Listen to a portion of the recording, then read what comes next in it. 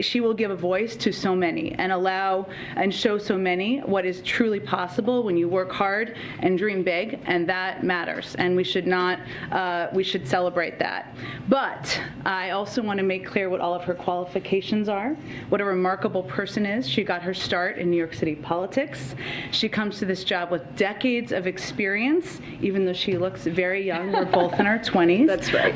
Having served in communications and political roles on many campaigns in the Obama-Biden administration and for both of former President Obama's campaigns. She's a longtime advisor to President Biden and Dr. Biden. They are partners, having served in senior roles for him and for both of them back to when he was vice president. And she's worked for a number of advocacy organizations fighting for issues and justice for so many Americans. And I just want to say, I will have a lot to say about how grateful I am for for the trust the President and the First Lady and the whole team have given me and entrusted me in the last 15 months, but this day is about Corrine, and I want to celebrate her. And on a personal note, I want to say that one of the first conversations we had when we both found out we were getting these jobs was about how we wanted to build a drama-free, on your best days, workplace where everybody worked hard, where we, on our best days, were rebuilding trust with the public. And I'm just so grateful to have had Corrine by my side for this over the last 15 months, and I just can't wait to see her shine at the podium. So congratulations, and I can't wait to see you bring your own style and brilliance to this job. Love you, Jen. Love you. Love you. I promise not to cry again, so that's it. We already cried. We already cried. Okay. With that note, this is going to feel like an abrupt turn, but I'm going to give you an update on a Russian oligarch's yacht that was seized that you may have seen. It's not meant to be funny, but I did want to note and make sure everybody saw it. Today, the Department of Justice announced that the Fijian law enforcement executed a seizure warrant freezing the motor yacht Amadea, a 348-foot luxury vessel owned by sanctioned Russian oligarch Suleiman Kerimov. The yacht is worth approximately $300 million or more. This was done with support and assistance from the FBI, and Fiji acted at the request of the Department of Justice. Following issuance of a seizure warrant from the U.S. District Court for the District of Columbia, Fijian authorities executed the request, obtaining a domestic seizure warrant from a Fijian court. As you know, the President has made clear we will go after Russian oligarchs and their ill-gotten gains, using every authority we have to hold them accountable. Oh, and here is the yacht. Look at that. I went to really go with a bang, so we got a yacht, just to make the point about oligarchs. Also, just wanted to note, as you know, the President nominated Steve Dettelbach to lead ATF and our nation's fight against gun crime just a few weeks ago, and just today he was endorsed by a group of over 140 former high-ranking federal prosecutors and DOJ officials, including more than 30 Republican appointees, 2 former AGs, and 6 former deputy attorney generals. Last note for you, as you know, the President is going to be traveling to Cincinnati tomorrow, where he'll meet with manufacturing leaders, see new additive manufacturing technologies at work, and discuss his plan to make more in America by passing the Bipartisan Innovation Act. Since he took office, we've created 473,000 new manufacturing jobs, which is more manufacturing jobs on average per month than any other president in the last half a century. And we're building on that progress through the infrastructure law, of course, and with the Bipartisan Innovation Act, we can help lower prices by strengthening our supply chains and domestic manufacturing. With that, I promise we will not make it a marathon today. I know it's 5:20, so why don't you kick it off and we'll get around to as many people as possible. Excellent. Congratulations to both of you. Thank you. First, will the President and or White House officials participate in any way in the May 14th Abortion Day of protests? I don't have any schedule plans to preview for you at this point in time. We are certainly aware of the protest, but our focus right now is on overseeing and running a policy process to do everything we can to protect women's right to make choices about her own health care. And secondly, Senator Minority Leader McConnell today again made clear that he wants to see a clean Ukraine bill. Considering that, what are other options is the White House looking at to secure money for therapeutics other COVID-related needs, as it seems that Congress is unlikely to approve any more money soon?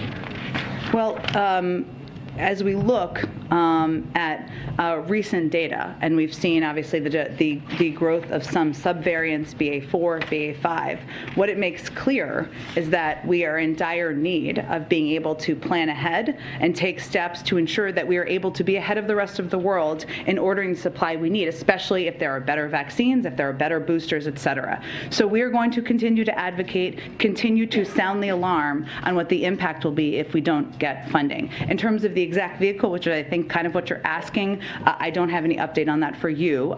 We are continuing to have conversations with Congress. Obviously, the president sent up both together because he feels it's essential. If we don't get this funding, we will have fewer vaccines, treatments, and tests. We'll watch others around the world have the best life-saving tools. Americans will literally die. Businesses will be hurt. There is not a plan B here. We need Congress to pass this funding so we have this funding to continue to prepare and continue to fight the pandemic. Go ahead.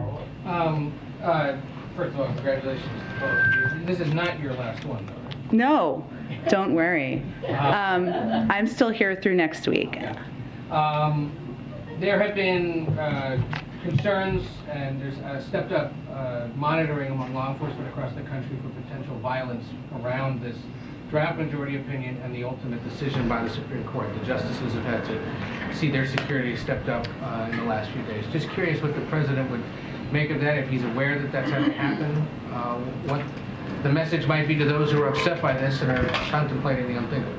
Well, first I would say the president, for all those women, men, others who feel outraged, who feel scared, who feel concerned, he hears them, he shares that concern and that horror of what he saw in that draft opinion. It's not a final opinion. What it has prompted is a redoubled effort across the administration and with Congress to take every step we can to protect women's health care.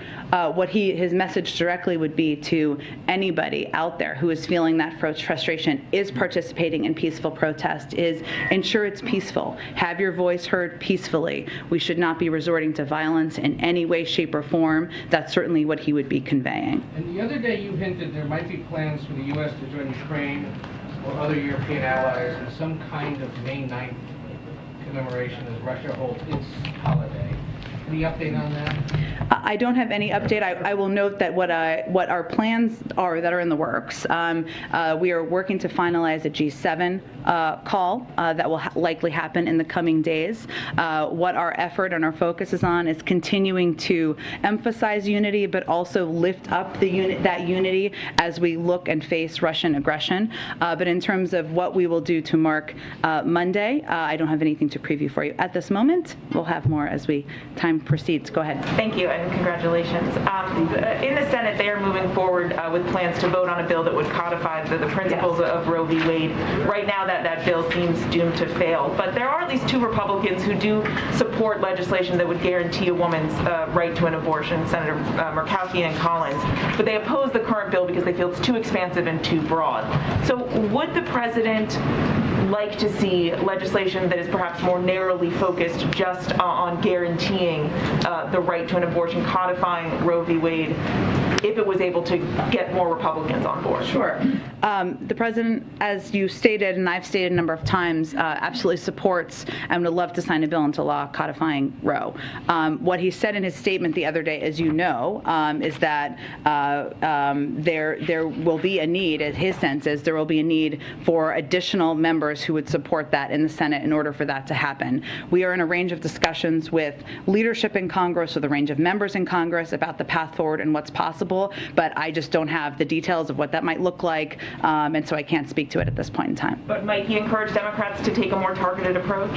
I don't have any details to preview at this point in time. We're having a range of conversations. And you have said, that the administration is considering, of course, additional options and steps that you may be able to take to support women's reproductive rights. I know you haven't wanted to get into the details of what those options may be, but are you confident that there are additional executive actions that you can take, options that can have an impact that can withstand legal scrutiny? Well, yeah. Yes, I mean, I would point to the fact that after Texas and SB 8 passed, we did take steps, and we did take steps to secure funding, to secure grants. Obviously, the Department of Justice made clear in response to Texas SB 8, they reaffirmed the Department of Justice's commitment to using existing federal law. We also created a grants program, and the Department of Health and Human Services announced a 3-pronged department-wide response. I think what's important to remember here, in part, is who will be impacted across the country, and we are mindful of that as we are planning and thinking about what our policy options are. We know that 75% of people who are having abortions or pursuing an abortion are with under 200% of the poverty level. We know that the majority are women of color, and we know that there are 13 states that have trigger laws and a total of 26 states, including those 13, that have indicated plans to put in place more restrictive abortion, restrict abortion more. And so this is not, there are states who've also affirmed that they would take steps to protect. So we are mindful of all of this, what the impact could be if this draft opinion or a version of this draft opinion becomes the final, and we are thinking about that. The Gender Policy Council, the Department of Health and Human Services, the Department of Justice, and all of us working with Congress as well to see what actions we can take. Obviously, codifying Roe is a way to protect. Go ahead. Thanks, Jen. President Biden just met with organizers, labor organizers from Amazon and Starbucks and others. Could you just talk a little bit about what was discussed and if he offered any specific commitments to perhaps support the Amazon labor union or the different unionization drives that are underway?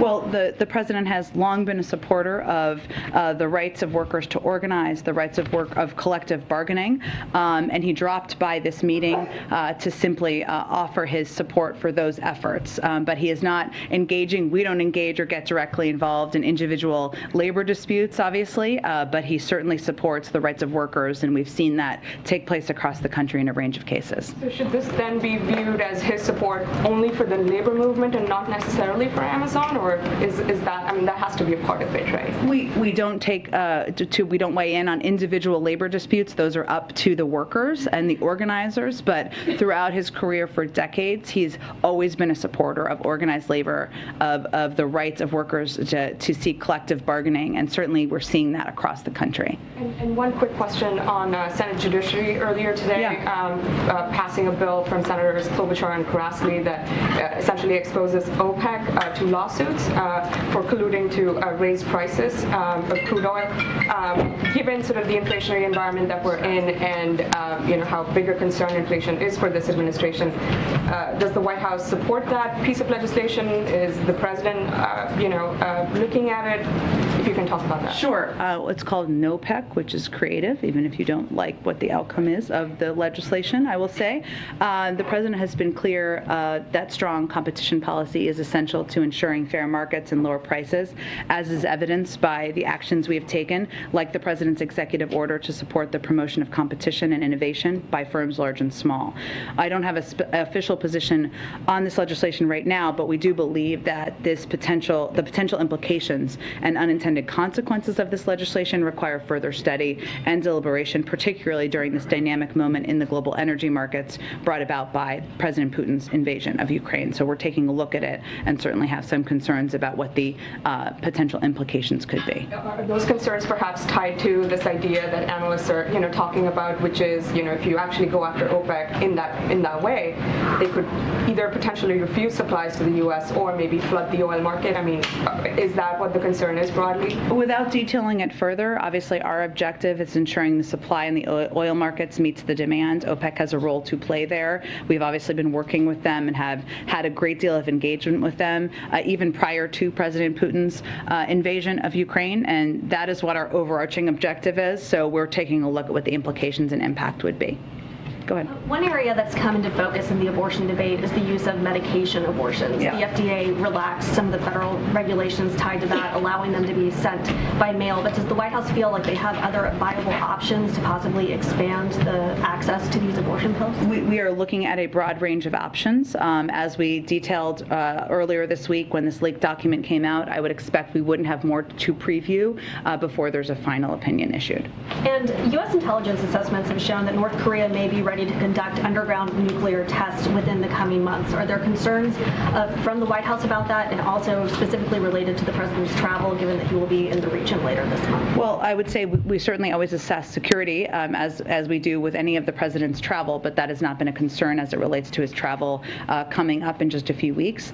There's no question that North Korea is going to be on the agenda when he visits South Korea and Japan. I can give you a little bit more of the I know that some asked this yesterday, so I got a little bit more on the trip, so let me venture to do that as well.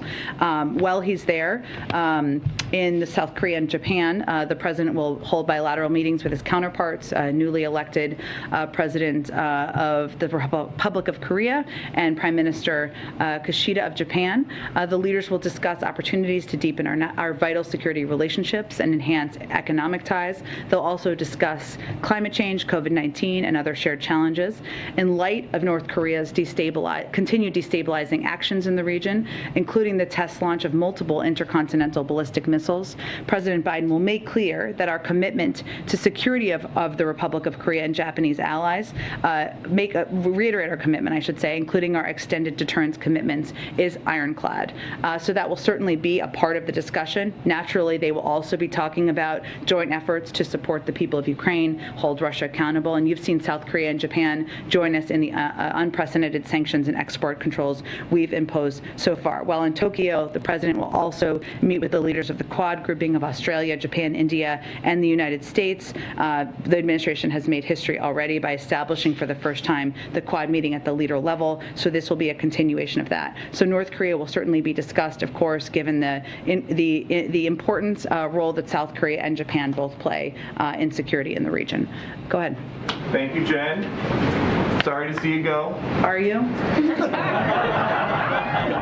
Yes, and you've always been a good sport. Thank you. So as have you. On behalf of everybody, thank you Thank for you. everything. Thank you. And I can't wait to see you up there, Kareem. So you guys spent some time yesterday talking about what you think are the extreme wings of the Republican Party. Do you think the progressive activists that are now planning protests outside some of the justices' houses are extreme? Peaceful protest? No, peaceful protest is not extreme. Some of these justices have young kids. Their neighbors are not all public figures. So would the president think about waving off activists that want to go into residential neighborhoods in Virginia and Maryland? Peter, look, I think our view here is that peaceful protest, there's a long history in the United States and the country of that. And we certainly encourage people to keep it peaceful and not resort to any level of violence. Let me tell you what I was referring to and what the president was referring to yesterday. Not about the yesterday, though, just about moving forward. These activists posted a map with the home addresses of the Supreme Court justices. Is that the kind of thing this president wants to help your side make their point? Look, I think the president's view is that there's a lot of passion, a lot of fear, a lot of sadness from many, many people across this country about what they saw in that leaked document.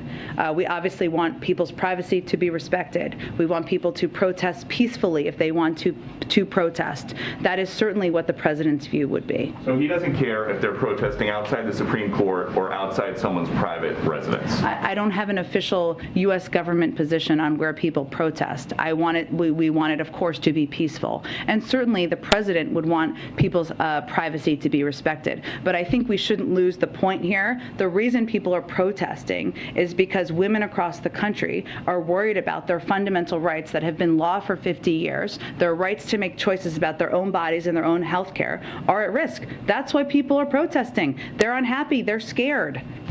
The president's position on choice has evolved over time, so just checking for his official position. Does he support any limits on abortion right now? Peter, the president has talked about his position many times. He supports the right of a woman to make choices about her own body with her doctor. But I know that one of the Democrats that he endorsed and who won their primary this week, Tim Ryan, said yesterday that he does not support any limits on abortion. Is that where the president's thinking is now? The president has stated his view many times. So does the president support abortion up until the moment of birth? The president has spoken about this many times, Peter, and I would refer you to his own comments about abortion and a woman's right to choose and make decisions about her body with her doctor, which is what any of those women would do. Go ahead. Jen, does President Biden support the Leader Schumer's strategy to hold a vote next week on abortion rights, even though the votes are not there, that it's doomed to fail? We certainly are working in lockstep and closely with Leader Schumer. Obviously, we have stated, and the president's statement the other day made clear that he did not feel we had the votes at this point in time, but certainly providing a moment for people to and voice their strong opposition to overturning Roe v. Wade is something we support Leader Schumer doing. That was just a little bit of the White House briefing. We'll play it out for you in full a little bit later this evening, but you got a good sense of everything that was being talked about today. Of course, abortion rights, a little bit about the economy, and much, much more. We're going to take a quick 2-minute break here on Live Now from Fox. When we come back, everybody, we are going to be getting a fresh update from Alabama on the manhunt that continues for the inmate and corrections officer now entering a week into this manhunt. We're going to be listening live here for updates coming up in just 2 minutes right here on Live Now from Fox.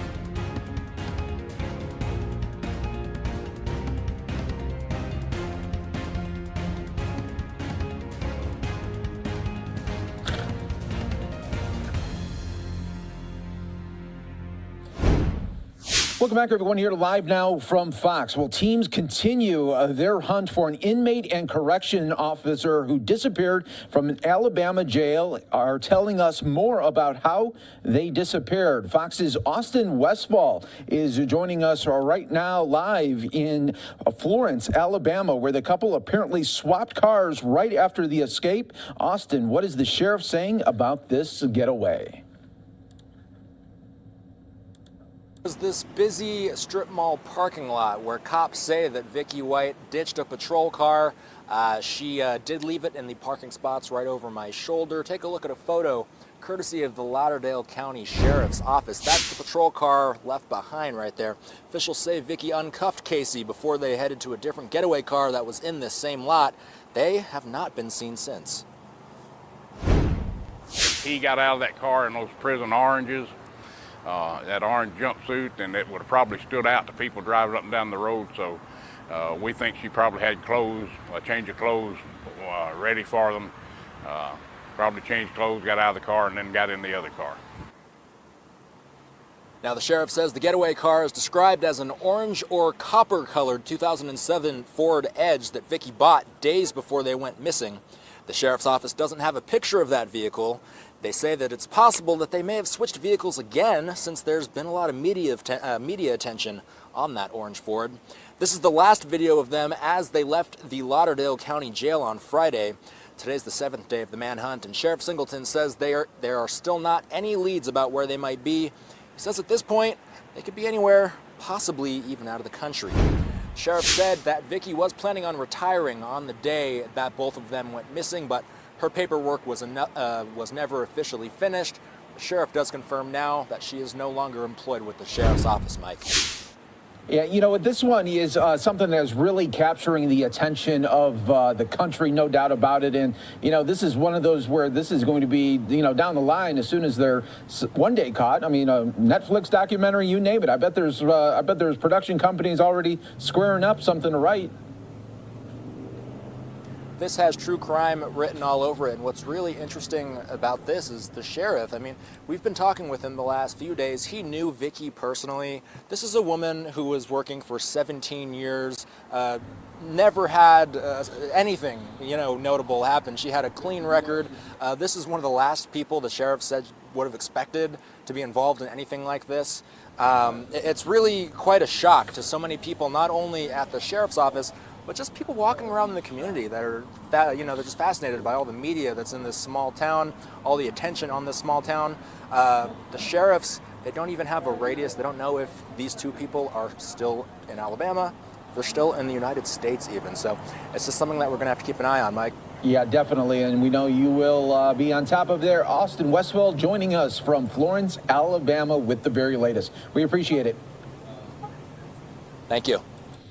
And of course, we got you covered right here on Live Now from Fox. Stay right here with us. We got more top stories and headlines from across the country coming up in just moments. You got the UN Security Council still going on right now, talking everything about Ukraine and Russia. Stay right here with us. We have much more right here on Live Now from Fox.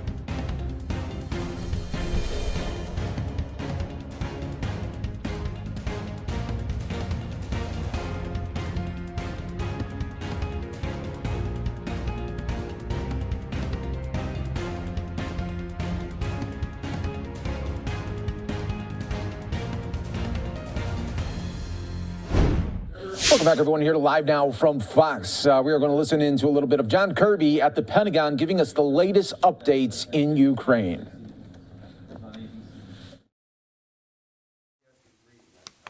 I just noticed, look, that there was a chill in the room, if you will, sort of a downbeat presence. You guys just you weren't your chipper selves. And I can feel the energy up here. It bothered me. Is it? You have a jacket on. You're wearing a mask. You look snug to me. Should we get you a blanket? Would that make you feel better? So today you gave us some extra time to warm up. Yeah. All right.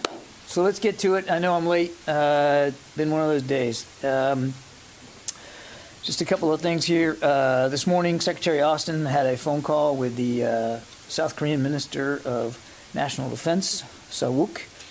to discuss the security environment, of course, on the peninsula. The two leaders strongly condemned yesterday's ballistic missile launch by the Democratic People's Republic of Korea, which they noted threatens the peace and stability of the Korean Peninsula and the Indo-Pacific region. They committed to close cooperation to enhance the U.S.-ROK alliance deterrence and defense posture. Secretary Austin reaffirmed that the ironclad U.S. commitment to the defense of the ROK, leveraging the full range of U.S. military capabilities to include extended deterrent capabilities. The Secretary also congratulated the minister on his successful tenure as Minister of National Defense, noting that the alliance had, in fact, been strengthened under Suh's leadership. On another note, on the 20th of April, I think you all were tracking, Secretary Austin had a phone call with the PRC Minister of National Defense. We've received a few inquiries, and I would just like to address a little bit of some inaccuracies out there in the information space. Specifically, the PRC Ministry of National Defense published a readout of their own, which erroneously claimed that the United States adheres to the One China principle. The Secretary did not say this. Rather, Secretary Austin made clear that the United States remains committed to our One China policy, as enumerated in the Taiwan Relations Act, the 3 joint communiques, and the 6 assurances. And then lastly, if I could, just to address an issue which I know is on everyone's mind today, and this is the issue of intelligence sharing with Ukraine. I just want to stress a couple of things. First, the United States provides battlefield intelligence to help Ukrainians defend their country. We've talked about that quite a bit. We do not provide intelligence on the location of senior military leaders on the battlefield or participate in the targeting decisions of the Ukrainian military. The Ukrainians have, quite frankly, a lot more information than we do. This is their country, their territory, and they have capable intelligence collection abilities of their own. Ukraine combines information that we and other partners provide with the intelligence that they themselves are gathering on the battlefield. And then they make their own decisions, and they take their own actions. And I think it's important not to forget this is a war the Russians started, and of course they can end it tomorrow.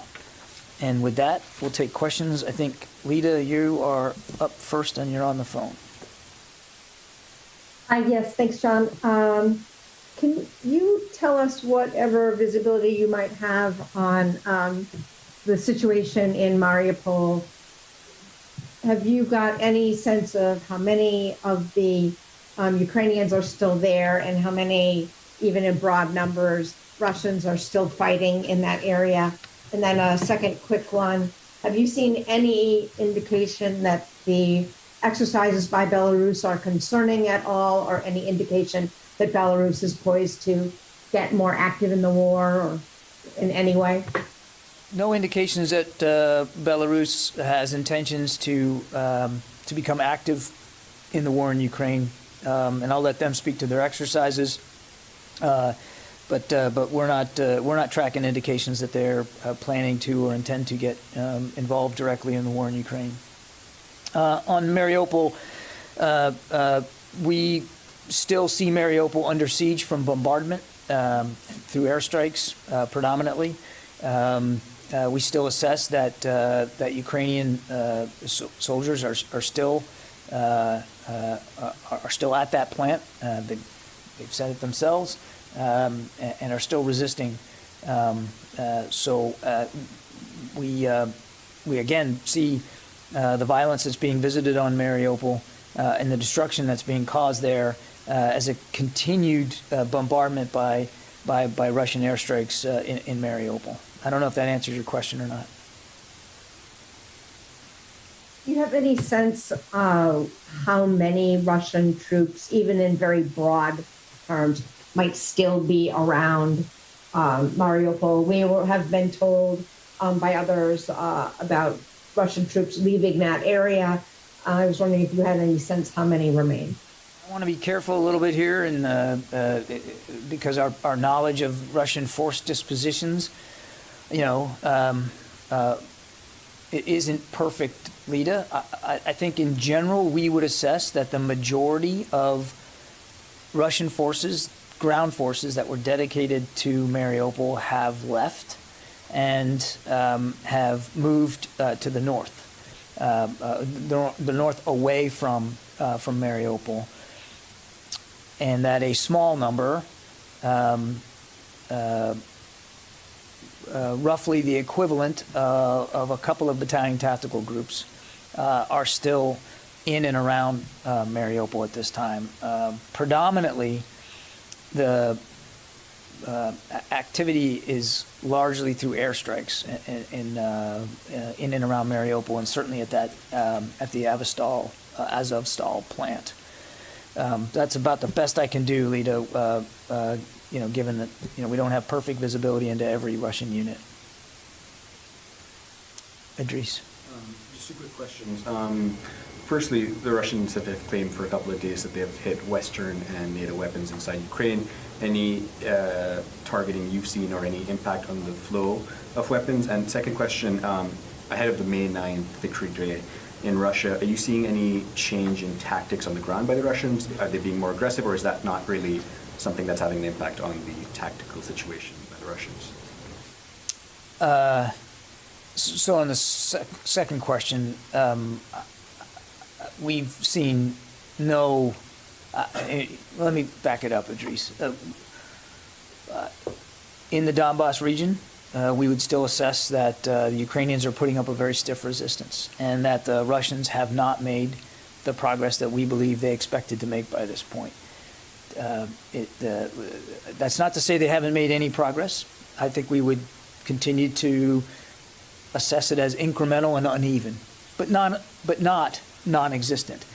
And again, we think that that's partly, a big part of it is the Ukrainian resistance, but also partly through their own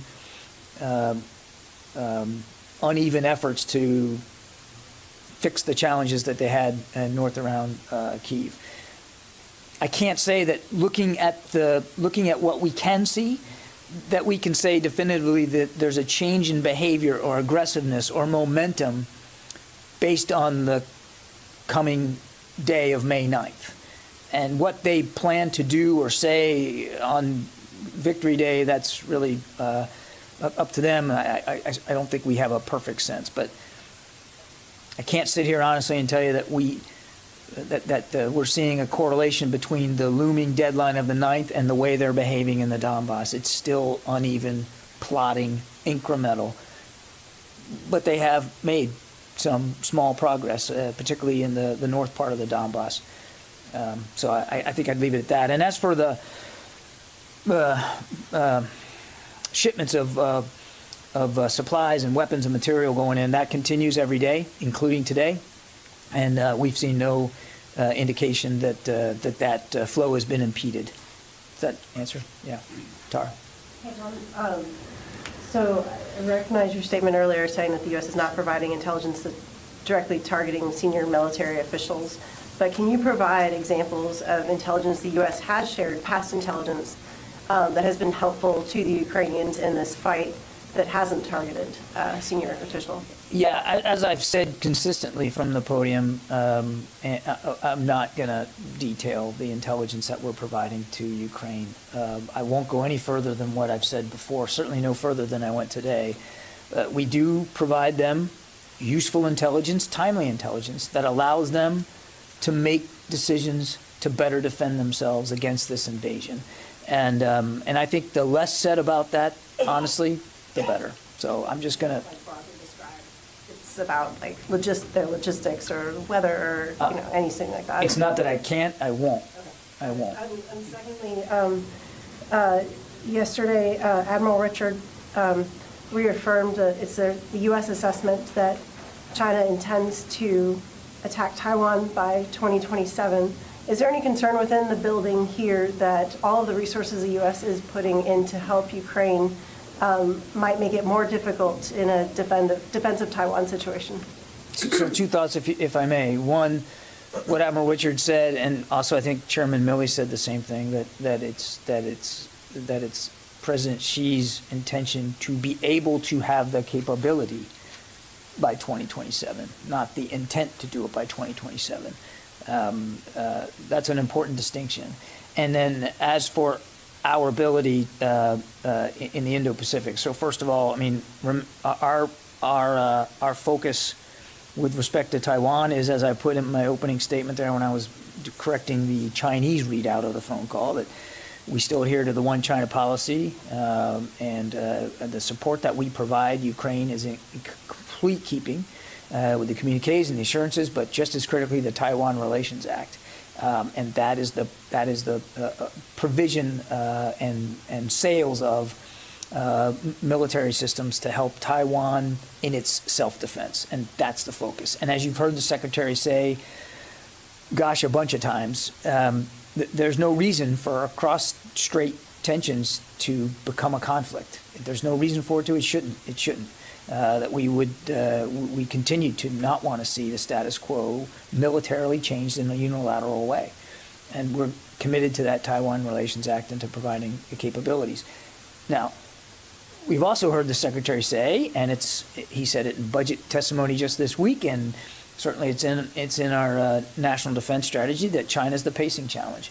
And if you look at our budget, which is a big one, $773 billion, a record number of dollars dedicated to research and development of new kinds of capabilities that get at what the Secretary calls integrated deterrence, which gets at our ability to defend our security interest in the Indo-Pacific specifically, not just in the Indo-Pacific, but certainly as we're talking about China right now, related to that.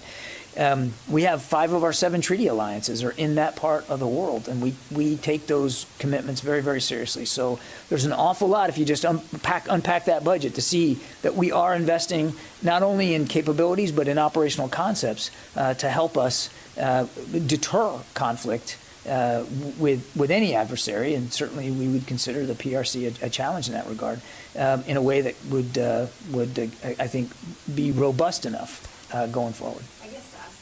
In a better way, you know, you have I didn't think there was anything wrong with the way you asked the question. Thank you. You know, you have the sales of military systems for Taiwan, but you've also seen this ramp up for domestic production of systems, not only to help supply Ukraine, but to backfill U.S. stockpiles, backfill NATO members. So is there a strain there? Can both be supplied within not only the 2027 timeline, but the very near term? Well, again, let's not get fixated on the 2027 timeline, but what we're doing to support Ukraine. So first of all, the short answer to your question is we're not concerned about that a focus on Ukraine is somehow going to take our focus or eye off the Indo-Pacific, or specifically our obligations under the Taiwan Relations Act. The material that we are sending to Ukraine almost completely so far has been under drawdown authority. So it's material that we have on our shelves and in our inventory and in our warehouses on our bases that we are providing to them because they're in an active fight. Right now, the focus of that is long-range fires and the artillery and all that because of the Donbass region. And that support, which we continue to provide, does not affect in any way our obligations under the Taiwan Relations Act or the other ways in which we're supporting Taiwan. Okay? Yeah. Russia's Ministry of Defense just announced that they had participated in nuclear-capable missile strikes or launches, practicing these nuclear-capable missile launches in Kaliningrad, which is, you know, near the U.S. Baltic allies. Because of this, is the Pentagon considering, you know, ramping up its defenses on NATO's eastern flank? And honestly, how concerning is this that he has done this? He's had these actions. He's done previous actions with nuclear-capable launches, and Putin is failing or has been delayed in Ukraine. Well, again, like, we've decried the escalation in rhetoric by the Russians now numerous times when it comes to nuclear weapons, and it's not the behavior of a responsible nuclear power to engage in that kind of rhetoric. And I would just tell you that, as I said many times before, we monitor this every single day. We're comfortable and confident that our strategic deterrent posture is well placed and robust enough to defend the homeland as well as our allies and partners. But it is uniformly unhelpful and irresponsible for the Russians to regard and speak to, boast about their nuclear weaponry. There's no reason to bring it to that level. I think we can all agree that the specter of a nuclear conflict between the United States and Russia is good for no one. Certainly not good for Russia, it's not good for us, and it's not good for Ukraine or the region. Has that exercise or has this rhetoric resulted in us changing the footprint on NATO's eastern flank? No.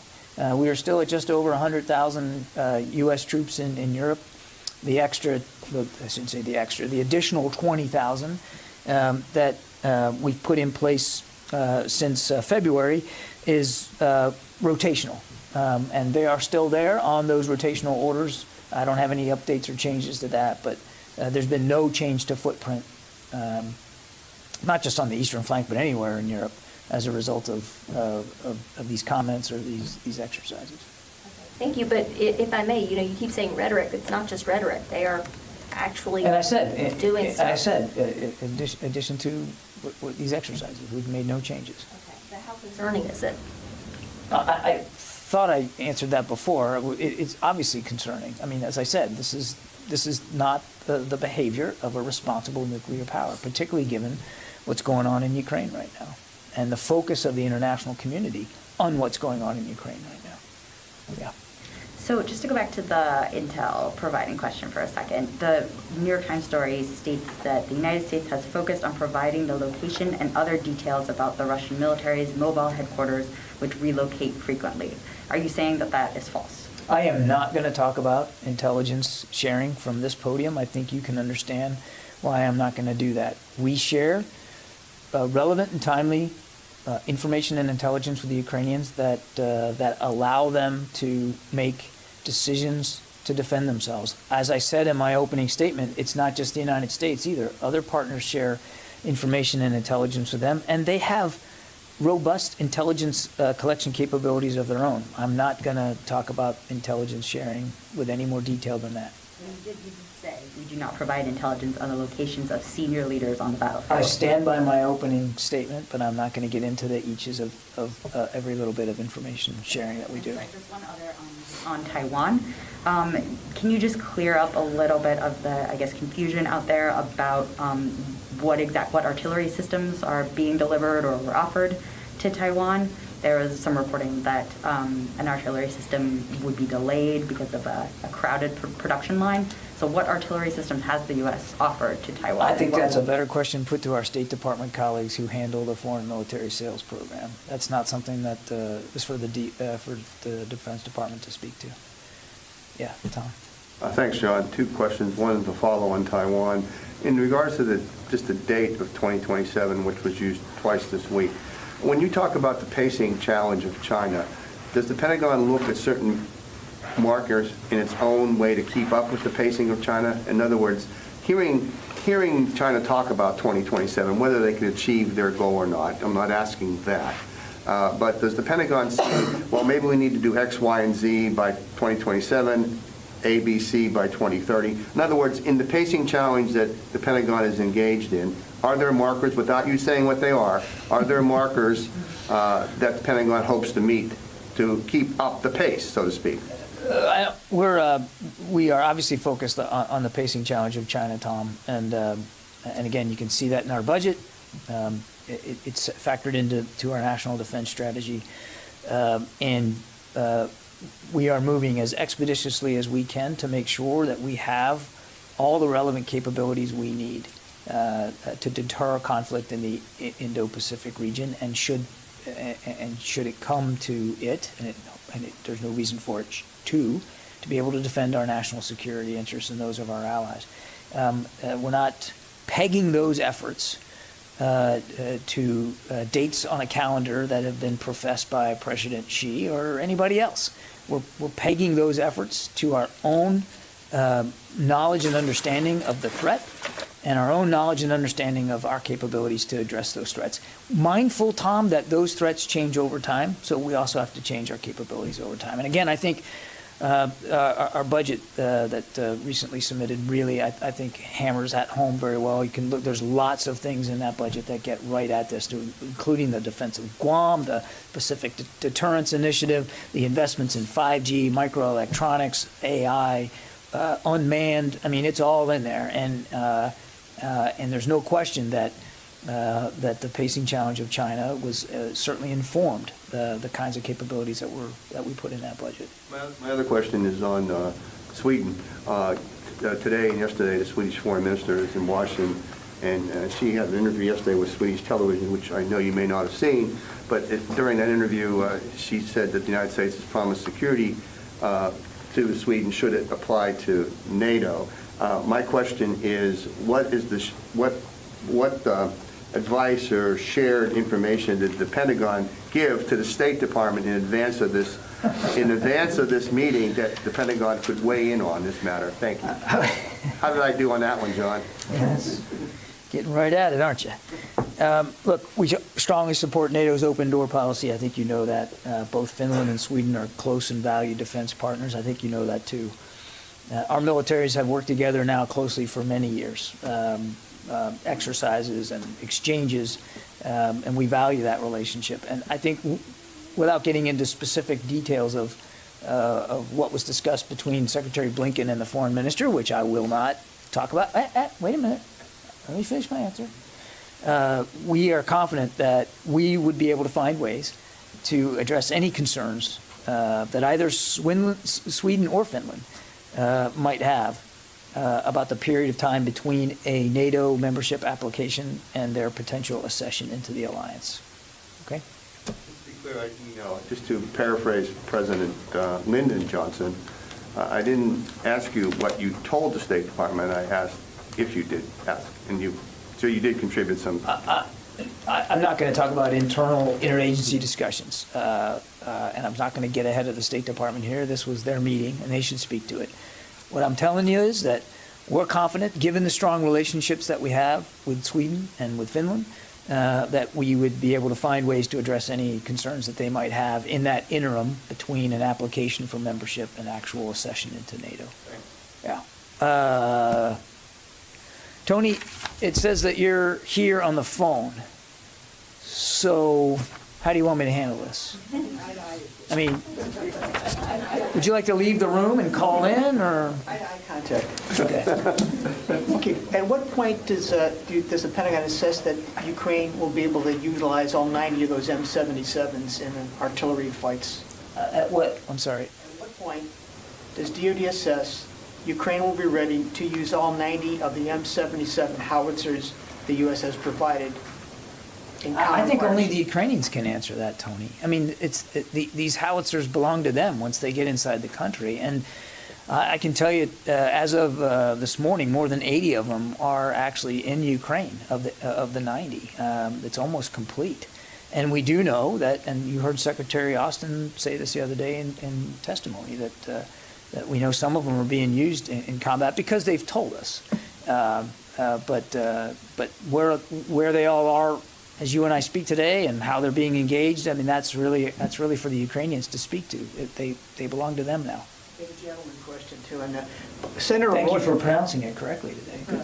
That's all I think. And thank you for being such an eloquent teacher. You're welcome. Senators Roy Blunt and Senator Blumenthal of Connecticut, Blunt of Missouri, both have claimed that the U.S. has shipped a third of our Javelin inventory to Ukraine.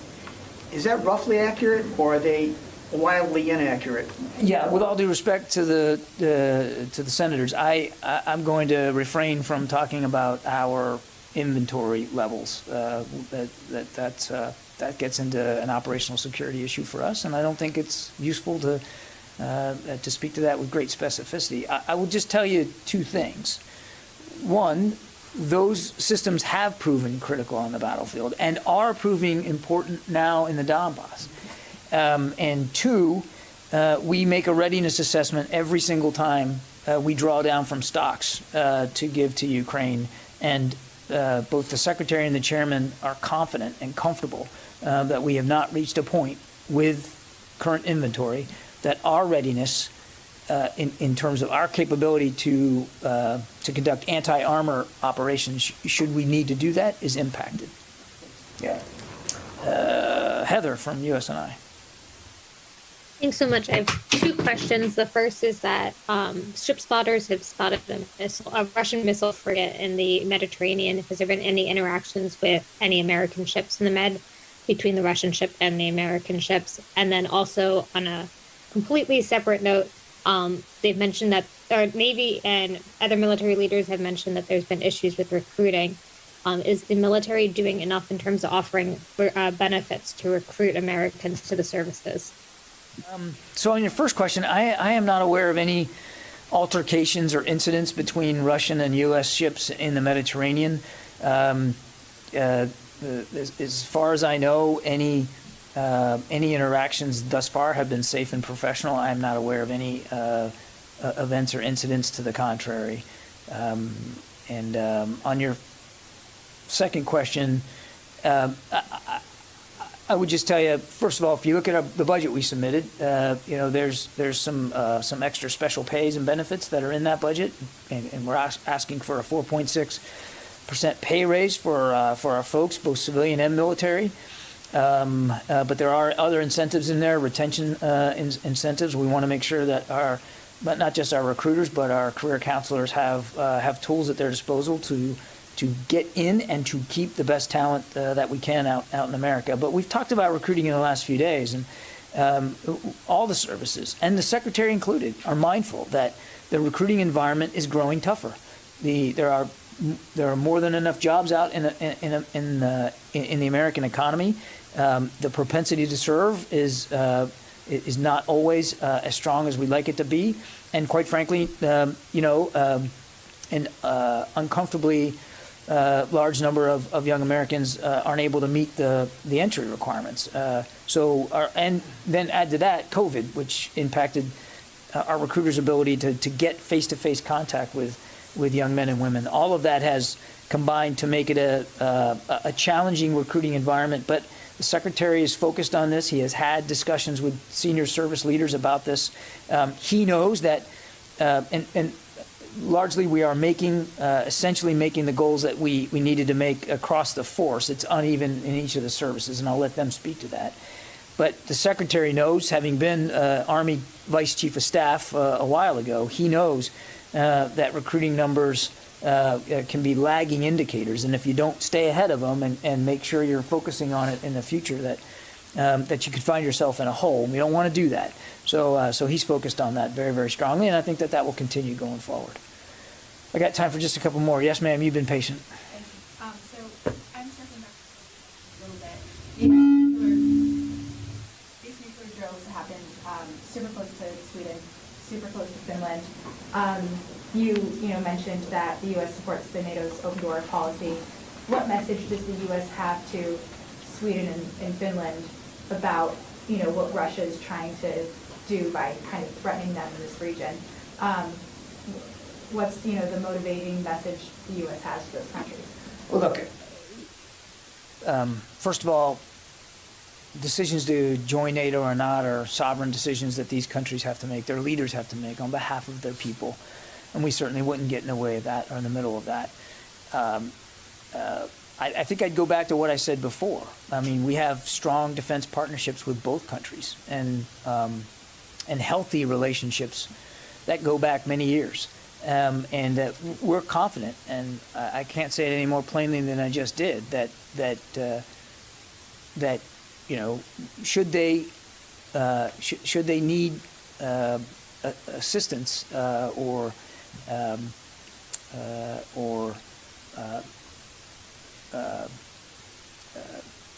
security assistance. I mean, should there be a requirement for that in the interim between applying for membership and accession into the alliance? I mean, we are confident that because of the close relationship we have with them, we'd be able to work something out. And I think that's the healthiest thing that we can say right now. Again, these are modern militaries, very capable militaries. And we look forward, regardless of what decision they make, we look forward to continuing a strong military relationship with them. Thank you. Yeah. I think you're going to have to be the last one, Paul. I'm going to get two in here. One is following up on that. Could you be more direct? Does the Pentagon want or hope to see Finland and Sweden join NATO? And if so, what does it see that would bring to the alliance? And that is a decision for Sweden and Finland, not for the... As a member of NATO, you would have a view. The U.S. has to have a view on it. We are not going to get ahead of the process here, Paul. These are sovereign decisions these countries have to make. And the discussions that they have to get into with the alliance, and it would be inappropriate for the Defense Department of one NATO ally to make a qualitative assessment here or judgment going forward. It's really for them to decide. They are modern, competent militaries, and should they join NATO, they would be able to provide those advanced capabilities and abilities into the alliance. But those are decisions they have to make. Thing is Ukraine has conducted a series of cross-border strikes into Russian territory and is believed to have carried out or supported, or supporters of Ukraine carried out sabotage missions in Russia.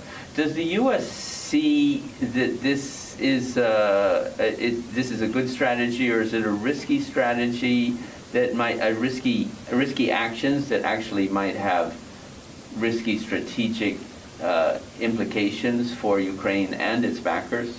I think the Ukrainians should speak for the operations that they're conducting or not. We're not going to do that.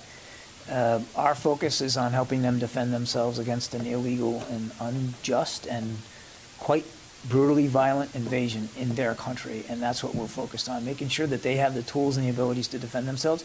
But I have not, since this began, nor am I going to start now, talking about Ukrainian operations in the field. Okay?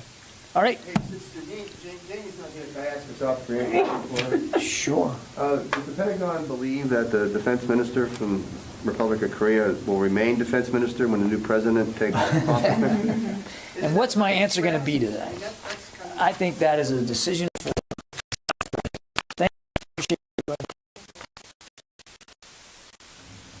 And thank you again to all of our viewers who are watching here with us on Live Now from Fox. With the end of that briefing, do want to mention today we did have the United Nations Security Council once again meeting to talk about how to try to get peace in Ukraine. We're going to play out some portions of that a little bit later here on Live Now from Fox. But a lot of us today, we're keeping an eye on the stocks. The market just really in the red, down more than 1,000 points. We'll break it all down for you coming up right here on Live Now from Fox in 2 minutes.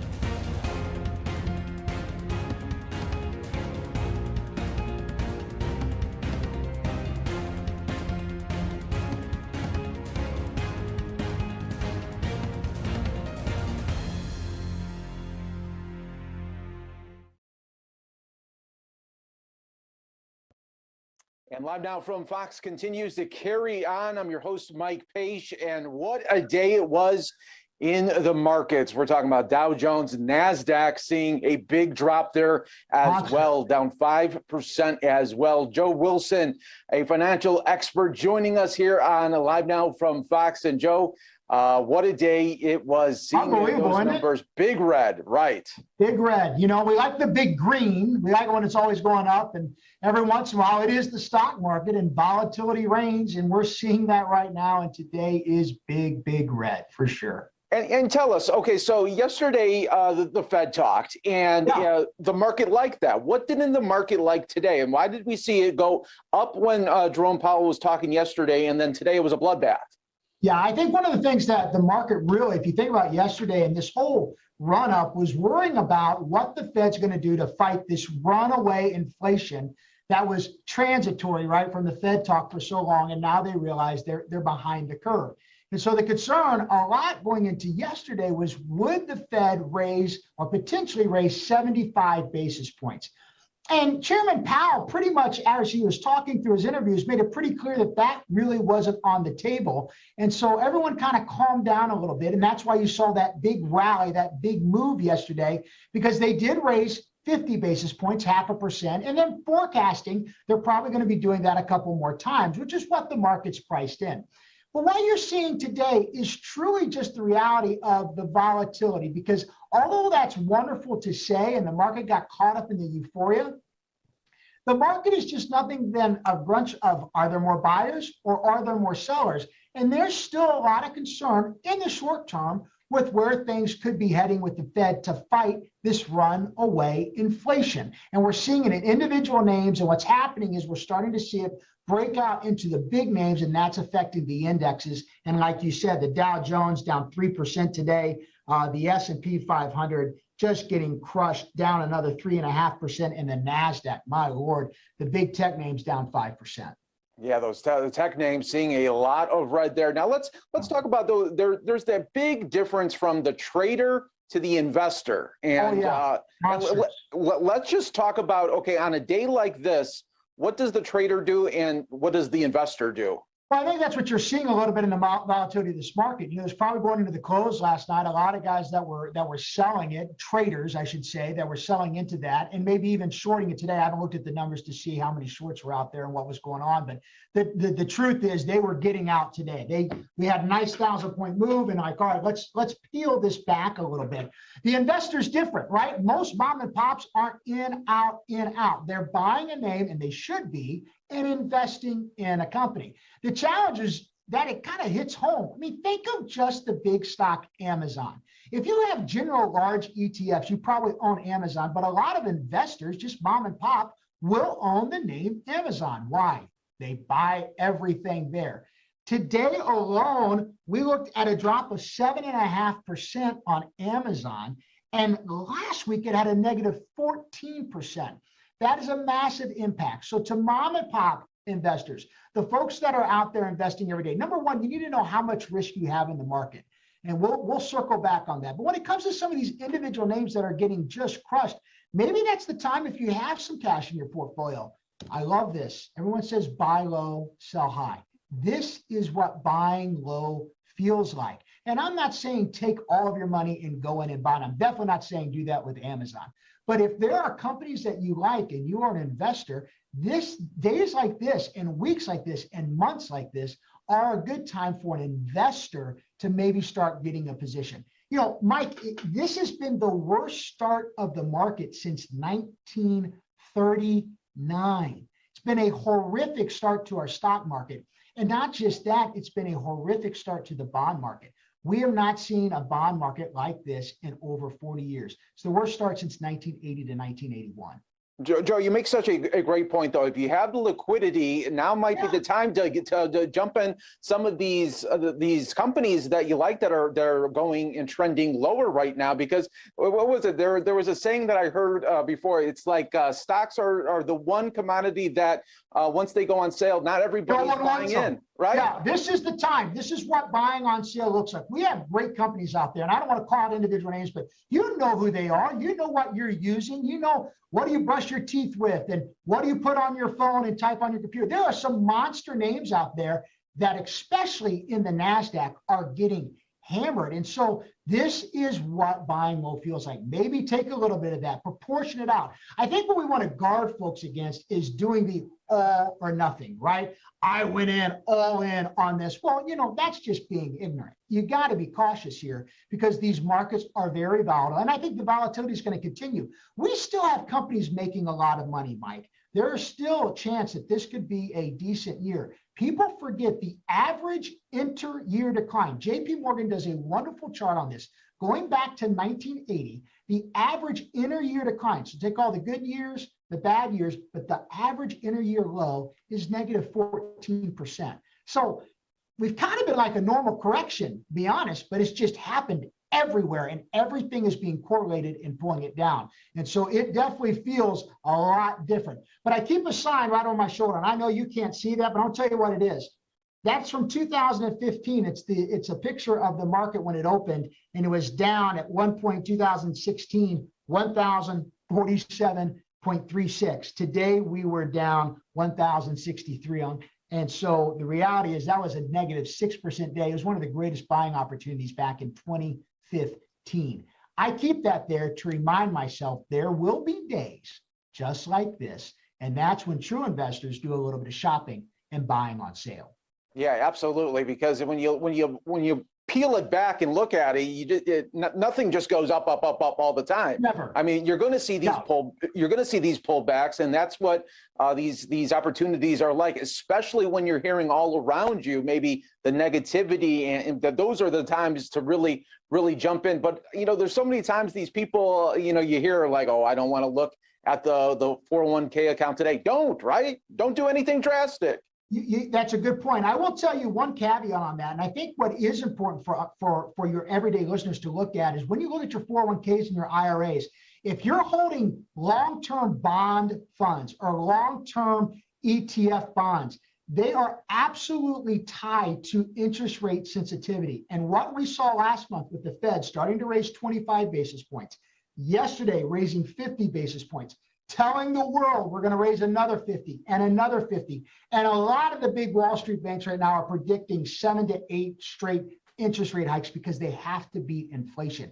If your 401k or your IRA is sitting in a bunch of long-term mutual fund bond funds or ETFs, you need to call your financial professional. You might be taking a lot of risk in something that's your safe money that really could face an uphill battle because the Fed seems very serious about fighting this runaway inflation from all this crazy money printing that we've been doing.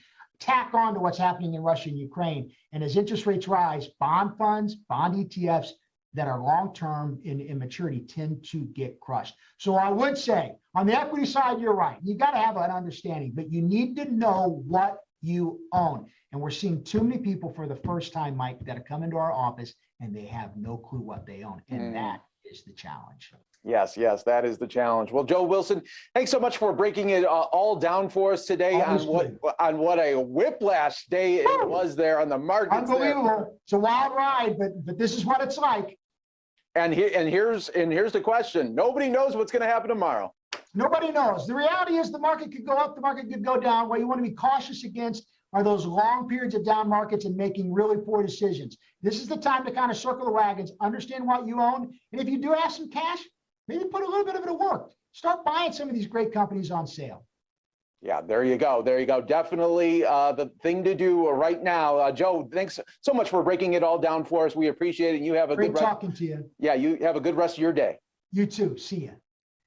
Well, it's 6:50 Eastern right now. All right, so once again, breakdown there with Mike Page. Do appreciate that, especially on a day when people, as he mentioned, saw green on the board yesterday, deep in the red here today. So we'll continue to keep an eye on that tomorrow, see how it closes out for the week.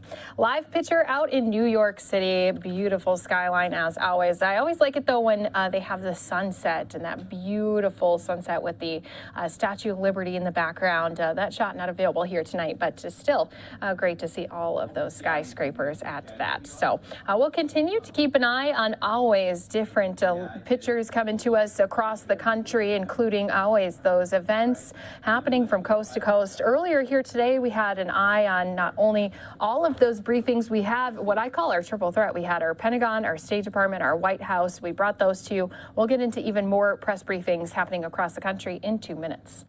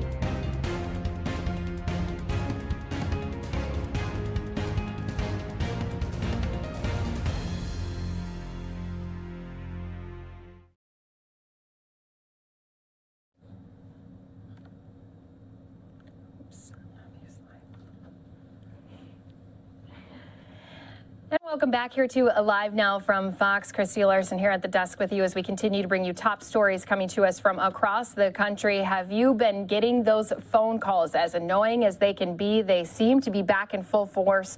Robocalls now at an all-time high.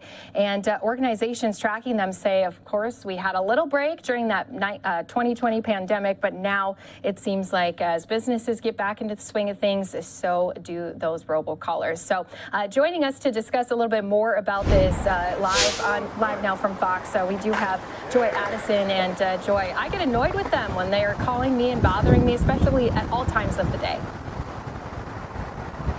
Hi, good evening. You and me both. And your phone is not just playing tricks on you, your mind is, you're not being hypersensitive. We have seen a major increase in robocalls over the past couple of months. And the Better Business Bureau says these calls can be tricky to spot because when you answer them, the robocaller, who's often running a very serious scam, appears to be from the IRS or from a debt collector, sometimes even from Medicaid.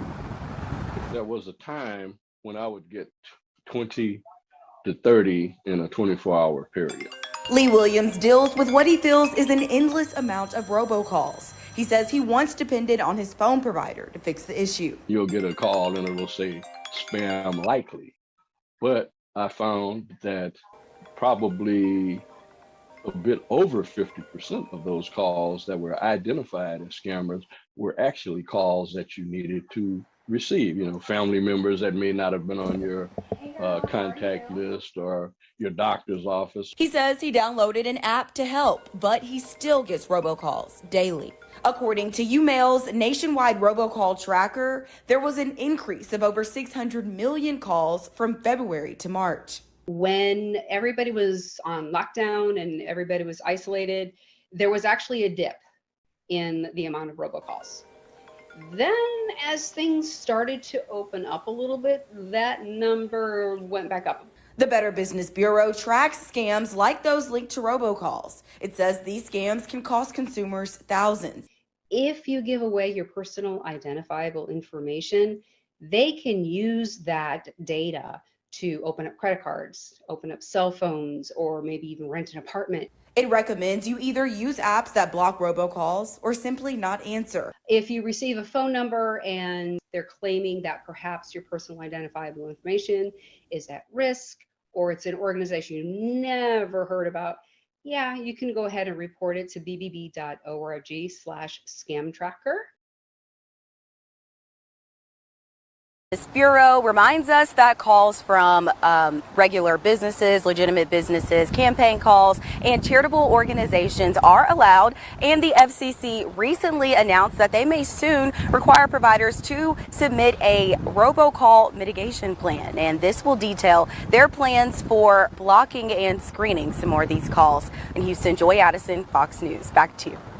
Yeah, that would be something I sure would look forward to instead of trying to second guess myself. Should I answer? Should I not answer this phone call? So really looking forward to some big changes being made. Once again, thank you, Joy, for joining us here on Live Now from Fox. Let's go ahead and just continue to bring you some more of those top news stories coming to us from across the country. I did have that shot out of New York. Again, we were just taking a look at that skyline, but earlier here today, we had quite a few stories coming to us from New York City, including one just inside of the police precinct. Police ended up having a officer-involved shooting after a man had stabbed an officer. We did have a very short update from police outside of that precinct just earlier.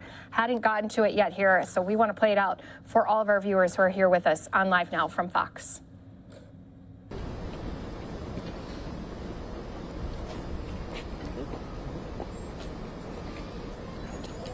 Good afternoon.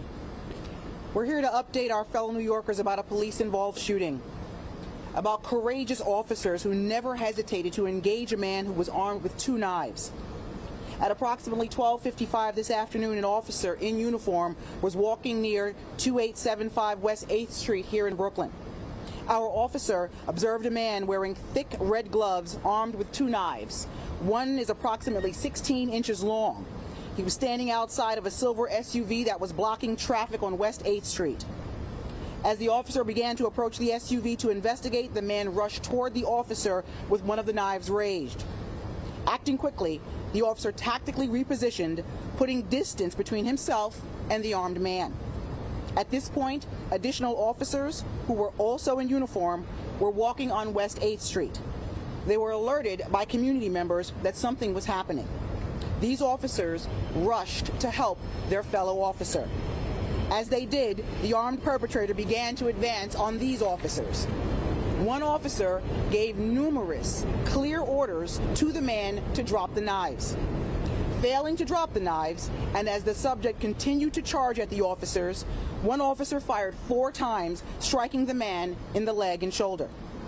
Although the man fell to the ground, he continued to fight with our officers, refusing to release the grip on one of the knives. It was during this intense, prolonged struggle that one of the officers was sliced on the hand. Fortunately, the officer, who is a 6-year veteran of the department, is recovering in the hospital. Aid was rendered to the subject at the scene, and the perpetrator was transferred to the hospital, and he is in stable condition. He is a 57-year-old man who resides here in Brooklyn.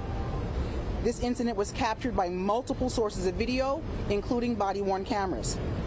Before asking PBA President Pat Lynch to speak, I have to commend the actions of these brave officers. I have watched these videos. While we don't yet know the motive behind this attack, we certainly know that the actions of these officers exemplifies what it means to be New York's finest. Pat? Thank you, Commissioner. If the department was putting together a script for a training video, they would use this. Our police officers, when others are at their worst, we're at their best. Firearms control, giving distance, directions and instructions along with the public, from the public to us and us to them. And then the restraint to make sure they're stopping this person from trying to kill anyone else. And then a struggle that went on and on and on. Still that restraint. A knife, that's huge. This is what New York City police officers do on a regular basis. This is what many of our detractors and city council and others should be talking about. This is the New York City Police Department. We'll take a few questions. Any EDP history on the suspect? That's under investigation at this time. We have nothing on that at this point. Anybody else? Any other questions? Any other questions? Rocco. Commissioner, could you, in more detail, explain the struggle? How many officers are on the ground with them, and how long does it actually take before we can solve it? I'm going to yield to the Detective Bureau to answer those questions. So, when the officers arrive, it's 3 officers that leave the station house at the 6-0 precinct. They're the ones who engage them. It's those 3 officers that are struggling with them, and they're putting out a call for help as they're struggling with them. How long does the struggle go on for? It was over 2 minutes. And everyone's on the ground? They're struggling on the ground with him, he's holding the knife very tightly in his hands. He's not letting go of it, and the officers struggle for a very prolonged time to remove that knife, that long-bladed knife, from him. There's something about traffic court. Was he in traffic court beforehand, or is there any connection to traffic court at all? At this time, the investigation's still very early on. We have nothing that leads us in that direction right now. But once again, the investigation's very early on. Okay, guys, we have time for one or two more. Show the picture of the knife, please. The picture. Can you describe the knife, please? So the knife, the one knife is 16 inches overall with an 11-inch blade. The other one is a fixed blade, which is overall length of 6 inches. All right, any other questions? All right, guys, we're good. Thank you very much. All right, so I had warned you ahead of time it was going to be a short press conference. We did also capture the video from later when that officer was released from the hospital. Here he is.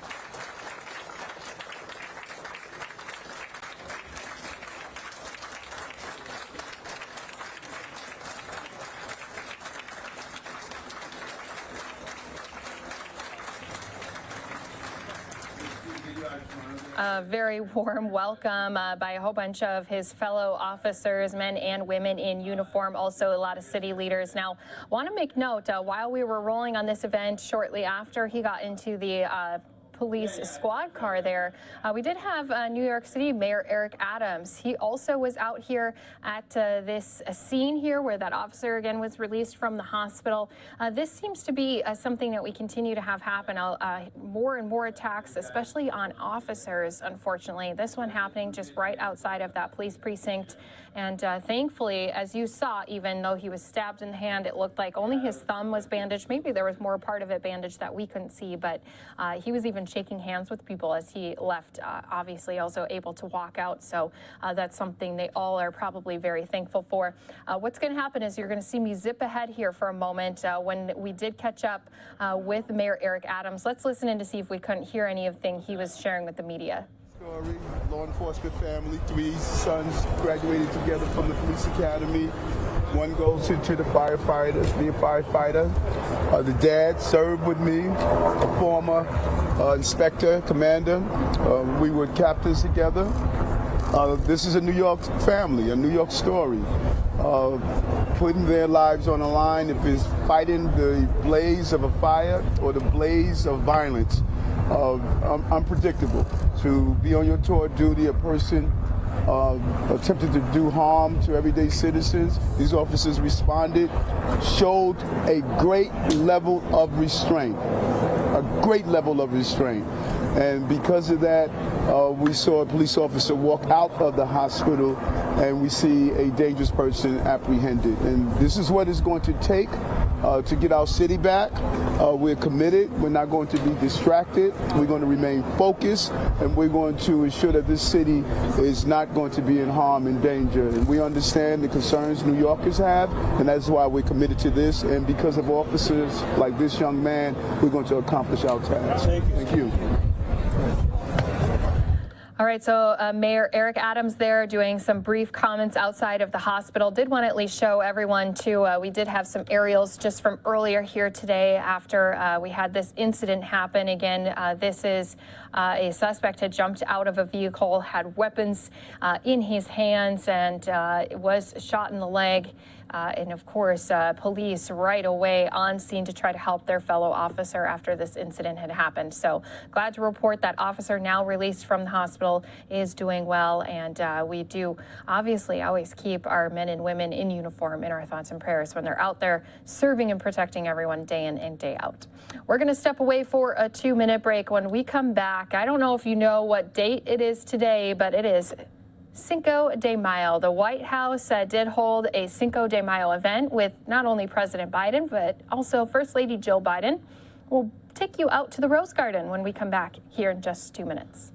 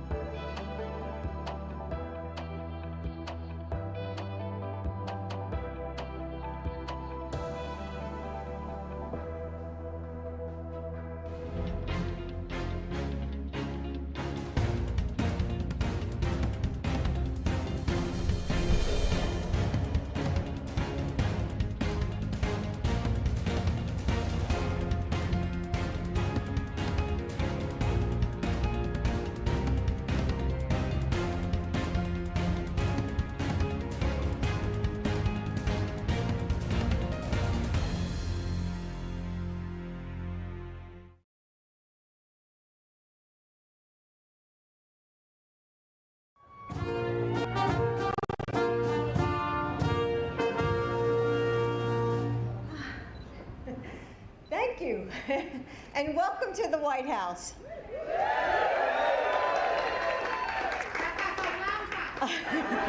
Yes. The Battle of Puebla, which Cinco de Mayo celebrates, lasted for only a single day. Defending the small town of central Mexico wasn't a major strategic victory in the Franco-Mexican War. But the fact that a ragtag group of soldiers, outnumbered 3-1, could defeat Napoleon's French Foreign Legion was a victory of the heart. It showed the determination and the backbone of the Mexican people. It inspired other cities to believe that they, too, could stand against the odds. And the reverberations of that battle traveled north to the United States. This holiday reminds us that the threads of our history and our heritage are woven together. We inspire one another. We shape each other. Our relationship with Mexico is special. And I'm so grateful to be joined today by the First Lady of Mexico.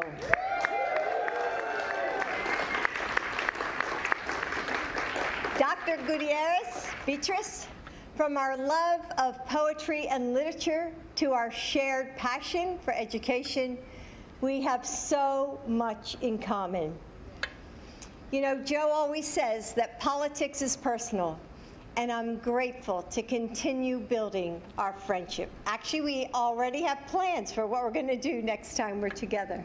Oh. I don't know if you're invited, Joe. I think I am. It's not only our history that is tied to Mexico, but our future as well. We are stronger when we face the challenges of our modern world together. And when we recognize our shared heritage, we can better understand and celebrate the true beauty and diversity of America. A few years ago at the National LULAC Conference, I met with a young group of Mexican Americans and other Latino leaders. They told me about the issues that were on their minds: education, climate change, healthcare, and jobs, just like anyone their age. But what struck me was that they said that they didn't often feel seen or heard, and that touched my heart. Don't we owe them better? Since then, I've held conversations to hear from different generations of Latinos from across this country. And again, I've seen the unique gifts of this community, the common threads that tie us together. I've been reminded that our differences are precious and that our similarities infinite. The former poet laureate of the United States and a proud Chicano, did I say that right? Okay. Oh, I should ask you. Juan Felipe Herrera once said, "Diversity really means becoming complete as human beings, all of us. We learn from each other. If you're missing on that stage, you learn less." We all need to be on that stage. The White House, Casa Blanca, is the people's house, your house. And the story of America is the story of you, the story of all of us. So thank you for helping us celebrate our nation's Mexican-American heritage today. And happy Cinco de Mayo. And now, my husband, your president, and mine, Joe Biden.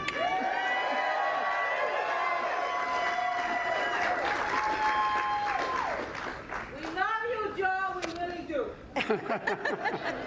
Well, I'm glad some woman in this crowd loves me.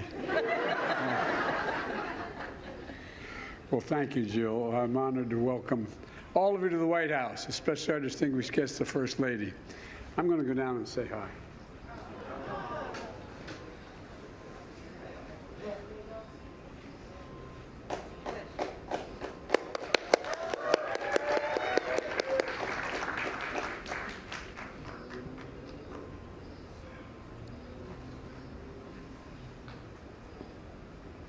Jill doesn't let me get in these conversations, so I want to.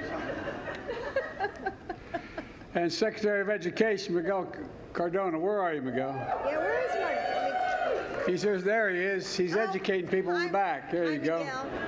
Did you say Naomi, too? Naomi? I didn't see Naomi. She's over here. How can you miss her? Well, I tell you what. Hi, Naomi, how are you? That's my granddaughter, our eldest granddaughter. And her fiance. And I can't see. And Peter. And Peter. You all have to know all this, you know. It's really important. Secretary of Interior, Deb Howland. Where's Deb? She's here. Deb, thank you. Thank you, thank you, thank you. One of my best buddies when we served together, and I think probably one of the best ambassadors we've ever had to Mexico and anywhere else, Kent Salazar.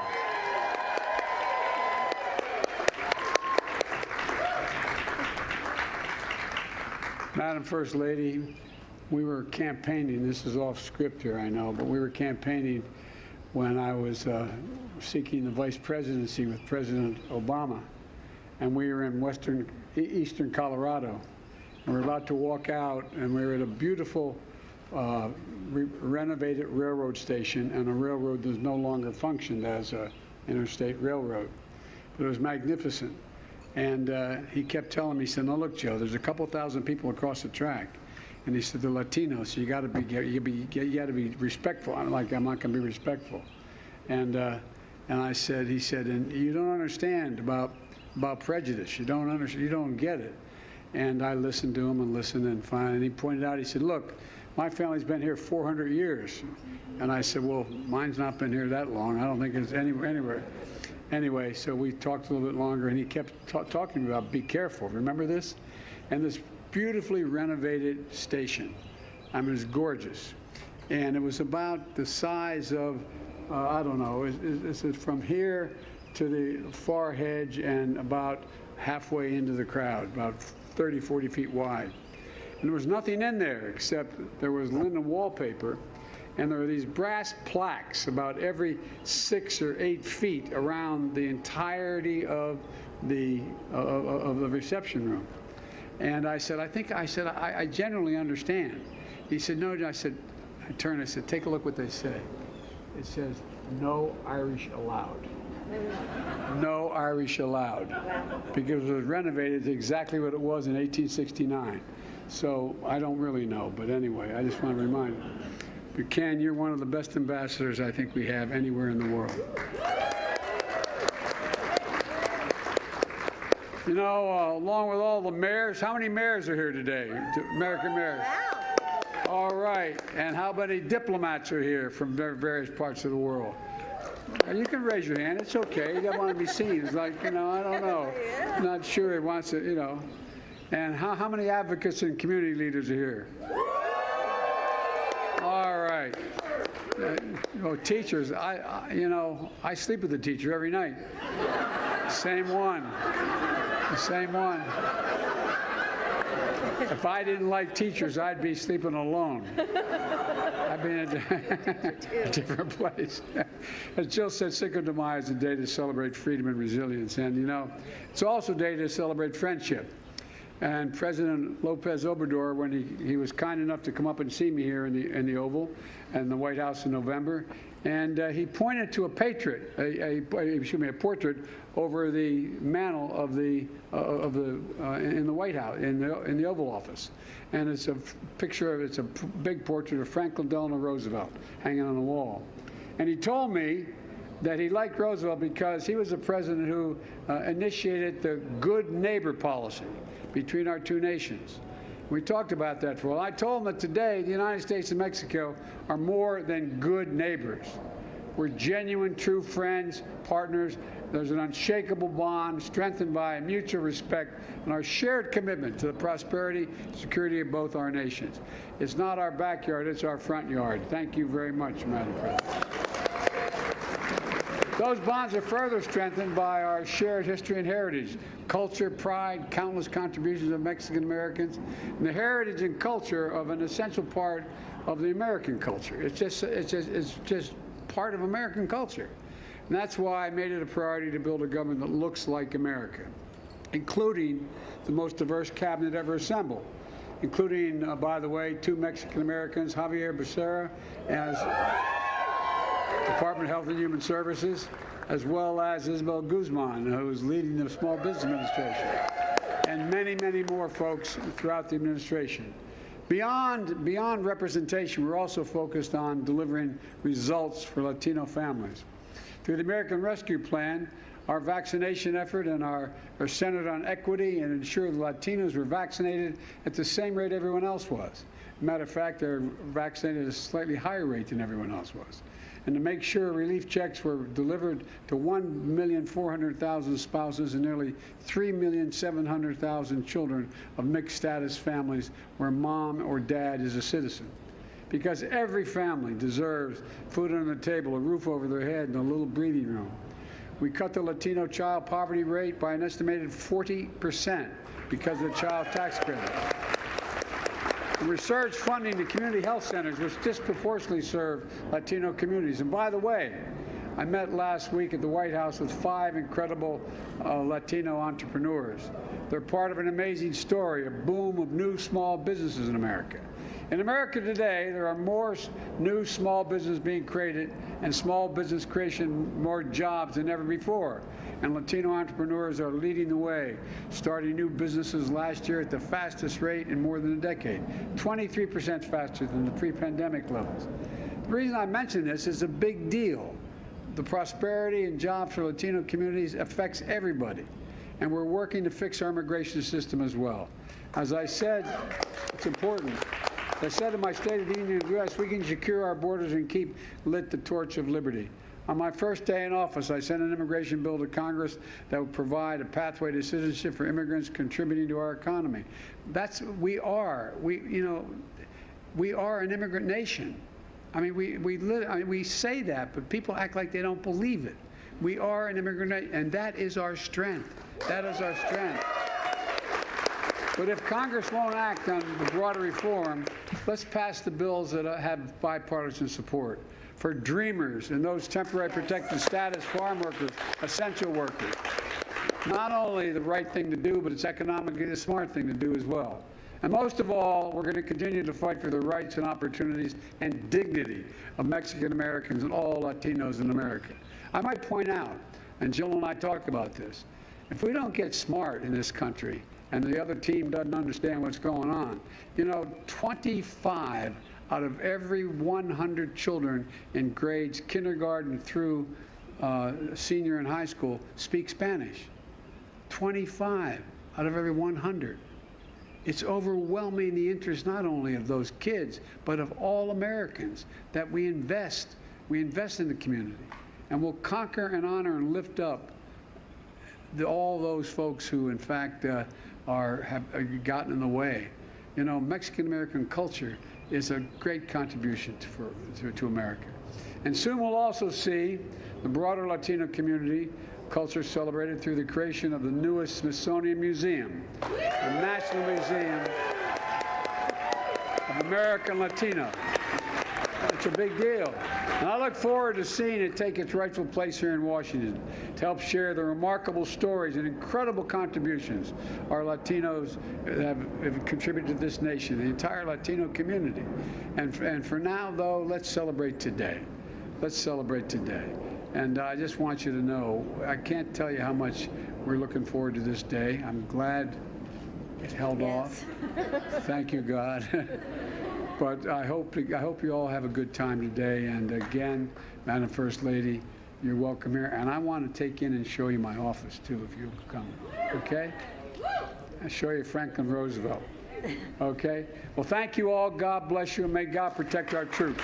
Thank you. I'm going to walk down together. Okay? The Bidens is celebrating Cinco de Mayo. Are you going out tonight? Remember, guys, we still have one more work day left in the week. So if you are going out, take it easy. But don't worry. If you do go out, you go to work tomorrow, you can just tune in to Live Now from Fox to catch up on all the latest top stories as you finish all your work for the day. So we're always on 24/7 for you. You can find all the different streaming platforms on LiveNowFox.com. We'll step away for a 2-minute break. More to come right here in just 2 minutes.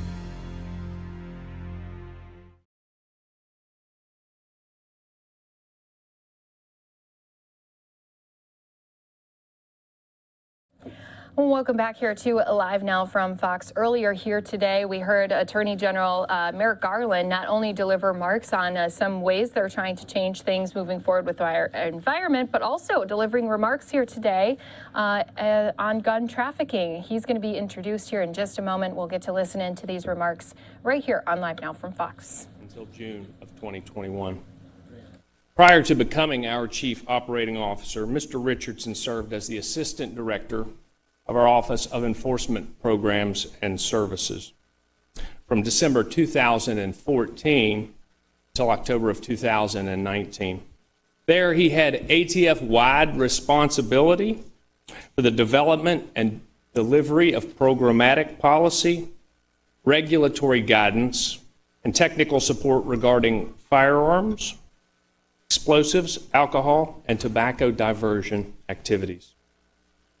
Mr. Richardson's career with ATF spans more than 30 years and includes service as a special agent in charge of the Denver Field Division, chief of ATF's National Center for Explosives Training and Research, and the assistant special agent in charge of our Phoenix Field Division. Please join me in welcoming a man that I hold in the highest regard, Deputy Director Marvin Richardson.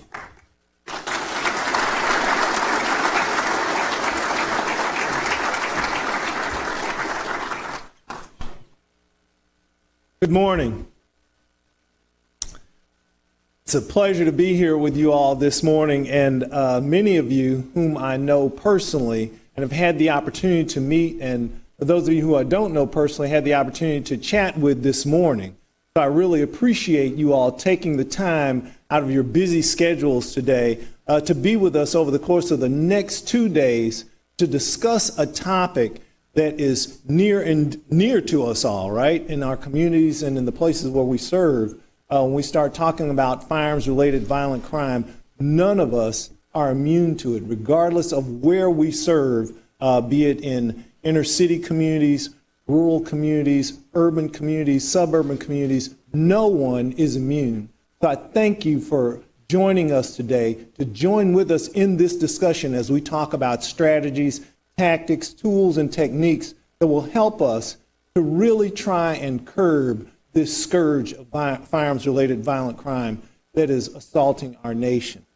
With that said, I don't want to waste any time right now in lingering on. I'll have an opportunity to talk with you myself a little more as the day goes on. But I want to take this opportunity to introduce the gentleman who has been charged with leading law enforcement efforts in this country, a man who needs no introduction.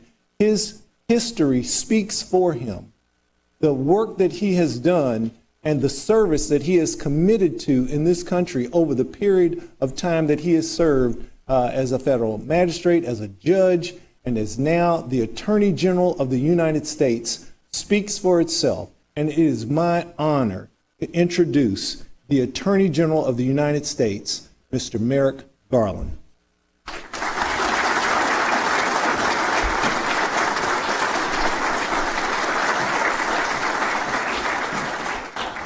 Thank you, Marvin. It is an honor to be introduced by you.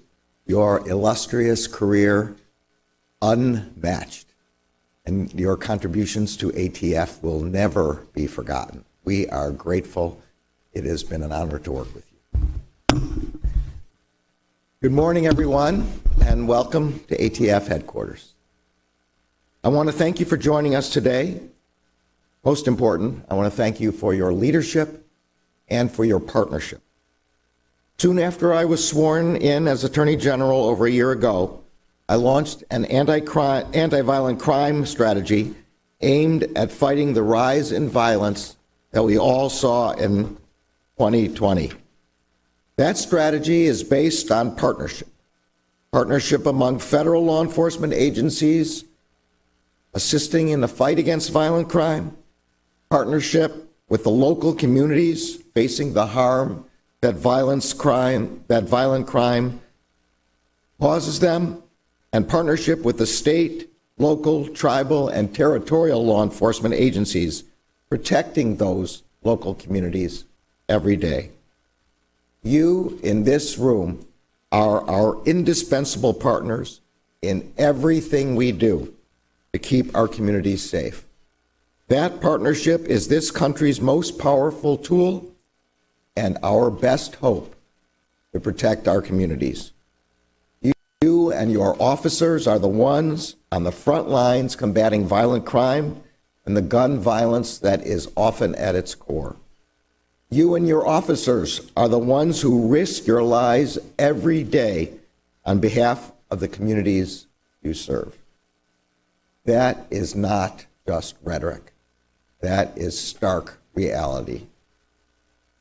Just 2 days ago, I attended the annual Blue Mass in honor of the more than 470 officers who lost their lives in the line of duty in 2021. And that is why one of our most important jobs is to give you the support and resources that you need to do yours. At the Justice Department, we stand shoulder to shoulder with you in the fight to protect our communities from violent crime. We announced today's convening earlier this year during a meeting that President Biden and I held with local, state, and federal law enforcement agencies that are members of the New York Gun Violence Strategic Partnership. During your time here, over the next 2 days, you will hear from a wide variety of experts across the department's components and law enforcement agencies. You will hear about crime gun intelligence best practices and the resources that we have available for your departments. But we also want to hear from you, not just during this convening, but at any time. We want to hear how we can be better partners and what we can do to support you. By the end of this convening, we hope that you will have seen how ATF's data-driven technological approach to combating gun crime makes it an enormous value add to the capacities of your departments and offices. Every day, usually outside of the public eye, ATF agents and experts work tirelessly to disrupt the entire cycle of gun violence, from the places where illegally trafficked guns originated to the communities where the shootings are often concentrated. ATF agents are part of multi-agency, multi-jurisdictional violent crime task forces all across the country. And since last summer, we have also embedded ATF agents in local homicide units, where they have provided expertise and support to individual departments. ATF's crime gun intelligence centers coordinate comprehensive crime gun tracing and ballistics evidence analysis. That includes 3 CGI centers represented here today: the New York, New Jersey HIDA CGIC, the DC Metropolitan Police NIBIN Investigations Unit, and the San Francisco CGIC. ATF's National Ballistic Information Network, or NIBIN, turns the evidence that law enforcement agencies collect at crime scenes into leads that assist in identifying, investigating, and prosecuting those who commit violent crime. In the last fiscal year, ATF traced well over 500,000 firearms. In this fiscal year, ATF is on pace to trace more than 600,000 firearms. In March of this year, trace requests to the ATF reached an all-time monthly high with 62,000 trace requests. Let me briefly describe 3 recent events that will give you a window on the investigative power that ATF's tracing can put at your disposal. The first took place earlier this spring. After a series of shootings of homeless individuals in New York and Washington, D.C., NIBIN established that the same shooter was responsible for all of the shootings. That evidence, in turn, quickly led to leads that led to the identification and arrest of the alleged shooter. Just a month later, a gunman shot 10 people in a Brooklyn subway. NYPD recovered a gun from the scene, which ATF quickly traced through a series of years-old transactions to the alleged gunman. And just last month, I announced a superseding indictment in an alleged gun trafficking conspiracy that stretched across multiple states. That case began with a mass shooting in my hometown of Chicago, which left 7 people wounded and 1 person dead. The Chicago Police Department recovered guns from the scene and submitted them to the ATF's National Tracing Center. ATF traced those guns and found that 5 of them had recently been purchased from federally licensed firearms dealers located hundreds of miles away. Further investigation by our agents and law enforcement partners uncovered a gun trafficking conspiracy involving over 90 guns and 12 defendants. Many of the guns involved in that conspiracy have since been linked to shootings in the Chicago area in which multiple people have been injured and several killed. As we continue to strengthen coordination with our law enforcement partners to trace the guns recovered at crime scenes, we are also working to counter the threat posed by certain guns that heretofore have been untraceable. We are committed to meeting the threat that those ghost guns pose to your communities and to you. Each U.S. Attorney's Office and each ATF field division is designating coordinators to work with our law enforcement partners to tackle this threat. And we are updating our regulations to keep pace with the ever-changing changes in firearms technology. The department has finalized a rule that makes clear that parts kits that can readily be converted into assembled firearms will now be treated as what they are, firearms. This means that those who engage in the business of dealing in these guns will be required to mark every frame or receiver with a serial number so that the guns can be traced. They are used in crimes. Those who commercially sell these guns must be federally licensed, maintain records, and run background checks before a firearm, as they would do with any other gun. And any federal firearms licensee who takes into inventory a ghost gun without a serial number will be required to add one. These changes will make it harder for criminals and other prohibited persons to get their hands on untraceable weapons. And they will help ensure that we can get you the trace information you need to solve the crimes in your neighborhoods. Last week, I testified at House and Senate appropriations hearings regarding the Justice Department's budget for fiscal year 2020. When I was asked what role the department's joint operations with state and local law enforcement partners play in our efforts to combat crime, my answer was simple. They, and that means you, are the center of our strategy and the core of everything we do. That is why we directed all 94 United States Attorney's offices across the country to work with their state and local partners to address the violent crime problems that are specific to their districts.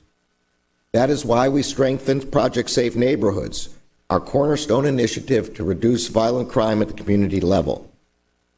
That is why we awarded more than $139 million in grants through the COPS hiring program, which provided funding to 183 law enforcement agencies nationwide to hire more than 1,000 additional full-time officers. And that is why we established cross-jurisdictional strike forces designated to disrupt illegal gun trafficking networks. That is why we instructed our U.S. attorneys' offices to prioritize prosecutions of the most dangerous offenders who are responsible for the greatest violence. This includes those who illegally traffic in firearms and those who act as straw purchasers. As we continue this work, we know that essential to our success and yours are resources.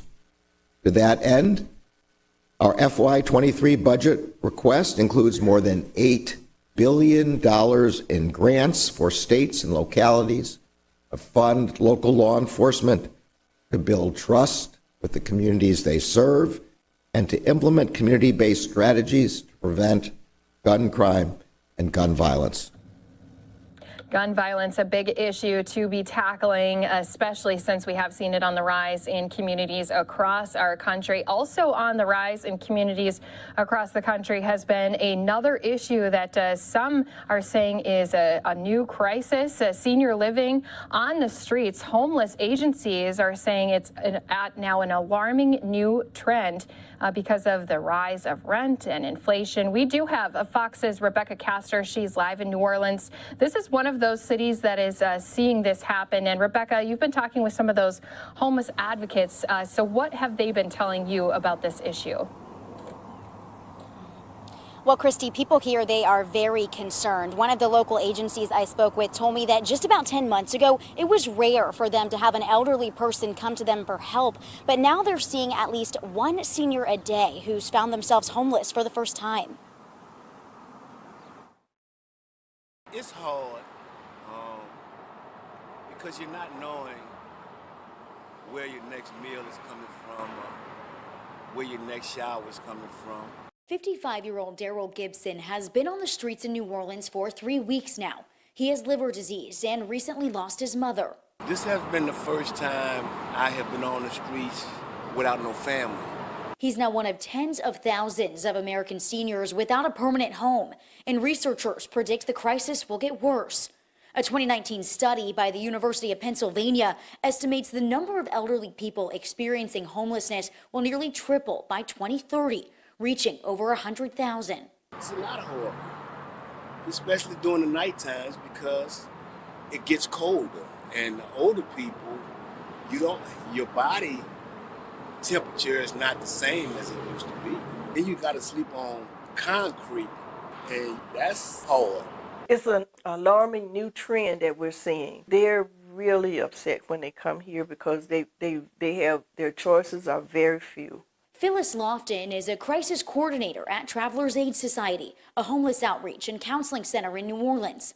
She says many seniors were pushed out of their homes after Hurricane Ida when landlords did repairs and then raised the rent. And they have such little amount of money, it just kind of leaves them in a quandary. And she's worried about their safety as crime surges here. Now there are homeless gangs that are attacking other homeless people. And the younger ones, they don't care about anyone but self. All they want is to get high, to rob, to kill. But even though he's fallen on hard times, Daryl is still hopeful. I believe in God. And I believe he's going to make a way for me. Travelers Aid Society tells us they're in the process of hiring more employees to help with the city's growing homeless population. Christy?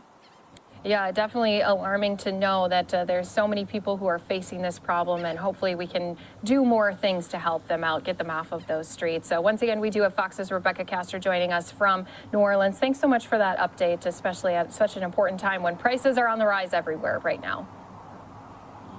Thanks for having me. Don't forget, you can watch LiveNOW from Fox anywhere you are. We have our streaming on multiple different platforms. You can see all of those platforms on LiveNOWFox.com. We're going to step away for a 2-minute break. We'll take you into more news stories across the country when we return here again in just 2 minutes.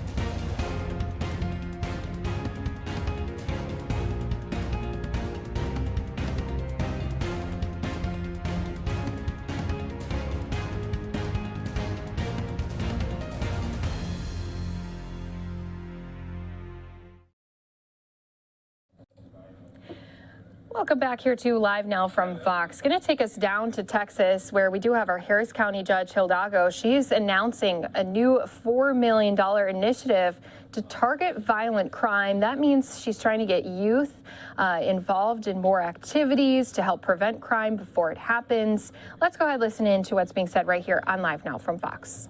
From Councilmember Tarsha Jackson, happy to have such a longtime champion for children and youth here with us. Henry Gonzalez, who's the Executive Director of our Harris County Juvenile Probation Department.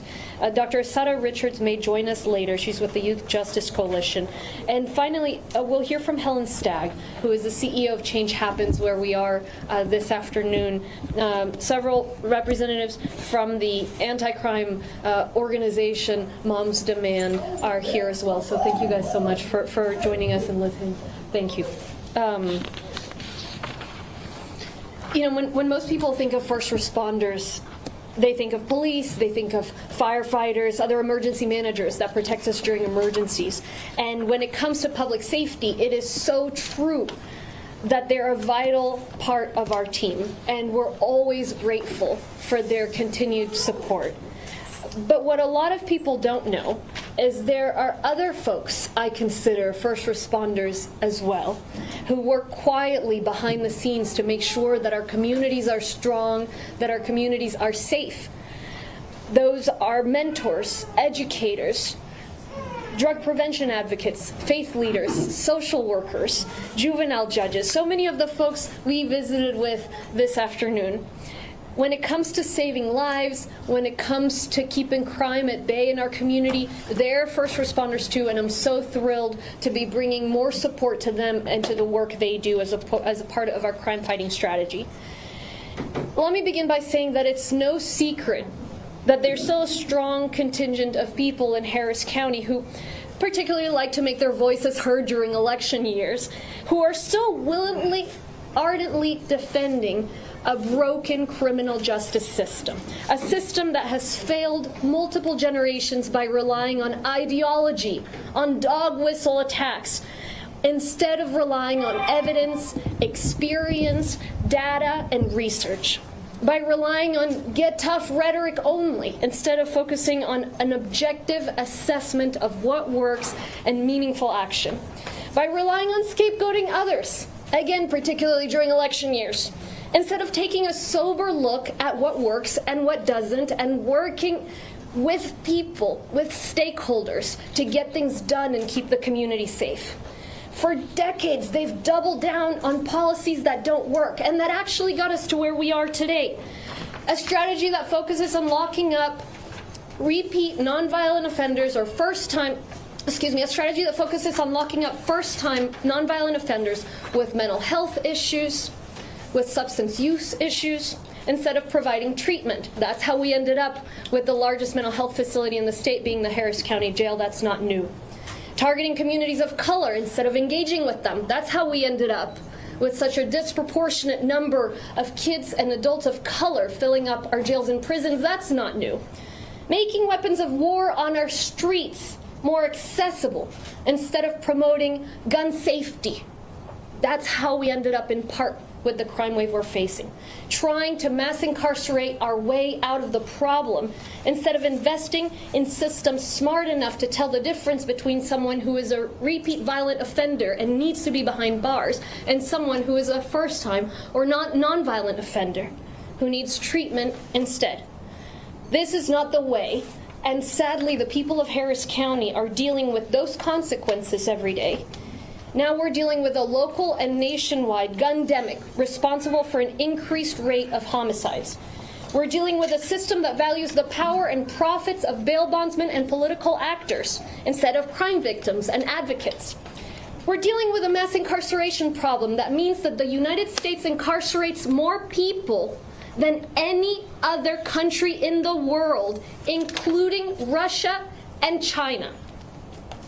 The consequences of these politics cascade down. They're responsible for a criminal case backlog, dangerous conditions inside an overcrowded jail, the school-to-prison pipeline, the revolving door of our criminal justice system. That's not fair for communities, It's not fair for taxpayers.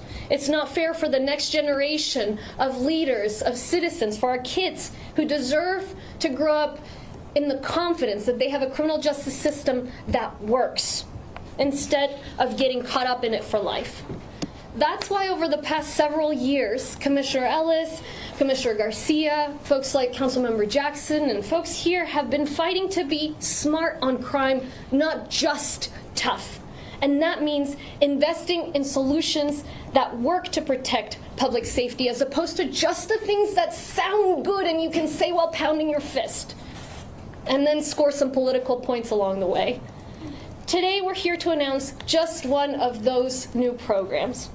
Last week, Commissioners Court approved Change Happens as the administrator of $4 million in county funds to support at-risk youth. The resources come from our county's Youth Justice Community Reinvestment Fund. It helps prevent crime. This is the first time a Texas county has created a dedicated fund for this purpose. It's a powerful initiative that will help young people stay out of trouble and stay on track for a successful life.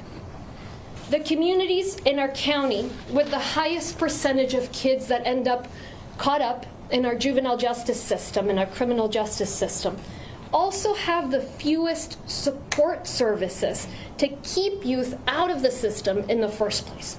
We're working to change that. This is a program that will grow the work that organizations like Change Happens are already doing for our community. This will work to do things like mentor at-risk youth, support in-school and summer programs that keep kids from getting involved in risky behavior, provide drug education, other strategies to help particularly at-risk youth make smart decisions about their future, safe decisions about their future. Through this funding, we'll be able to leverage the decades of experience that Change Happens has in this sphere in making communities healthier and safer by allowing them to fund and provide technical assistance to other nonprofits so they can serve as a force multiplier for their work and help incubate other organizations that also do this kind of work. This type of strategy is a no-brainer. I want to make that very clear. An overwhelming amount of research over decades consistently demonstrates that investing in early intervention among at-risk youth effectively decreases the likelihood of young people ended up having run-ins with the criminal justice system. It saves taxpayer dollars in the long term, if that's the angle we want to come at it from.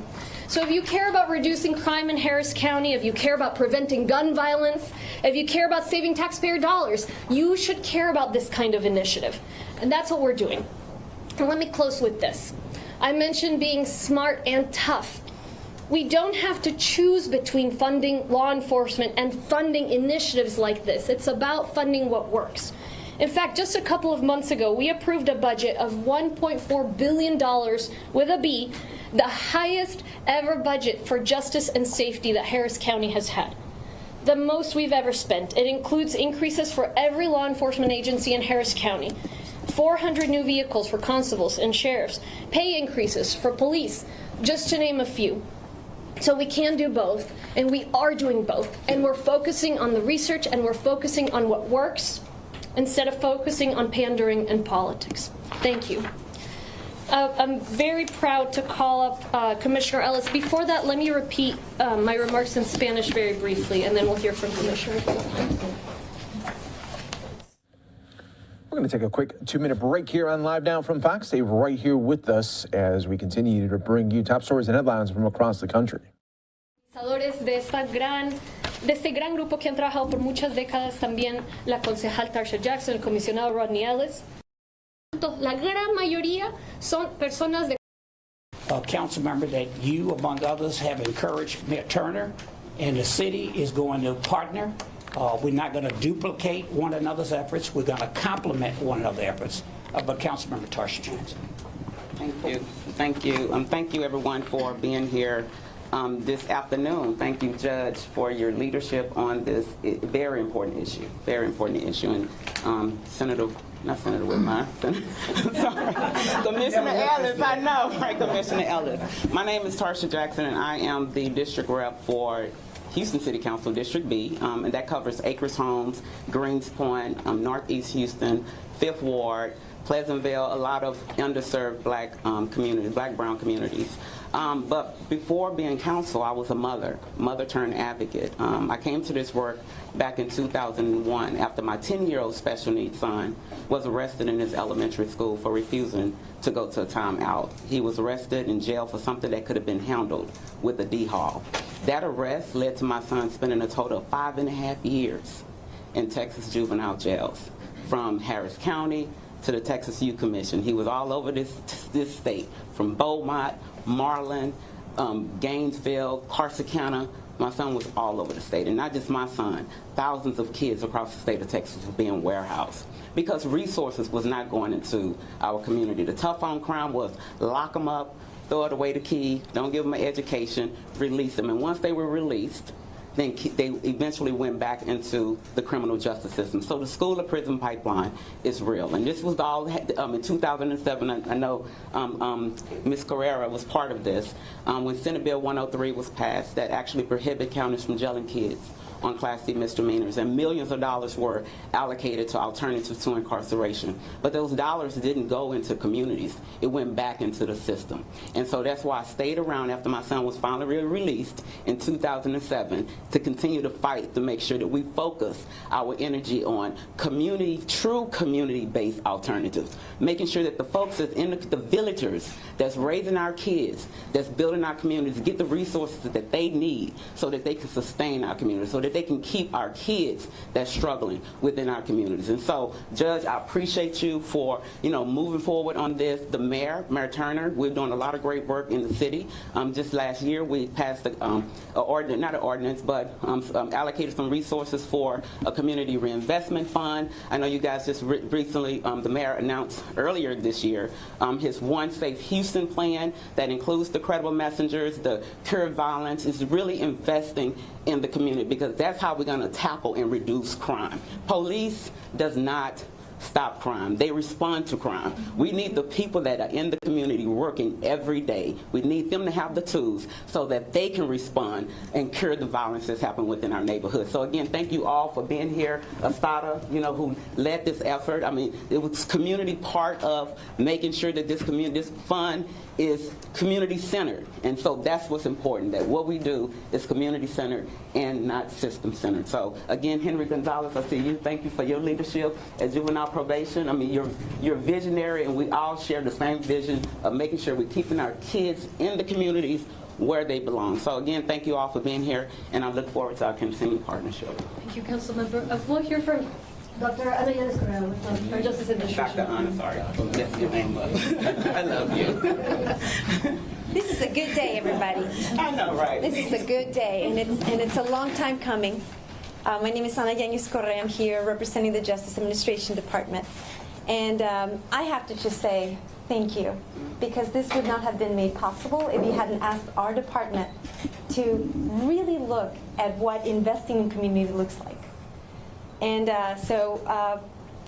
this is a good day. And it's a good day because this fund is not just going to prevent kiddos from being in trouble. It's not just going to prevent kiddos from ending up in detention or kiddos ending up into the criminal justice system. It's also supposed to answer the question as to, if not detention, then what? Well, community is the what. Having a robust infrastructure to support those families and those kids. We know that 70% of the kiddos have gone through a lot of trauma. They need help. They need assistance. They need support. And the groups that have dedicated their lives, like this organization that's hosting us today, need this type of investment so that they can provide technical assistance, so that they can strengthen the capacity of these incredible groups that have sacrificed so much to help their community. And that's what this fund is about. So moving forward, we're going to be collecting data from day one. because this is not going to just be a Harris County project. We want 254 counties to duplicate this effort because we deserve a better alternative. We deserve to give kids the opportunity to thrive, not just to survive. And that's what this fund is all about. Thank you so much for this great effort. Henry, thank you so much. This man decided to ask Commissioner's Court, can I use $2 million from our budget so that we can make this happen? What other agency does that? So thank you so much. Thank you, Asada. Thank you, everybody. We'll hear from Henry Gonzalez, the Juvenile Probation Director. Thank you. Thank you, Anna. When the idea of a community reinvestment fund came about, the premise was to redirect some of our department's unspent funds back into the community, but specifically communities that were impacted by our system, communities that were overrepresented in the population that we served as a department. I really wanted to find ways to engage communities so that together we can keep young people not just out of the juvenile justice system, but also to find ways to better serve those that were already in our juvenile justice system, particularly those in the detention center, to get them back into the communities with the guidance, support, and opportunities that they need to be successful. So how can a community reinvestment fund do this? Well, we know that research shows that those communities with the highest rate of incarceration are often those in most need of resources for health care, housing, economic development, and social services. And research also shows that when a community's residents work together towards shared goals, these neighborhoods are safer and experience less crime. In this approach, community-based organizations play a vital role in providing services and supports that make communities stronger. But for this to happen, we have to channel resources to community organizations, community partners that reflect the people they serve, people who are dedicated to supporting their neighbors, those who engage people with lived experience. We need to leverage this lived experience, as these are the people who are familiar with the existing risk factors in the communities. They're the ones who know how to navigate their communities to be able to set up realistic protective factors. We know that change can happen, as we've already seen with some of our positive changes within our system. We have fewer overall referrals. Our detention population has significantly decreased by about 50% over the past 4 years.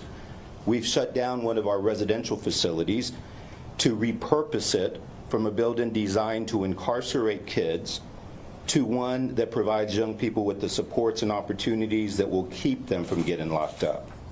We can't do this alone.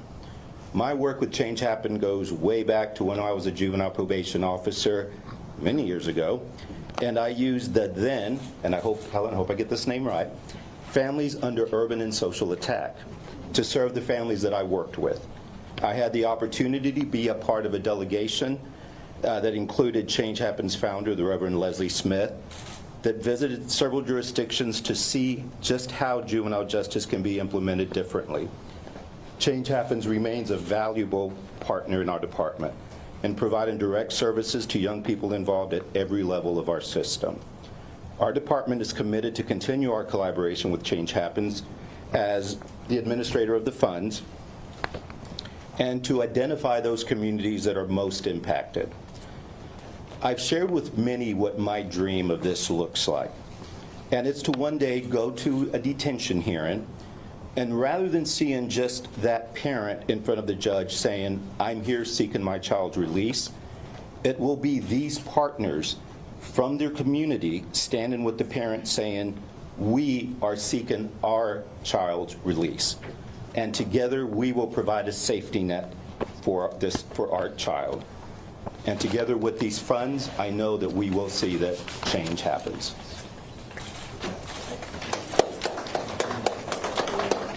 We'll hear next from Dr. Asada Richards with the Youth Justice Coalition. Hello, everybody. I want to first open up by thanking Judge Lena Hidalgo and her staff for their leadership on this issue. And their leadership started prior to the pandemic. We were all organized to have a task force on really redefining youth justice, and the pandemic hit.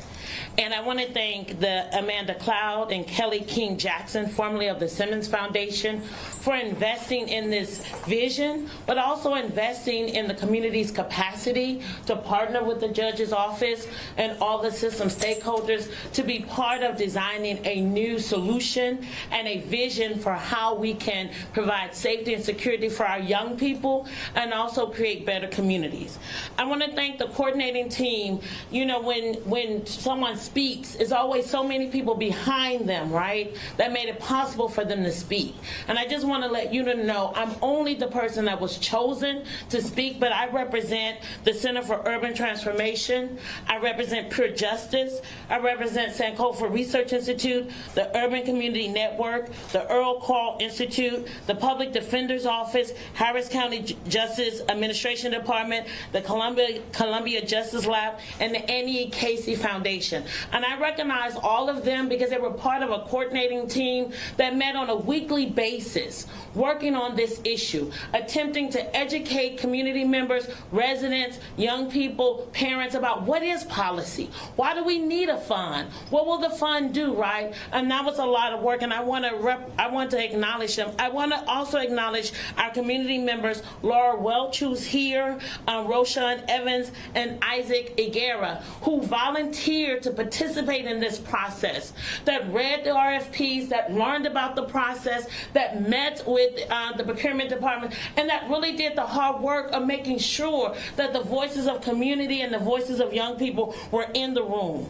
I want to say our involvement represents the belief that providing young people with safety and protection and sufficient and substantial support and reaching their full potential requires a resilient community where they and their families live and prosper. This is based on the ideal of the strength of community and what the strength of community can do. I want to say that the creation of the fund is evidence that transformative work is only possible. It's only possible in Houston and Harris County when elected officials and those leaders are willing to share power with community members and those that are most affected by issues, and they're willing to provide a seat at the decision-making table to influence what happens. It is so very important that we take this moment to celebrate this accomplishment. It's been a long time coming. We've worked diligently, countless number of hours, days, giving our work, and we've had to overcome the issues of trust.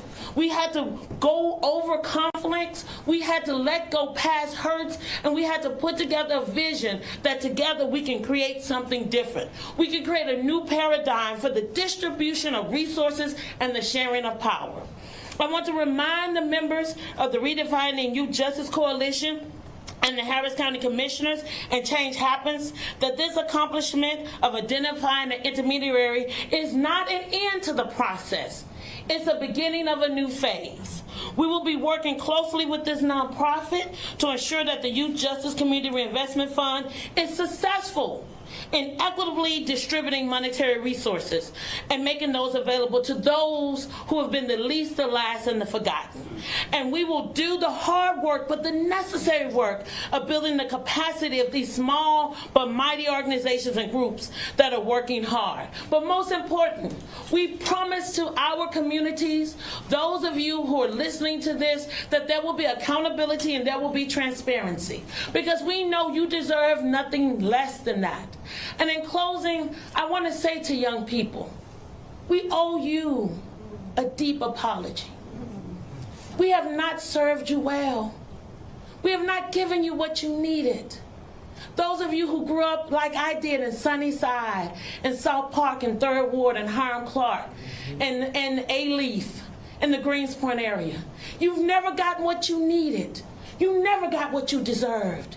You've made the best out of bad situations. And then we held you accountable for our shortcomings. We owe you an amends for how we've destroyed your lives. And we are going to do better by you.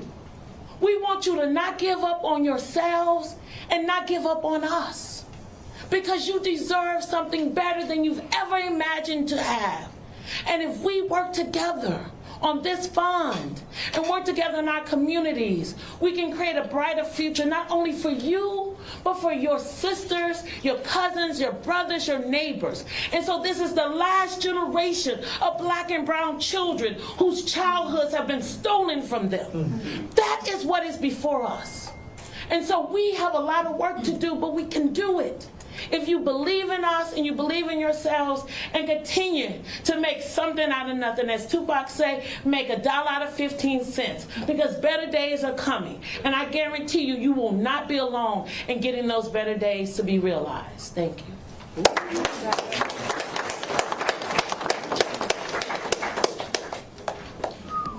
And of course, last but not least, we'll hear from Ms. Helen Stagg, leader of this organization.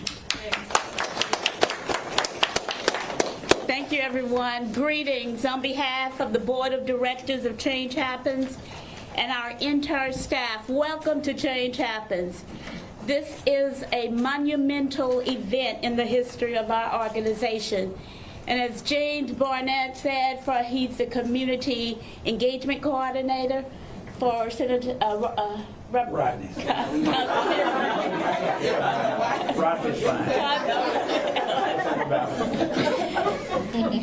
James said, this is an amazing day.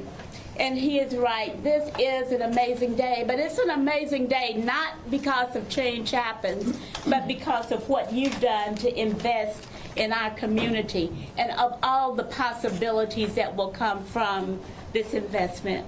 So to Judge Hidalgo, thank you for investing and supporting the reinvestment fund. Since coming into the office, you have been confronted with numerous challenges and circumstances in your first term, but you have done an incredible job. You're balancing your talent, your skills, your boldness, your courage, and your determination. And you have demonstrated, you have really demonstrated what true leadership looks like. And we are so proud to have you as county judge. To Commissioner Ellis, I read that you've been fighting for justice and equality since you were 13 years old when your mother took you to a protest because of a dump that was being put in your area, in your neighborhood. And since that time, you continue to fight on a whole host of issues, including advancing criminal justice reform and protecting the rights of all people.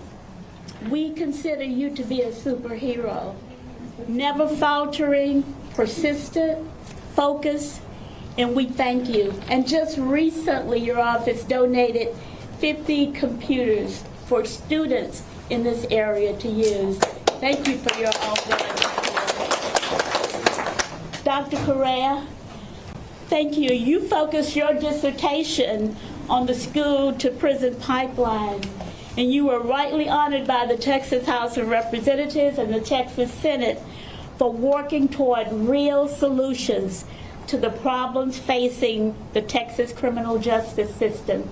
And that is coming all the way full circle as we start this program. So thank you for your work. Mr. Gonzalez, thank you for remembering that we have a long relationship in working with Harris County Juvenile Probation Department, and most recently with our Voices program where the girls were over across the hallway, and our new program working with to provide mentors to young men. We're watching Live Now from Fox, everybody. We appreciate you joining us here today. We're going to take a quick 2-minute break. Stay right here with us. When we come back, we're going to have the latest on what the FDA is saying about the Johnson & Johnson vaccine distribution regarding the COVID-19 vaccine and the latest warning about it. You're watching Live Now from Fox.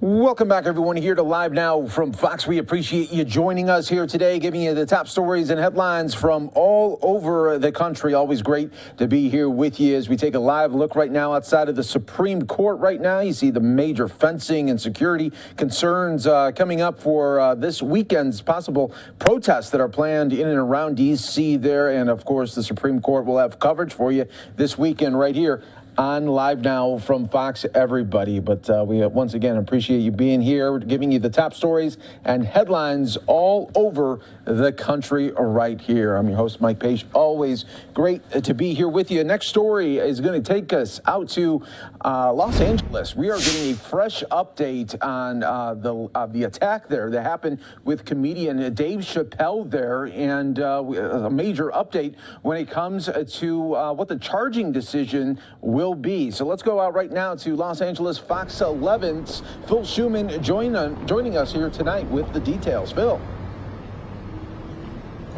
Well, we're live from the famed Laugh Factory on Sunset Boulevard, where just a short time ago, the Los Angeles City Attorney announced 4 misdemeanor charges against the suspect, 2 of them battery and possession of a weapon, in this case a knife, with intent to assault.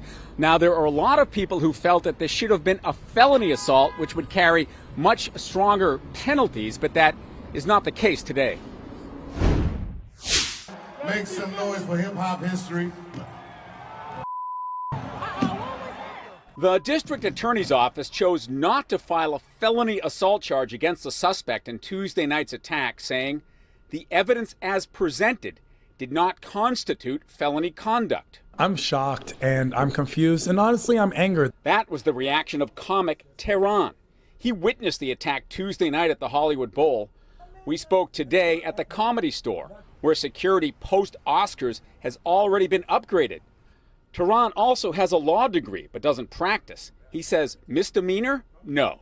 It was premeditated, pre-orchestrated, and clearly organized. He had intent, he had an agenda. Mark DeBoe is a lawyer.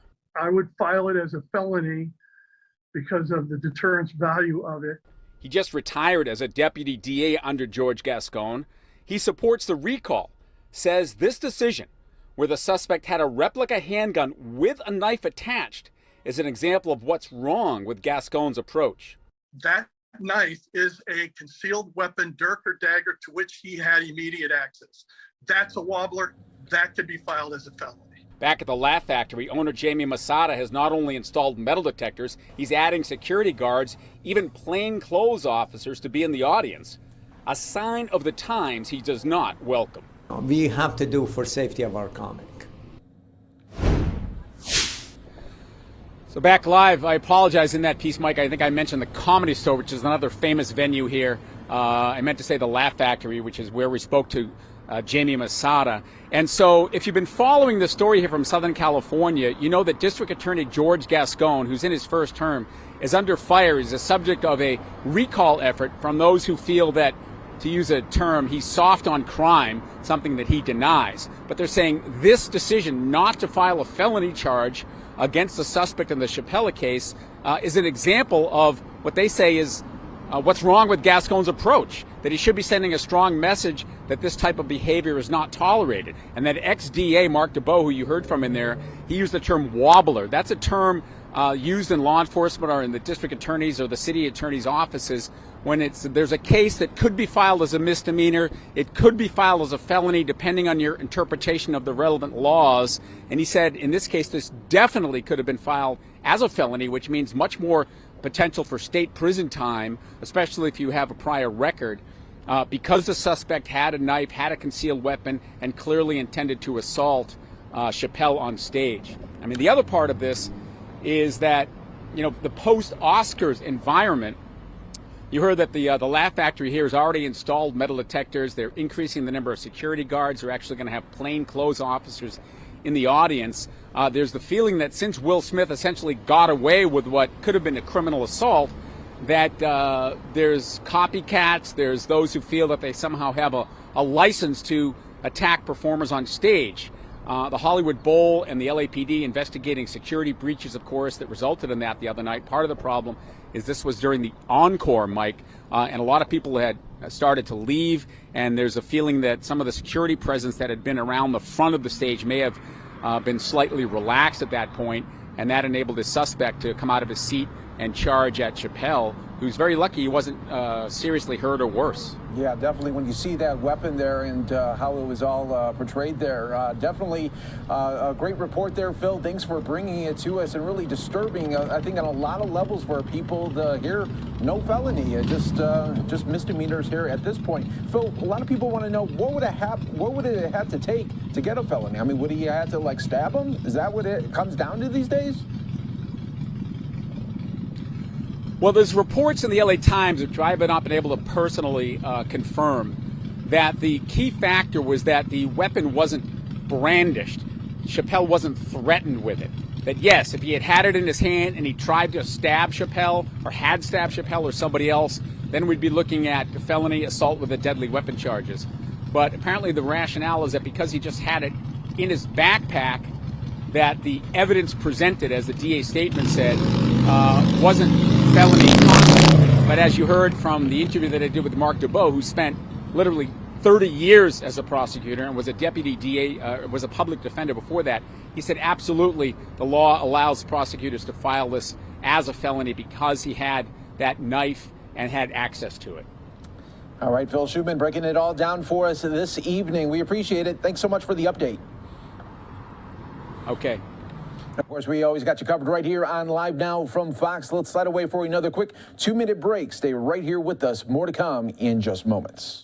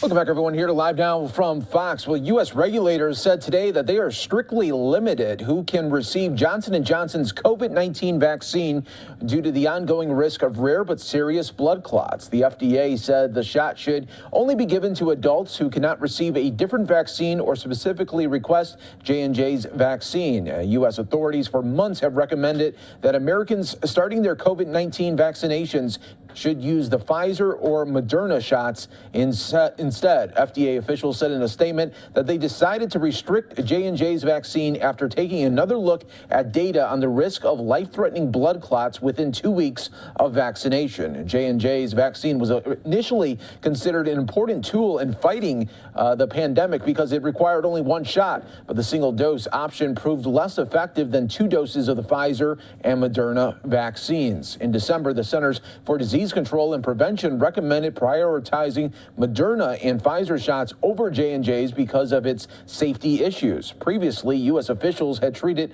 all three vaccines similarly because they each been shown to offer strong protection. But follow-up studies have consistently shown lower effectiveness for J&J's vaccine. And while the blood clots seen with J&J's shots are rare, officials say they are still occurring. Federal scientists identified 60 cases, including 9 that were fatal as of mid-March. That amounts to 1 blood clot case per 3 million shots administered, the FDA said Thursday. The vaccine will carry a starker warning about potential long-term and debilitating health consequences. Under the new FDA instructions, J&J's vaccine could still be given to people who had a severe allergic reaction to one of the other vaccines and can't receive an additional dose. J&J's shot could also be an option for people who refuse to receive the mRNA vaccines from Pfizer and Moderna and therefore would otherwise remain unvaccinated, the agency said. You're watching Live Now from Fox, everybody. We're going to slide away for another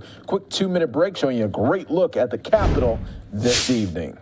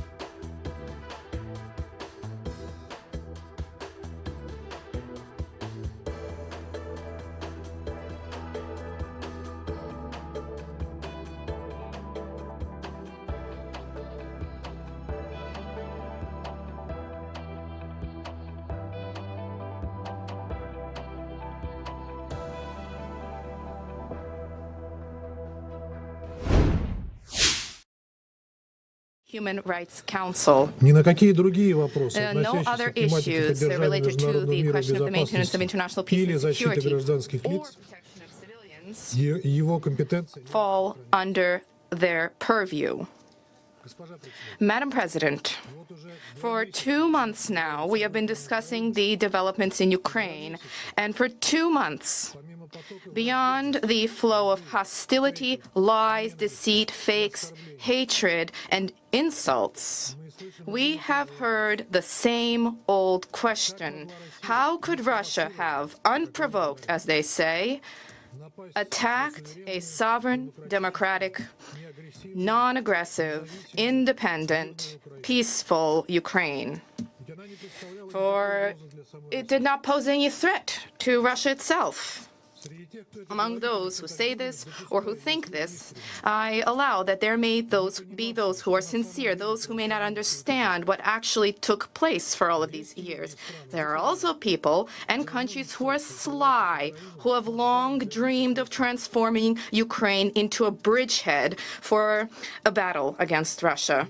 And they have done everything possible to achieve this since Ukraine gained independence 30 years ago.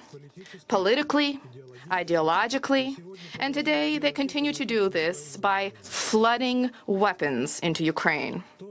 What happened in Ukraine itself for all of these years will not fit into the format of today's statement, and it is unlikely that most of you will even want to hear this or understand it, as you previously did not understand and did not wish to understand this.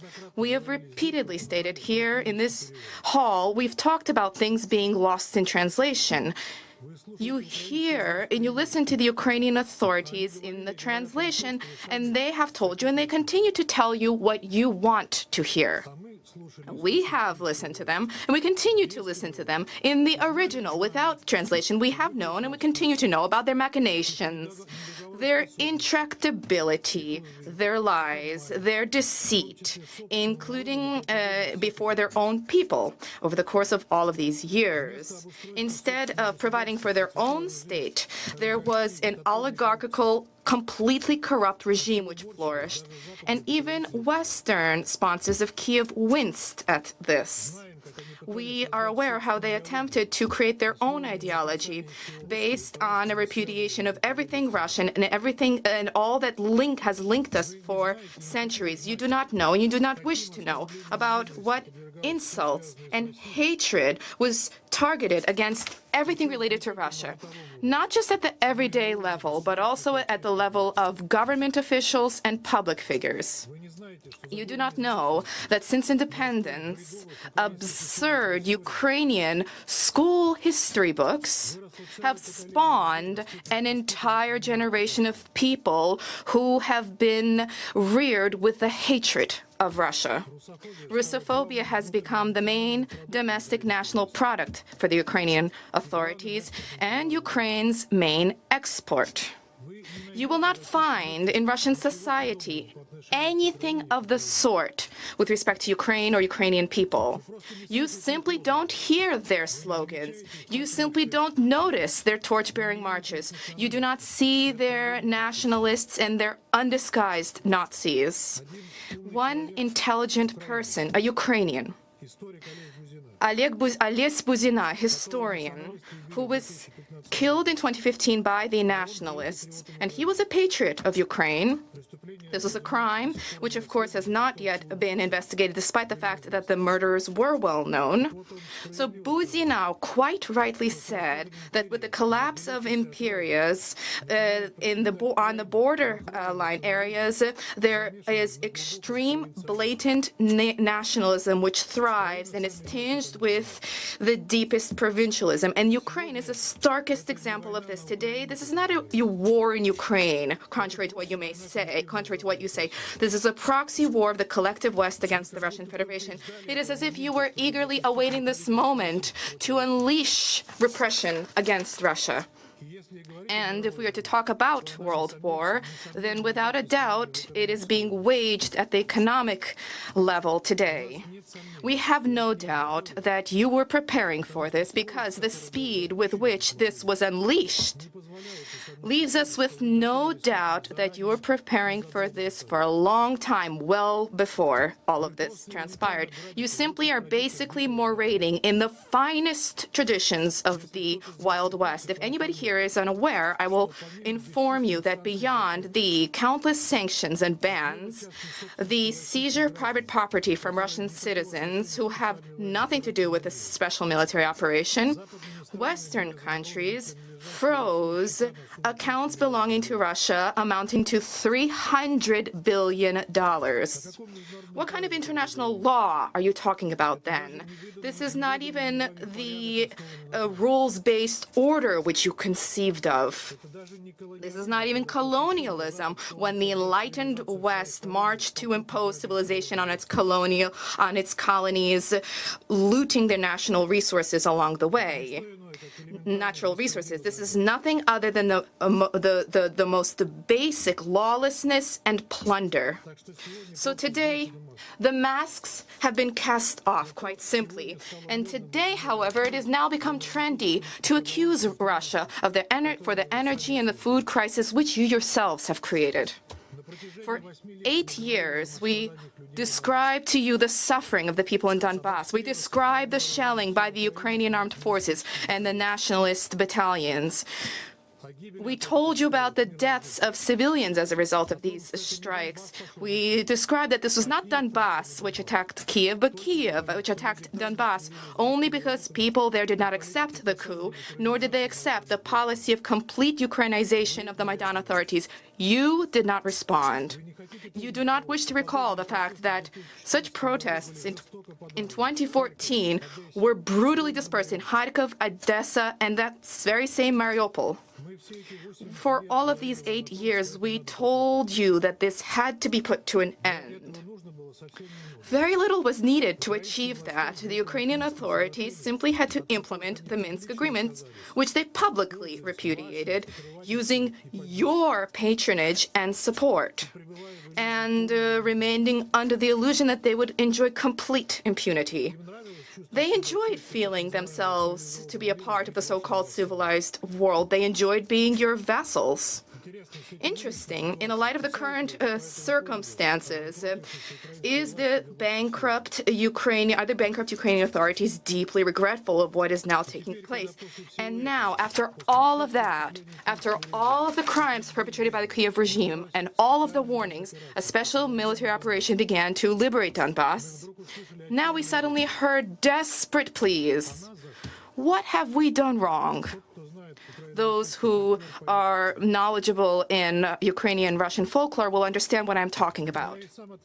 And I will respond to this question myself. This is all thanks to your Western sponsorship and patronage. You eagerly rubbed your hands together as you witnessed Ukraine's transformation into an anti-Russia. Everything that is transpiring now began not in late February and not even 8 years ago. This began long ago with the support and encouragement of the United States and their Western satellites. We've repeatedly talked about our concerns, our security concerns, and you in the West brushed them aside. You did not take them seriously. You assured yourselves of the purely defensive nature of NATO, at the same time moving the borders of the alliance right up against our borders. And today you are talking about the global role of the alliance, including in Asia. We advanced our proposals for global and indivisible security architecture. You arrogantly cast them aside, and there's no need to persuade us today about to try to persuade us that your plans never included an attempt, the desire to bring Ukraine into NATO. That was the case. If not today, then tomorrow. We had no illusions, and we have no illusions about that. Once again, we wish to reiterate and underscore the West has no need for Ukraine as such. Ukraine was necessary to the West only as an arena for confrontation with Russia, and Ukraine should also be under no illusion. The West will not help Ukraine only by providing weapons and in an attempt to drag out the conflict, and the West is already waging a proxy war against Russia. Today, we continue to be shocked, continuously are shocked by the hypocrisy of Western partners. The theme, the issue of the aggression of the U.S. and the West in Iraq, Libya, Syria, Yugoslavia, the ignoble campaign in Afghanistan, not to mention what preceded, for example, in Vietnam, as if subsided into insignificance. These tragedies, it is as if it is improper to recall these tragedies. Is it as if they never took place? This is ancient history. And the West here is as if beside the point. Of course, for there was a struggle there for democracy, a struggle for democracy. And yes, it came at the cost of millions of people, the destruction of cities and countries. And this was thousands of kilometers from your own home. And today we hear delirious rhetoric about sponsors of terrorism. I will, if I may, pose a rhetorical question. Where did ISIL come from?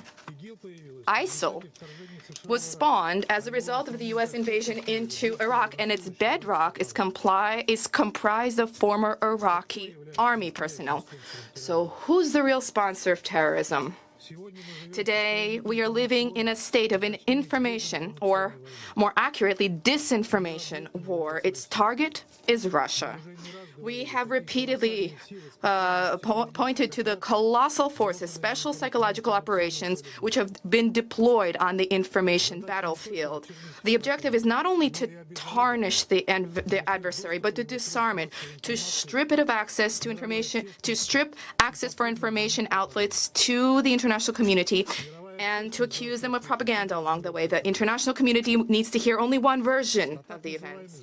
The so-called atrocities of the Russian soldiers, the deliberate shelling of residential homes, and the murder of civilians. And the completely delirious idea, the genocide of the Ukrainian people.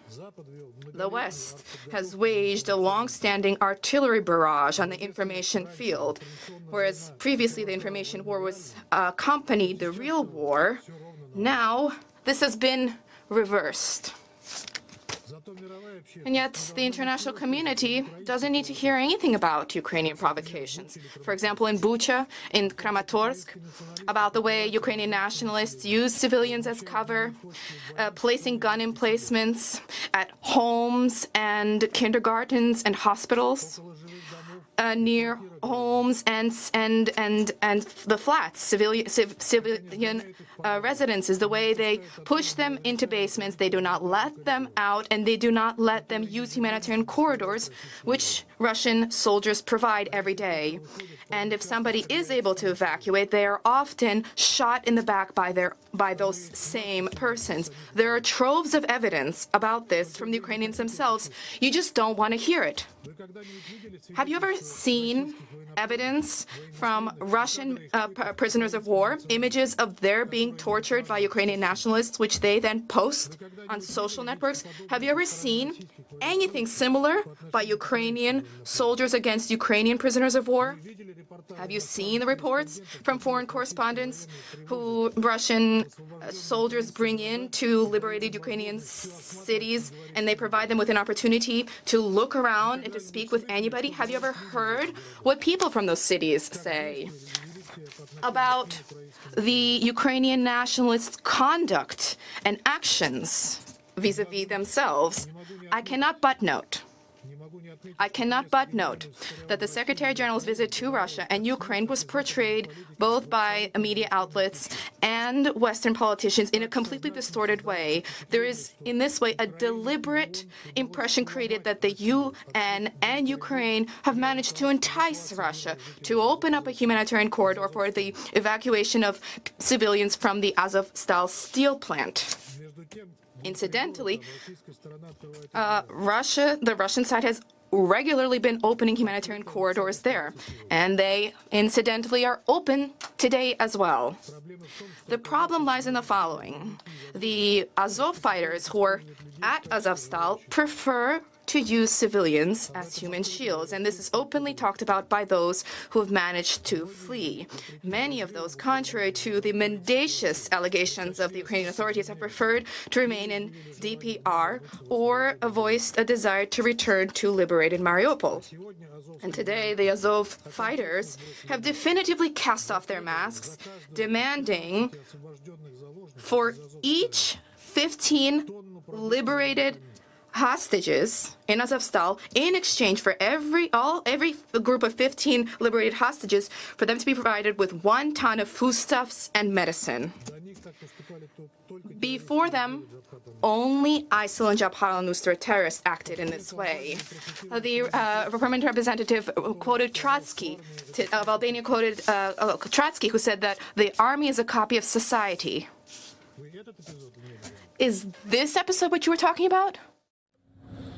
We are going to take a quick 2-minute break here on Live Now from Fox. Stay right here with us. Humanitarian law, an ARIA formula meeting. And it won't be us, but witnesses who will describe to you what they say. The Ukrainians and foreign journalists, come and listen if you have an inkling of a desire to hear objective information. Thank you. In my role as president of the Security Council, I thank the representative of Russia for his statement. I now give the floor to the representative of the United Arab Emirates.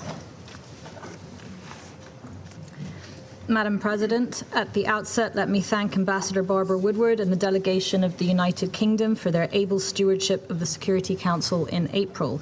And I wish the United States success and offer our full support for its presidency this month.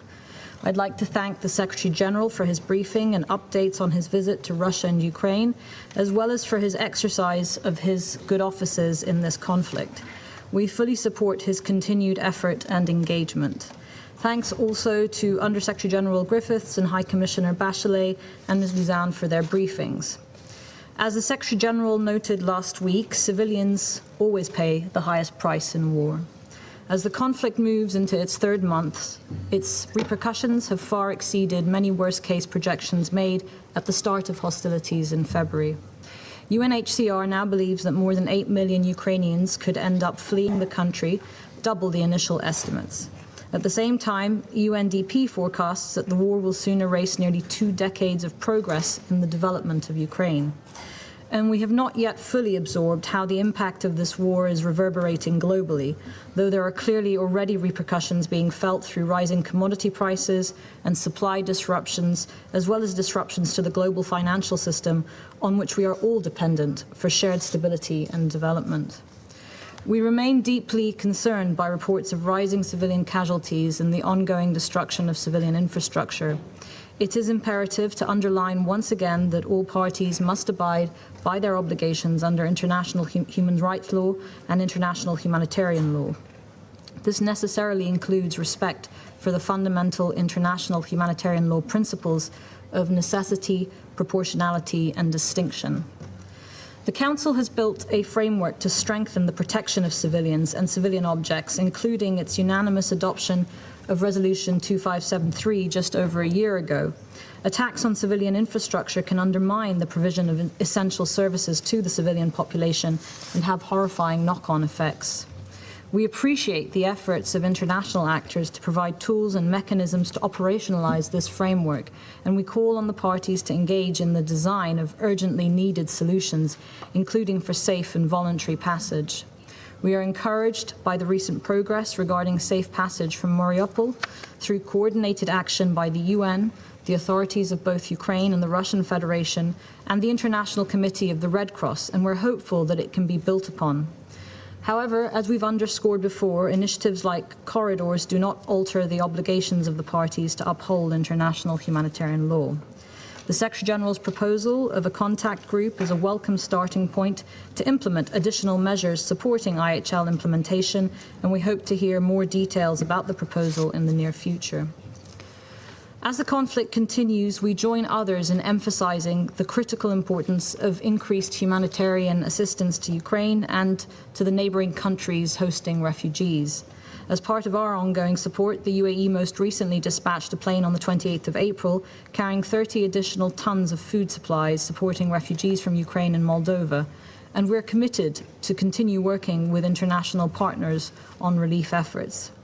We emphasize, too, the need to systematically take into account needs based on gender, age, and disability in providing humanitarian assistance, not least as it also supports longer-term recovery efforts.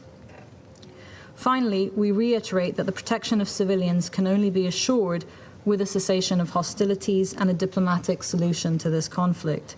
We call on both sides to remain committed, despite the difficulties, to direct dialogue and for the international community and this Council to create the conditions to help halt the war and ultimately bring about a lasting peace in Europe and stability to our international order. The alternative, increasing polarization and the resulting ruptures, are in no country's interest, neither today or in the future. We must step back from this brink. Thank you. I thank the representative of the United Arab Emirates for her statement, and I now pass the floor to the representative of Gabon. Merci, Madame la Présidente. Thank you, Madam President. I congratulate you, Madam President, for your presidency of the Council, and I would like to thank the Secretary General for his poignant briefing. I'd also like to thank Madame Michelle Bachelet, Mr. Martin Griffiths, and Ms. Tatiana Luzan for their edifying briefings. We wish to pay tribute to the efforts of the Secretary General to find an end to the war in Ukraine and to provide assistance to those in distress who have been targeted in the combat. His recent visit to Moscow and the Kiev and the mission carried out by UN agencies and the IHCH, the International Committee of the Red Cross, bears this out. Madam President, the war in Ukraine continues, and with it a constantly worsening humanitarian situation. 71 days after since the Russian assault on Ukraine, civilians continue to pay the highest price. lack of water, lack of access to healthcare and to energy all darken the daily life of those who have decided to remain in their country. More than 30 million people have been forced into displacement, including 5.5 million people who have been forced to leave Ukraine since the outbreak of war on the 24th of February. Numerous towns and cities around the country are almost entirely destroyed, including transportation routes. For instance, some railways have been targeted by Russian bombing. We reiterate our condemnation of the war and attacks on civilians and civilian infrastructure. We appeal to the belligerents to strictly abide by international humanitarian law and to guarantee respect for and protection of all medical personnel and humanitarian workers. Essential infrastructures, energy, gas, drinking water production and distribution facilities, none of these must ever be targeted. We encourage the warring parties to allow the evacuation of civilians wishing to leave combat zones. In this regard, we take note of the announcement by Russia of a ceasefire and the establishment of a humanitarian corridor for the evacuation of civilians who are sheltering in the Azov-style steel complex in Mariupol. However, it is essential that this ceasefire be effective and lasting. The shockwave from this war is now being felt in myriad countries beyond Ukraine's immediate borders. Pressure is increasing in numerous economic sectors. Uncertainty surrounding the deliveries of agricultural inputs and other products, wheat, cereals, and cooking oil are all a concern to many businesses and families around the world. If the war doesn't end immediately, we fear that the situation of those countries that are already facing serious humanitarian emergencies may collapse. Indeed, the price of foodstuffs, fuels, and energy resources are already reaching unprecedented highs. And we are all, on a personal level, the collateral victims of this. Madam President, neither the political nor the diplomatic signs point to a true commitment by the parties to bring an end to this war. On the contrary, the rhetoric is escalating at the same pace as combat is hardening on the ground. We see increasing flows of weapons and, at the same time, high-level visits. And yet, a way out can only be found through dialogue. My country calls on the parties to exercise restraint and to seize all opportunities to meet, to resume dialogue. We call for firm commitment to a return to peace and security in Ukraine. This Council cannot content itself with recording the numbers of dead and counting the wounded, while also reconciling contradictions. It is essential that the end of the war be the driver behind all diplomatic action envisaged by the parties.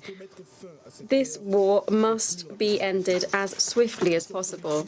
We are horrified by the atrocities that have been reported, and we ask for independent, impartial investigations to be conducted to shed light on the facts and to establish responsibility and guarantee accountability. Madam President, in closing, we would like to say that it is high time for the fighting to stop. It is time for diplomacy to prevail over weapons. Our energies must be directed at achieving a political settlement of the situation.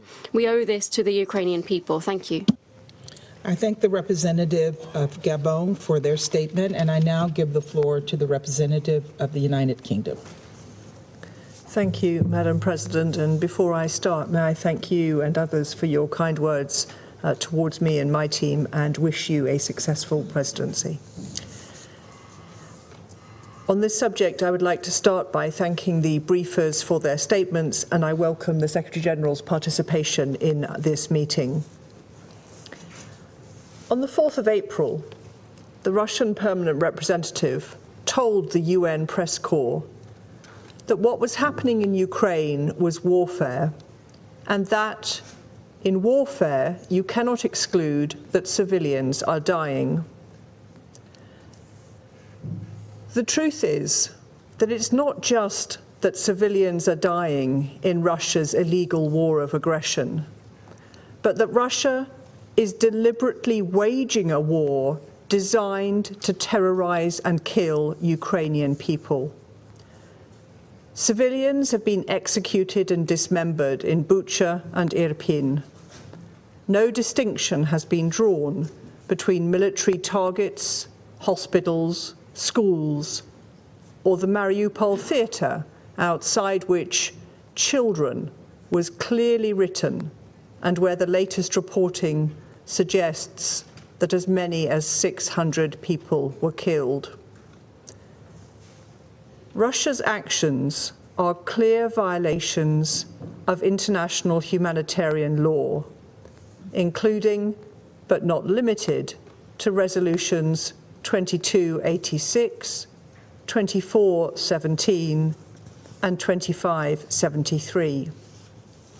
Madam President, I'd like to make 3 points on the issue of protection of civilians in Ukraine. The first and clearest solution to end the suffering of civilians is for Russia to end its illegal war and withdraw its troops from Ukraine.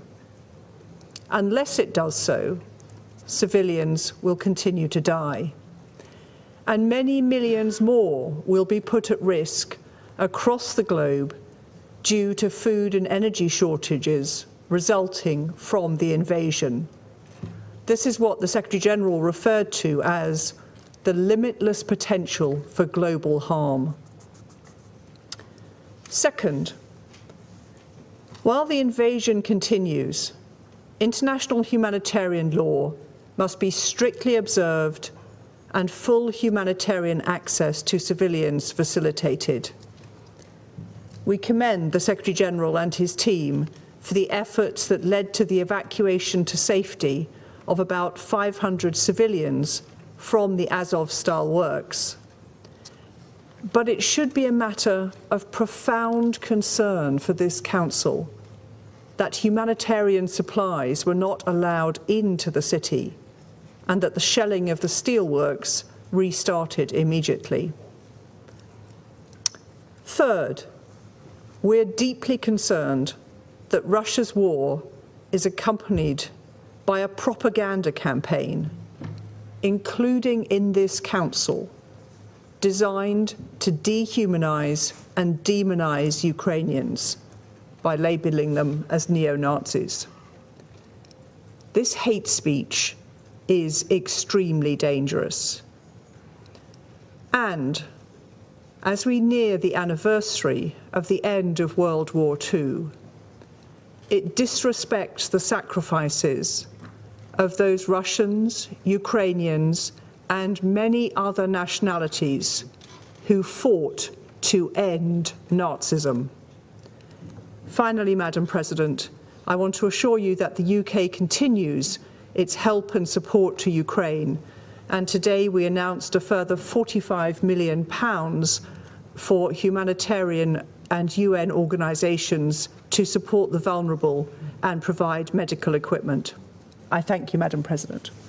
I thank the representative of the United Kingdom for her statement, and I now pass the floor to the representative of Norway. Thank you, President. Let me thank USG Griffiths, High Commissioner Bachelet, and Tatiana Lussan for your sobering but very important insight into the daily reality of millions of Ukrainians. With a special thanks to the Secretary-General for his briefing and for his recent visit to Russia and Ukraine. You have our strong support to use your good offices in search for a peaceful solution to this senseless, horrific war in Ukraine. Norway recalls that all member states under the Charter of the United Nations have the obligation to settle their international disputes by peaceful means. We support all sincere efforts towards political dialogue, negotiations and mediation. But it is Russia that has chosen to start an unprovoked war of aggression against Ukraine and must take steps to end it. President, we welcome yesterday's joint statement by a cross-regional group of freedom of expression mandate holders. We agree that it is precisely during times of war and armed conflict that the right to freedom of expression and free access to information must be vigorously defended. It is instrumental for the promotion of lasting peace, understanding the causes of conflict, and ensuring accountability. President, we continue to be alarmed by the humanitarian situation, including in Mariupol. As you, High Commissioner Bachelet, have highlighted, it seems that international humanitarian law has not merely been ignored, but seemingly tossed aside. Safe, rapid, and unimpeded humanitarian access to people in need must be allowed immediately. While we are relieved that the safe passage operation to evacuate civilians from the Azovstal steel plant was successful in bringing some to safety, the poor condition of many of the evacuees shows the urgent need to allow for the humanitarian voluntary safe passage of thousands of civilians and hundreds of wounded out of the city. Norway is deeply worried that Russia's intensified hostilities in eastern Ukraine will lead to new besiegement of entire cities and towns, and that the suffering and bloodshed that has engulfed Mariupol may be repeated elsewhere. We call on Russia to immediately end these relentless attacks on civilians. The continued bombardment of civilian infrastructure must also stop. Ukrainian ports must be reopened to allow wheat and grain to reach those in need globally. The crippling impact of Russia's war on the food security of millions is unacceptable. President, there are abundant indications of massive-scale war crimes being committed. These atrocities will not be forgotten. Individuals at all levels will be held to account. There must be accountability for the sake of the victims and all people of Ukraine. We welcome the International Criminal Court and the Commission of Inquiry on Ukraine will continue to coordinate, cooperate and work together with others to investigate possible violation of human rights and international humanitarian law.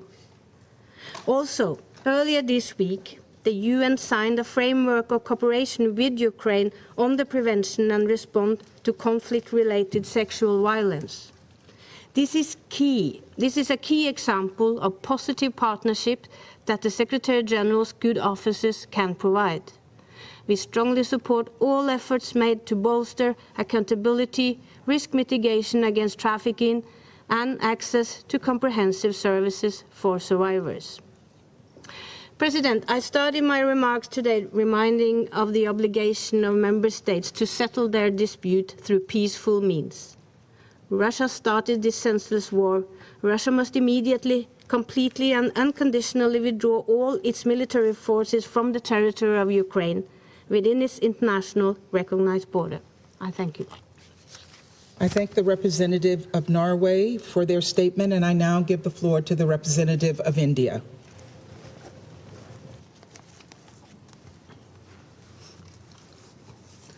Thank you, Madam President. Allow me at the outset to thank the United Kingdom for a successful presidency. I wish the United States all success in their presidency. Let me thank Secretary General Antonio Guterres for his presence and remarks on the situation in Ukraine. I thank High Commissioner for Human Rights, Michelle Bachelet, and USG Martin Griffiths for their updates. I also thank Ms. Tatiana Luzan for her insights. Ever since the commencement of the conflict in Ukraine, India has been consistently calling for complete cessation of hostilities and for pursuing the path of dialogue and diplomacy as the only way out. However, the conflict has resulted in the loss of lives and countless miseries for its people, especially for women, children, and elderly, with millions becoming homeless and forced to take shelter in neighboring countries. India has strongly condemned killing of civilians in Busha and supported the call for an independent investigation. We support all efforts to alleviate the suffering of the people of Ukraine. India remains on the side of peace and therefore believes that there will be no winning side in this conflict. And while those impacted by this conflict will continue to suffer, diplomacy will be a lasting casualty. We welcome the visit of the Secretary General to Moscow and Kyiv and his engagement with the leadership of the Russian Federation and Ukraine. We agree that the immediate priority is of evacuation of innocent civilians from areas witnessing intense fighting. We deeply appreciate the efforts of the United Nations in evacuating civilian population from Mariupol. We hope these efforts will extend to other areas as well. The conflict is having destabilizing effect with broader regional and global implications. Oil prices are skyrocketing, and there is shortage of food grains and fertilizers.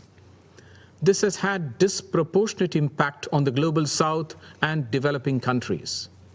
We acknowledge the efforts made by the Secretary General, particularly the findings of Global Crisis Response Group Task Team. We welcome the recommendation for exempting purchases of food for humanitarian assistance by WFP from food export restrictions with immediate effect. It is important that similar such exemptions are provided to all member states and relevant stakeholders who are contributing to this global humanitarian effort. The food security challenges emanating from the conflict require us to respond by going beyond constraints that bind us presently. Energy security is equally serious as a concern and needs to be addressed through cooperative efforts. India has been sending humanitarian supplies to Ukraine and its neighbors. We are also providing more medical supplies to Ukraine. We support calls for guarantees of safe passage to deliver essential humanitarian and medical supplies, including through establishment of humanitarian corridors. We hope the international community will continue to respond positively to the evolving humanitarian requirements. We reiterate the importance of UN guiding principles of humanitarian assistance. Humanitarian action must always be guided by the principles of humanitarian assistance, which is humanity, neutrality, impartiality, and independence. These measures should never be politicized. Let me conclude by reaffirming that the contemporary global order has been built on the UN Charter, international law, and respect for sovereignty and territorial integrity of states. I thank you. The representative of India for their statement. I shall now make a statement in my capacity as representative of the United States. First, let me sincerely thank the Secretary General for his remarks and for his update from the region.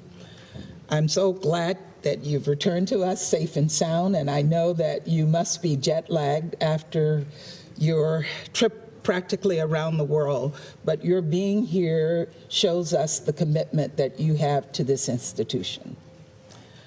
Also, thank you to Undersecretary General Griffiths and High Commissioner Bachelet for your remarks. And thank you to our civil society briefer, Tatiana Lazan, for joining us at this late hour for you and for your powerful testimony here today.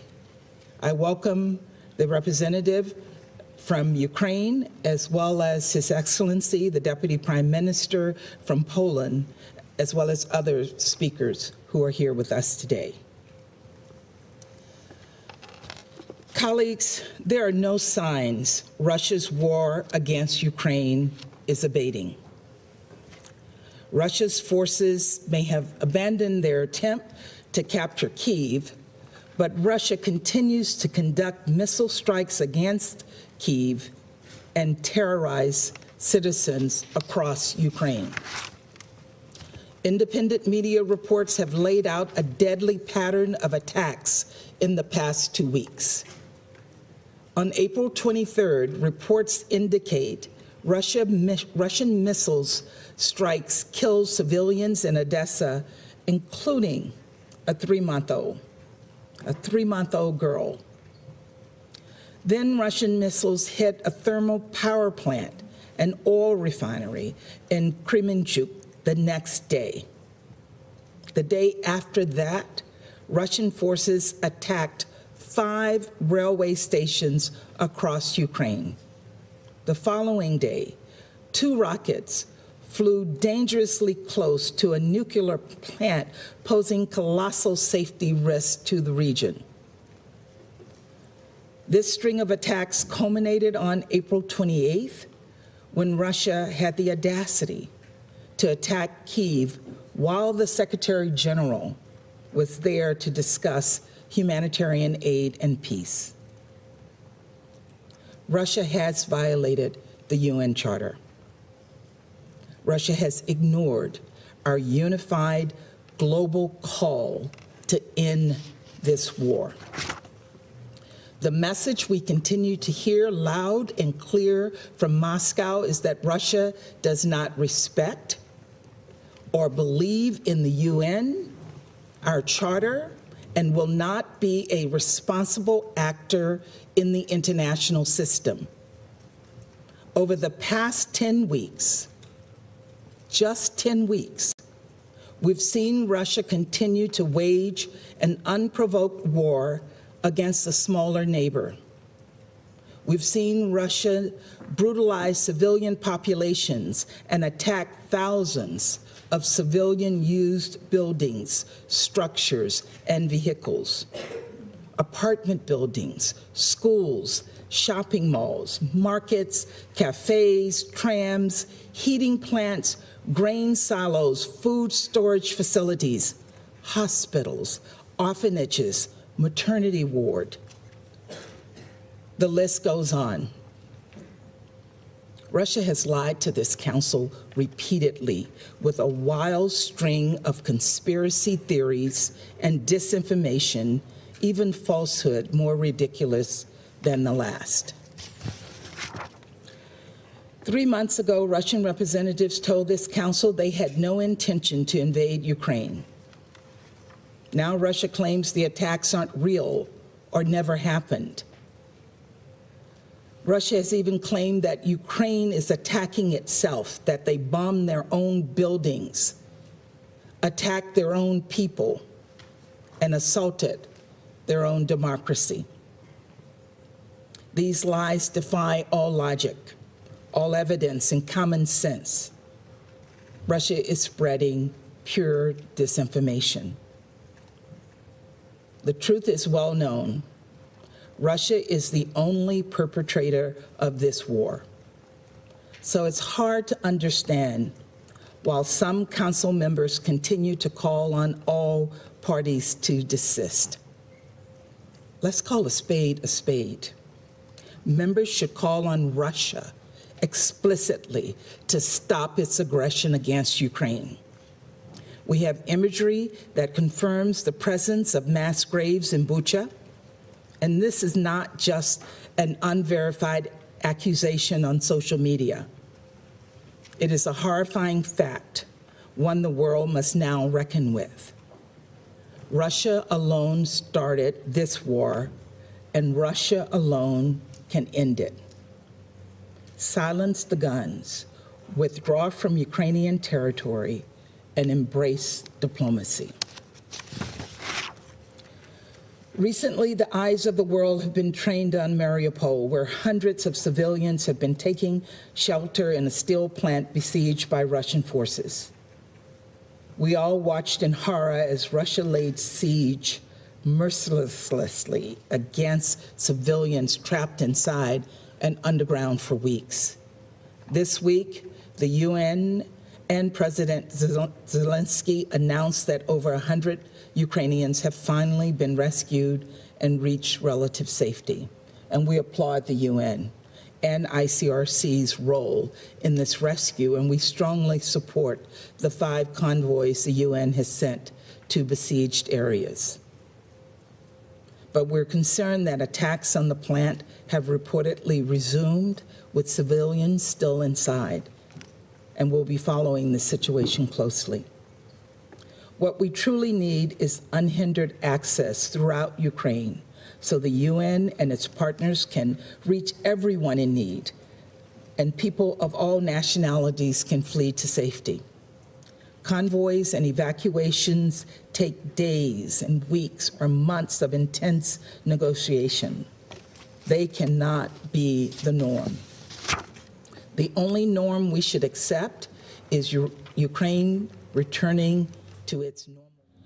All right, so we were listening there to the UN Security Council, the U.S. representative. We heard from Russia and other countries as well. You're watching Live Now from Fox, everybody. Let's take a quick 2-minute break here. When we come back, we're going to take you out to Pennsylvania, getting an update there on how they are trying to combat crime on their train systems there in Pennsylvania. All that and more coming up next here on Live Now from Fox.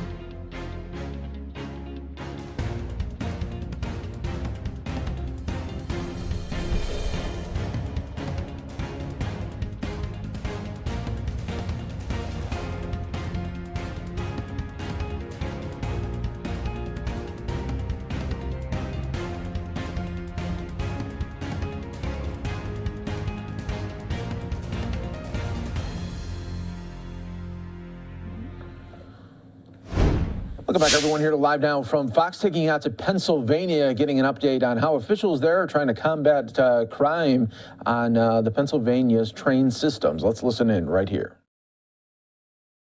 Ownership, partnerships, and engagement program. To be clear, none of these auxiliary programs are replacements for our law enforcement, but they are, and they do act as a force multiplier, helping us keep everybody safe.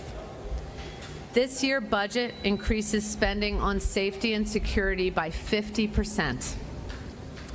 It's increased to the total of $53 million for a variety of staffing increases and third-party contracts to support our policing efforts.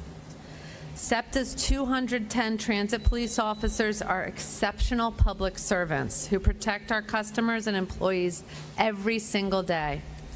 The challenges related to recruitment and retention of qualified police officers is a national crisis. SEPTA is actively recruiting new officers all the time, and we're looking to enhance our efforts. We are working with the Fraternal Order of Transit Police to determine how to make transit police compensation as competitive as possible in the current job market.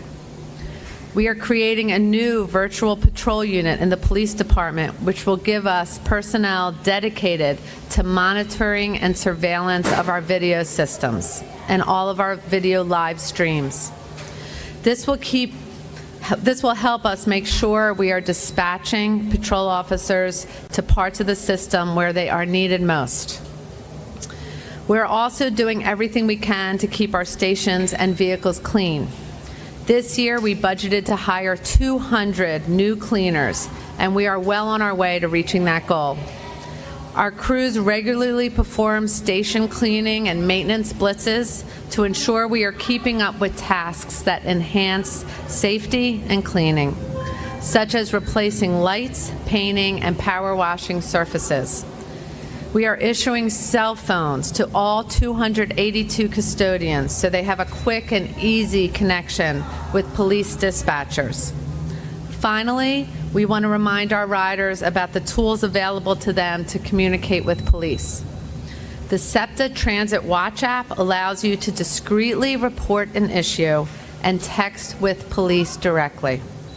And the emergency buttons on the trains and in stations can help facilitate a quick police response.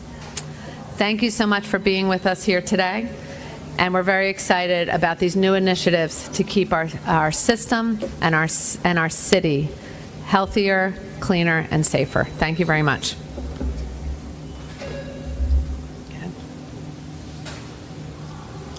Thank you, Leslie. And as mentioned, these new personnel will be working very closely with the SEPTA Transit Police Department.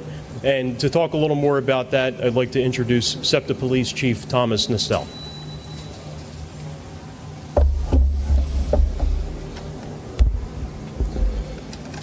Good morning. Thomas Nestel, Nestel. I'm the Chief of SEPTA's Transit Police.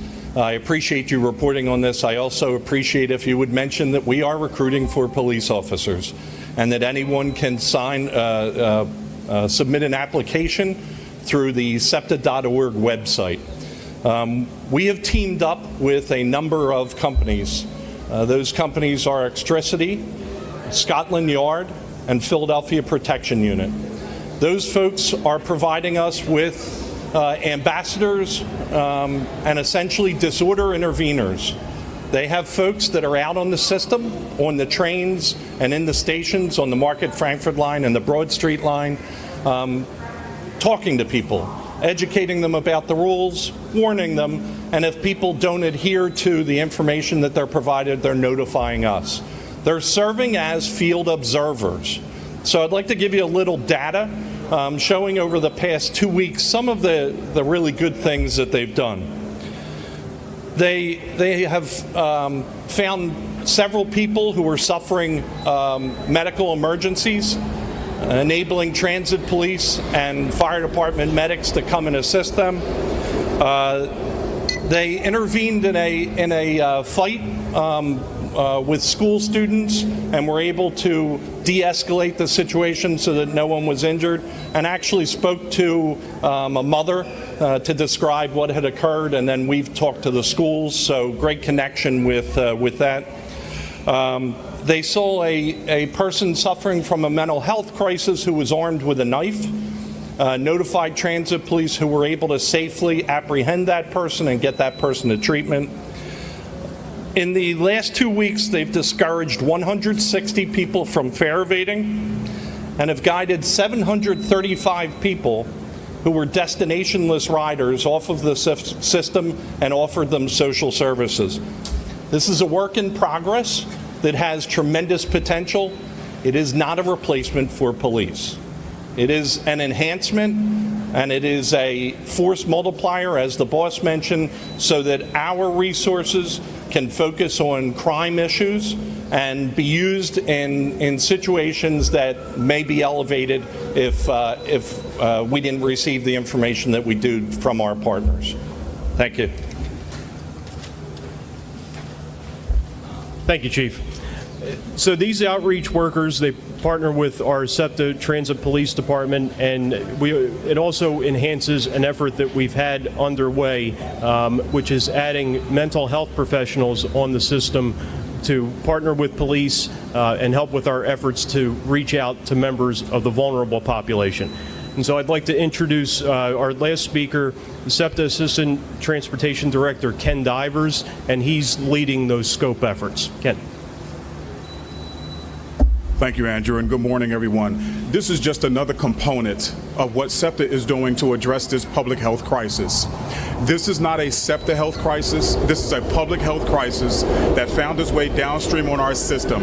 And what SEPTA is doing, under the direction of our general manager and our CEO, Leslie Richards, our chief of police, and our SEPTA board, and so many others, this is just one component of so many different components that we're doing to try to address this public health crisis. I want to remind you you. We cannot do this alone. We need you to help us to advocate for additional funding and resources to address this public health crisis. Thanks to the leadership and support that we have received from SEPTA Board and our GM and CEO Leslie Richards, our SCOPE campaign has become a national model for the transit industry.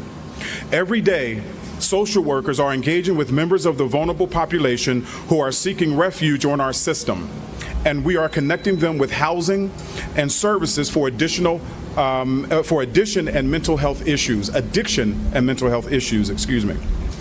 Now, these problems did not arise overnight, and it will take a time and commitment to meet these challenges long term. SEPTA found itself downstream from this public health crisis.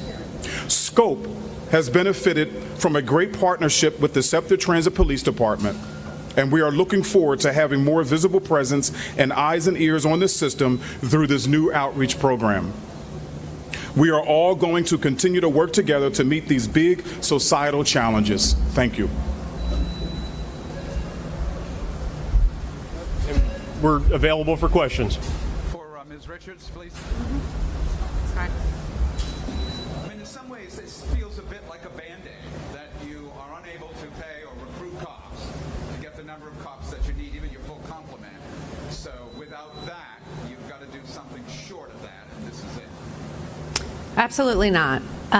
Look, we're looking to do everything that we can. We're doing, definitely doing our part, but we can't do it alone. And so while we are trying to attract more police officers and hire more police officers, and we're working with our federal Order of Transit Police, our unions to do that, we need as many eyes and ears, and we need as much help as we can. As has been already said today, this is a national public health crisis. This is not something that only SEPTA is dealing with, that only the city of Philadelphia is dealing with. Every major metropolitan area in the United States is dealing with similar challenges. And I'm quite proud of what we are doing here. In fact, our national peers are calling us to see how we are going about it. We initially reached out to them to find out what they were doing, and now they're reaching out to us because we've gone above and beyond what others had been doing up to this point. Bringing in extra eyes and ears, as we said, allowing our police to do the work that they were hired for, making sure that they are taking the emergency calls, that they are taking the calls where they are directly needed, where only someone from law enforcement should be responding. And as we said, opening and closing stations, other activities that are that our outreach specialists can do, they're going to do it. So everybody working together, we are providing the safest environment possible. There have been some sexual attacks or rape on board. They can't stop that, right? Or will they intervene in something like that? If someone reports something dangerous going on, our law enforcement reacts, and they react very quickly. When they got the call that someone saw something that didn't look right, within minutes, our transit police were there. Now, just to remind you, we have over 2,000 vehicles. Our system is very large. So unless we have a police department of thousands and thousands, we cannot be everywhere at once. We have 30,000 cameras, and now we will have additional people on the system, and people will know where to go when they need help. Pardon me, there's other questions behind you. Hold on one second. Go ahead. What training are they getting? We've had some issues in the city recently regarding private security firms. What training are they giving, and what exactly will they be doing if something should happen? Right. So look, we did other pilot programs, and we learned that we needed better training, for sure. We heard it from our own employees, and so we are providing better training, exactly what to do, how to directly contact the transit police. Everybody will have a device that they can get in direct contact with them, and also what they should be looking for and how they can help each other.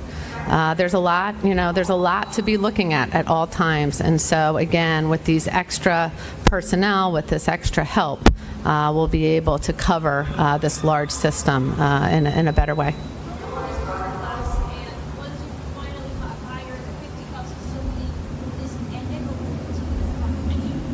look, we're trying things, and we're learning as we go along the way. I believe this contract, and I'm looking, it's a 3-year contract. So this is a 3-year effort right now. We will be constantly evaluating and monitoring and seeing what's working and what's not working. You know, we'll be asking those who are out on the system, what do they feel is working and what do they need to better do their jobs as they learn all of the day-to-day challenges that we are facing here. I just have to remind everybody, we're coming out, or we're still in, really, a global pandemic, something that none of us have ever experienced before. Every day we have new challenges, and I feel very good about these efforts that are underway here at SEPTA to best face these large challenges that are ahead of us. Question is for the Chief. Where will the 88 personnel be positioned? Will they be positioned at all subway stops on the Marco Frankfurt and Broad Street line, or will they also be on the trains too? Yeah, the question was, where will these 88 people be deployed? 8 are assigned to the overnight shift. Their primary duty is to open and close stations, relieving police officers from that duty. The other 80 consist of 40 during the day shift, 40 during the night shift, and they will be deployed on Broad Street line, Market Frankfurt line trains and stations, and that's a day-to-day decision based on data analysis. You have them there because you're concerned about criminal activity, specifically on those lines? Well, we're concerned about making sure that people feel safe. And this is about having additional bodies out on the system so that riders see a SEPTA representative watching over them and making sure that they are safe. We found that since 2019, serious crime has gone up, nearly doubled from 179 incidents to 340 last year. We know that we're in the middle of this global pandemic. This is a joint question for both of you. It seems that people are afraid to get on the train. If we don't have people coming back into work, we're facing an economic issue both for SEPTA and for the city.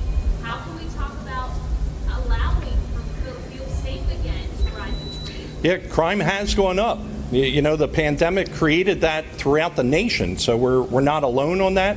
This is a method that we're using to address it. And in the beginning of this year, crime had started to go down. We're hoping that that will continue. But it's about people feeling safe, you know, and this is an opportunity for us to put more people out on the system who are watching over and making sure that they are safe. Economically, is it a concern for ridership as well? And I'm sure we're seeing dips because people are working from home, yes, but we are trying to get people back in the office and in the city spending dollars, both at SEPTA and the local pizza shop. Right. Look, exactly, you know, what the chief said. We've seen these national trends, and Philadelphia is following those national trends. We know that when there were less people on our system, when there were less people in Philadelphia, we saw increases in crime. What we're seeing now, as more people are coming back into the city, as more people are on our system, we're seeing crime decrease. And we're seeing economic development. We're seeing people coming back. We're seeing all of the retail that depends on people being in the city. We're seeing that come back as well. So we're seeing this multiplier effect as people are coming back. Businesses are coming back. Jobs are coming back. People are feeling connected. People are feeling safer. And we want to do everything we can to continue what we see as positive trends and what we feel will keep going. And you asked, you know, what can we do? The reason we're all here today is we want to let everybody know what we are doing. So when they come back, what they will be seeing, and all of these efforts that we are making to make sure that people are safe and that they feel safe. We've always been open about the challenges that are ahead of us, and they are significant. But we feel really good about the fact that we're doing everything that we can and working with others to make sure, again, that people are safe and that they feel safe on our system.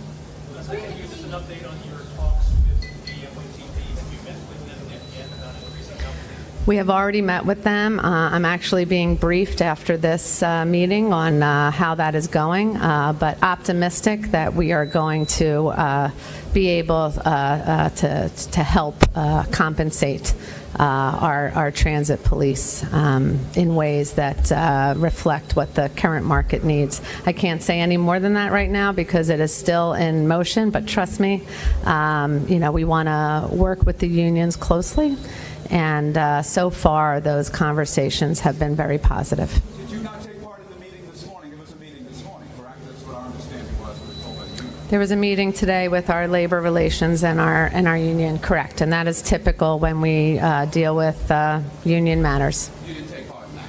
I was not present in that meeting. I was not supposed to be present in that meeting. I didn't miss the meeting. It was not a meeting where I should have been present for. Regarding the cleaning, of course, specifically in stations like KNA, there's constantly complaints about all kinds of things being found there. Are these people focusing on cleaning going to be placed in specific areas, or what are their... We have assigned people to those specific locations. We're working with neighborhood groups. We're working with city council. We're working with city agencies to find out what else we can do there. We, as you all know, invested over $1 million last year and did work that we thought were going to last a very long time. However, the activities going on in that community are much larger than the SEPTA service area, much larger, obviously, than what SEPTA can work on alone, and so we have to work on others to figure out how we help those neighborhoods, help those people living and working in those neighborhoods, and again, working together. Our budget hearing, which was just earlier this week, there was a lot of good, positive conversations of how we can do that, and I know council members Quinones Sanchez and Squilla, who are helping us move forward, as well as Councilman Dom's idea, and to bring in help possibly from PEMA and FEMA would be helpful. It is truly a humanitarian crisis that is happening in those neighborhoods. SEPTA wants to do all that we can to help, but we know that we can't do it alone. Mr. Richards, I'm with NBC 10, and we conducted that survey earlier in the year. We shared some of that information with you. Yeah, it was very helpful. Learned from that survey moving forward. Specifically on which data points, or? Some of the data points, one of the facts, 43% of the people that we surveyed said violence and crime was the reason they stopped riding on SEPTA. Yeah.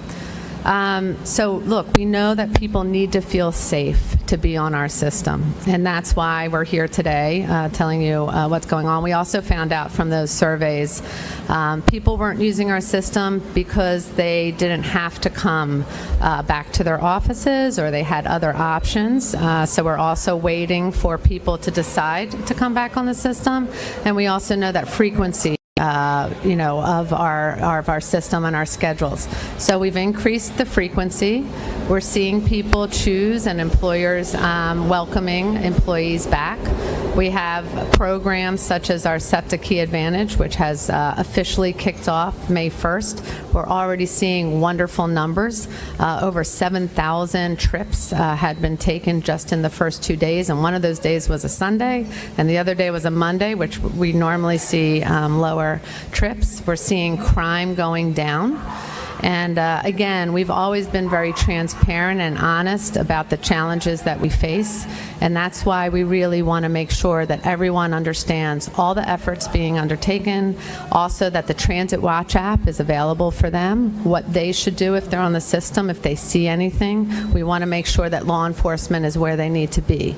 And with just over 200 police officers, and again, thousands of vehicles and a large system to look at, we need help in making sure police officers are drawn to where they need to be. We have them stationed in certain areas, but then when there's issues that they need to tend to, we want to make sure that they get there as quickly as possible.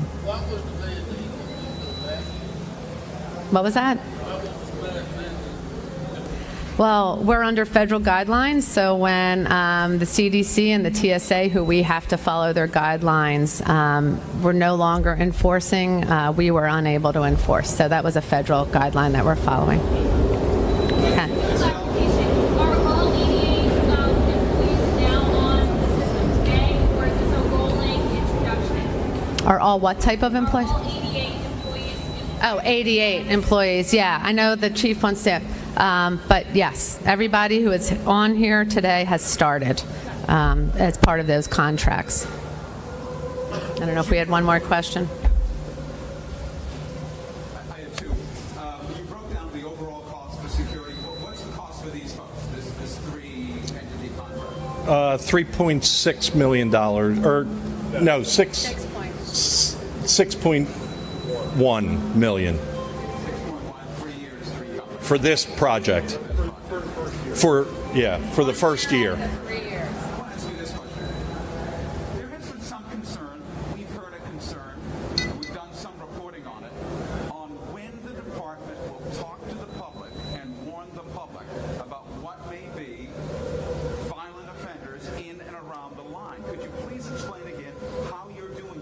Yeah. And answer this perception that it's not being done fast enough. Sure. The question is, when do the transit police notify the public about incidents that occur with information, specifically, I guess, pictures is what you're referring to.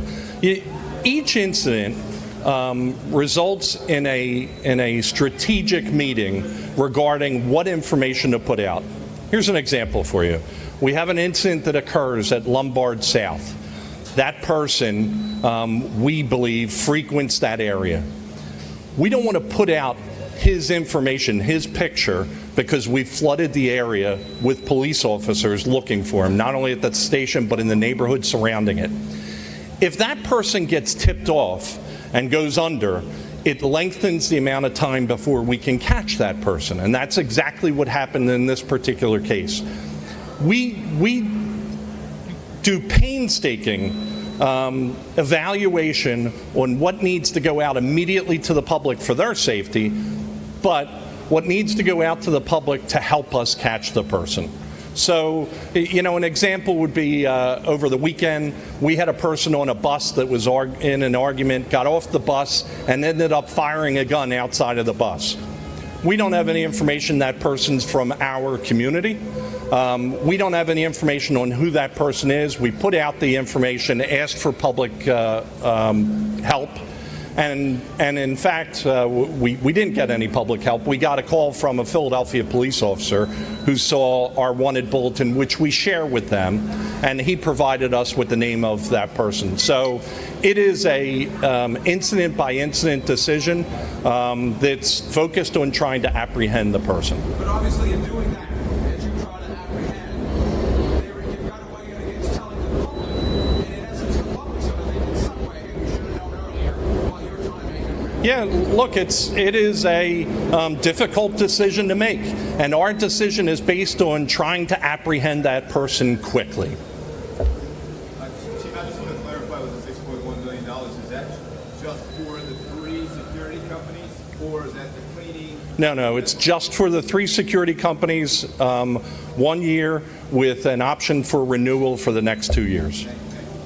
Anybody who needs the contract details, we can follow up with that. You talked about $1 million a month you were losing at the high point. I want to get that number right. Are you still at $1 million a month in terms of cost? We're slightly lower because we've seen increased ridership, which is fantastic. So we're now closer to about $800,000 a month, which is significant. And as ridership continues to increase, and with some innovative funding with our operating budget and our capital budget, which is at a record high, we're optimistic over the next few years. But federal funding will run out, and we're doing everything we can to make sure that we're cutting costs and being more efficient, so that when that does happen, we'll be in good shape. And I feel good that we're doing those things now, using the time wisely. Thank you. Good. All right, everybody, we are going to take another quick 2-minute break here on Live Now from Fox. Stay right here with us as we show you a live look right now at New York City here on this Thursday, Cinco de Mayo as well.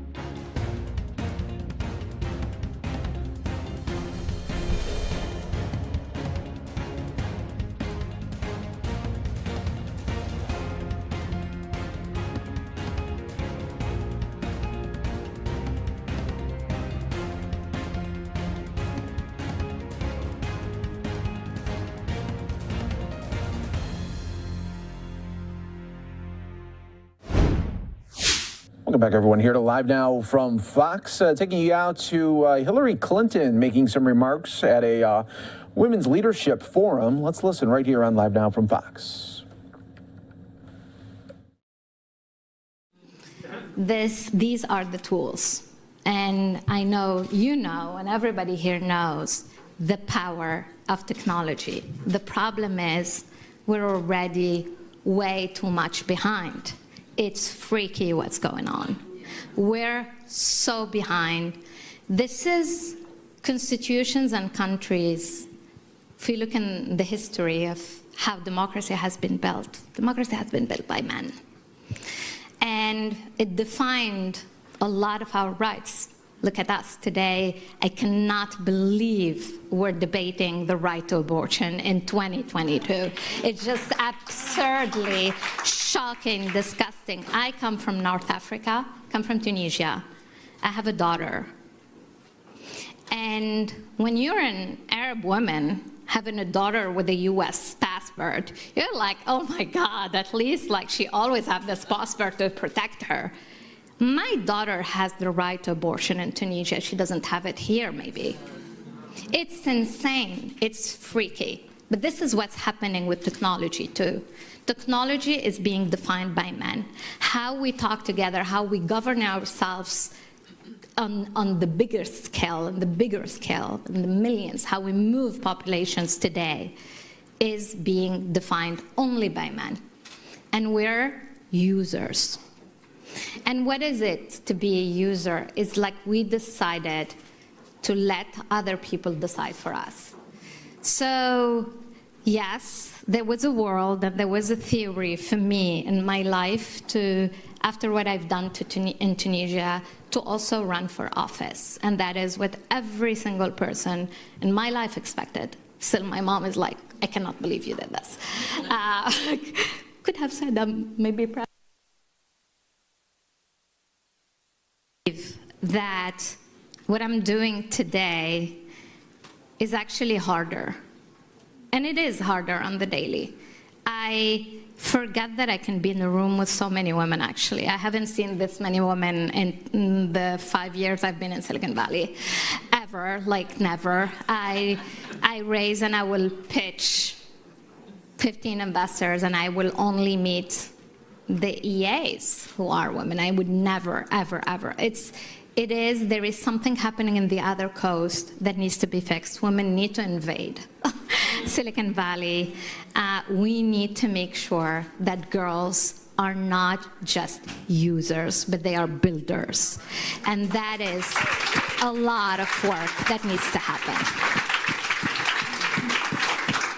So, Secretary Clinton, coming back to you, you are one of the most brilliant strategists in thinking about the future and women's issues. And I think a lot of people are wondering, okay, what are you going to do next? Particularly after that incredible, incredible dedication at Secretary Albright's memorial. Man, if you saw it, the power, the power that you brought to that stage following two presidents. And I remember sitting there and thinking, one, how proud your co-founder of Vital Voices and incredible partner so early on, Secretary Albright, would have been listening to you talk about her and how you guys got in there and championed women as a foreign policy issue long before it was popular, long before we had the research to say, actually, this is right. But then as I thought more, I thought, what is she going to do next? And I'm sure everybody's wondering that. And of course, I would love for you to lean in even more so to women and girls, because as Amira says, I mean, we've got huge challenges. I mean, did you ever think we would be in this position where the rights your generation and before fought for are being rolled back? Well, no. Although, let me say, and it goes to what our three other speakers have said, I think it's really important to understand how the deck is stacked against women's progress and against human rights. And it's gotten more sophisticated. And Amir, thank you for talking about technology. Because as someone who has tried to sound the alarm about what technology is doing to us, it's really quite frightening. And as we think about that landscape, the people making the decisions, it's not even, you say men, it's a very small number of men. And they have the same kind of thinking and mindset and worldview, and they are literally determining how we communicate and how we understand, how we think of ourselves, and they are responsible, to go to Diane's great point, of instilling a lot of doubts in us. And when you look at what's happening to young people, particularly young women, they are becoming quite impacted by what they see on those phones that they are glued to, and what it's doing to their own sense of autonomy and agency, and yes, power. So I think we all, and obviously I include myself, we've just got to get smarter and more creative about how we're going to address the imbalance of power, because unfortunately the imbalance is getting greater. And I'm not, this is a nonpartisan organization, so what I will say applies to the entire world, not just to this country. The forces arrayed against human progress, and particularly women's roles and rights and responsibilities, is really gaining in power, aided and abetted by technology and by a certain kind of autocratic leadership. Dalia, who is here with us, who was the president of her country, Lithuania, for a number, 10 years. 10 years, or 10 years. When I was Secretary of State and I would meet with her, she was so clear-eyed about the threat from Russia. And nobody wanted to hear it, because we all wanted to believe that, we've made so much progress. It's just impossible to think that one man, one autocrat, would threaten the freedom of the Baltic states or Ukraine or somewhere else. So we have to be hopeful, optimistic, but dead-eyed realistic about what we're up against. And I guess to answer your question, Elise, that is, I feel like, my mission. We have to bring people together, as Vital Voices does, and this and many other settings, to say, okay, women without power are women without their rights, because those rights are so dependent upon who wields power in their societies. And we know what we're up against, and we have to get smarter and better focused about how we're going to take it on. And, this book, if you haven't seen it, I brought it out because it's a beautiful book, and it highlights 100 women. But Amanda Gorman has a poem in the beginning, and I just want to read a little tiny bit of it, Elise, because I think it goes right into what our challenge is. I can't read like Amanda Gorman, however. So, today, everyone's eyes are on us as we rise. Today is the day women are paving the way, speaking our truth to power. In this hour, it is our duty to find the brave beauty in rooting for other women, so they too know we are not victims, we are victors, the greatest predictors of progress. We press for change. That's what I'm going to be doing. Yes. For those of you who don't know, the phenomenal portrait on the outside of the building is Amanda. We're going to take another quick 2-minute break here on Live Now from Fox. Stay right here with us. More coverage coming.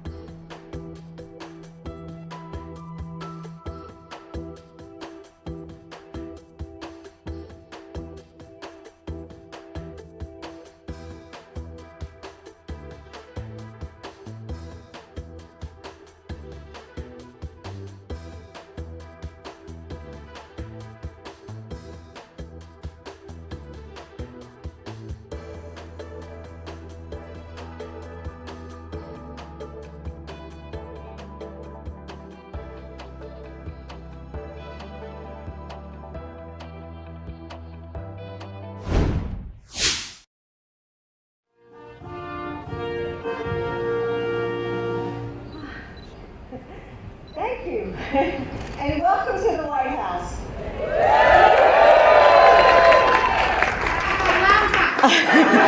Yes. The Battle of Puebla, which Cinco de Mayo celebrates, lasted for only a single day. Defending the small town of central Mexico wasn't a major strategic victory in the Franco-Mexican War. But the fact that a ragtag group of soldiers, outnumbered 3-1, could defeat Napoleon's French Foreign Legion was a victory of the heart. It showed the determination and the backbone of the Mexican people. It inspired other cities to believe that they, too, could stand against the odds. And the reverberations of that battle traveled north to the United States. This holiday reminds us that the threads of our history and our heritage are woven together. We inspire one another. We shape each other. Our relationship with Mexico is special. And I'm so grateful to be joined today by the First Lady of Mexico.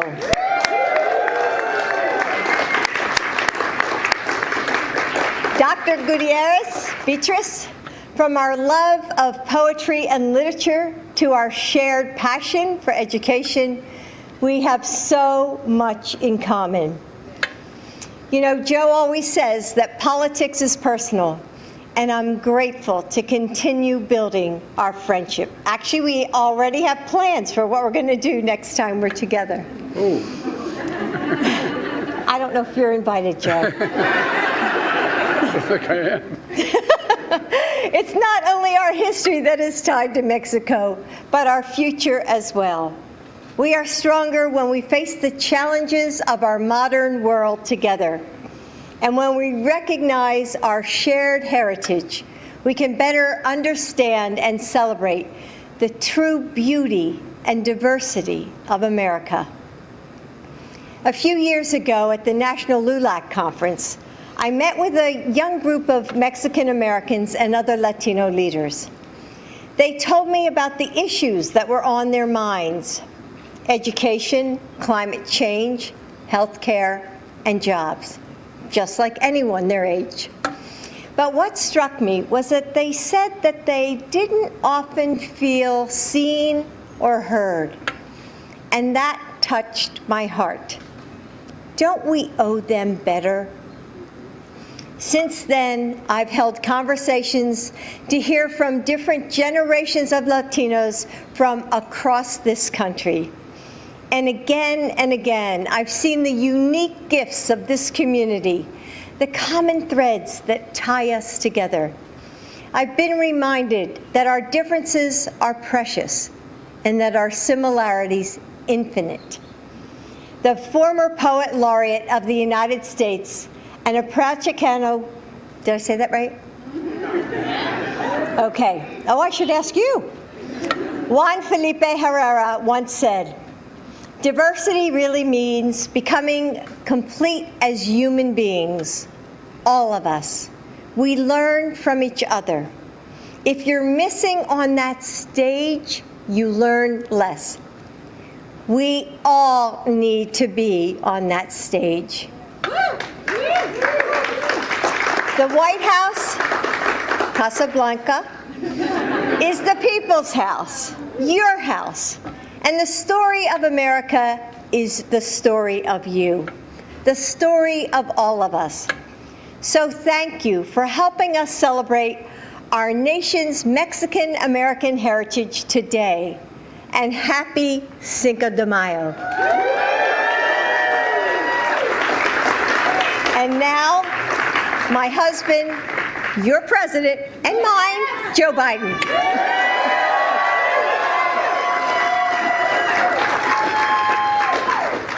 We love you, Joe. We really do. Well, I'm glad some woman in this crowd loves me. Well, thank you, Jill. I'm honored to welcome all of you to the White House, especially our distinguished guest, the First Lady. I'm going to go down and say hi.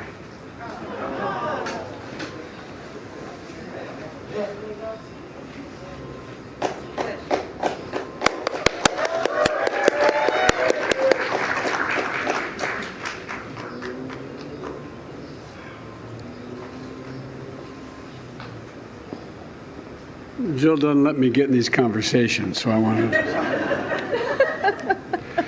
And Secretary of Education, Miguel Cardona. Where are you, Miguel? Yeah, where is Marvin? He says, there he is. He's educating people in the back. There you go. Miguel. Did you say Naomi, too? I didn't see Naomi. She's over here. How can you miss her? Well, I'll tell you what. Hi, Naomi, how are you? That's my granddaughter, our eldest granddaughter. And her fiance. And I can't see. And Peter. And Peter.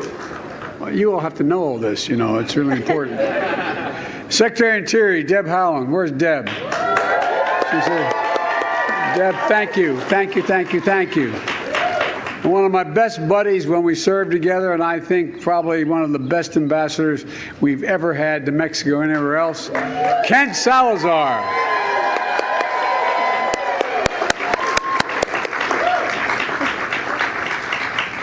Madam First Lady, we were campaigning. This is off script here, I know, but we were campaigning when I was seeking the vice presidency with President Obama.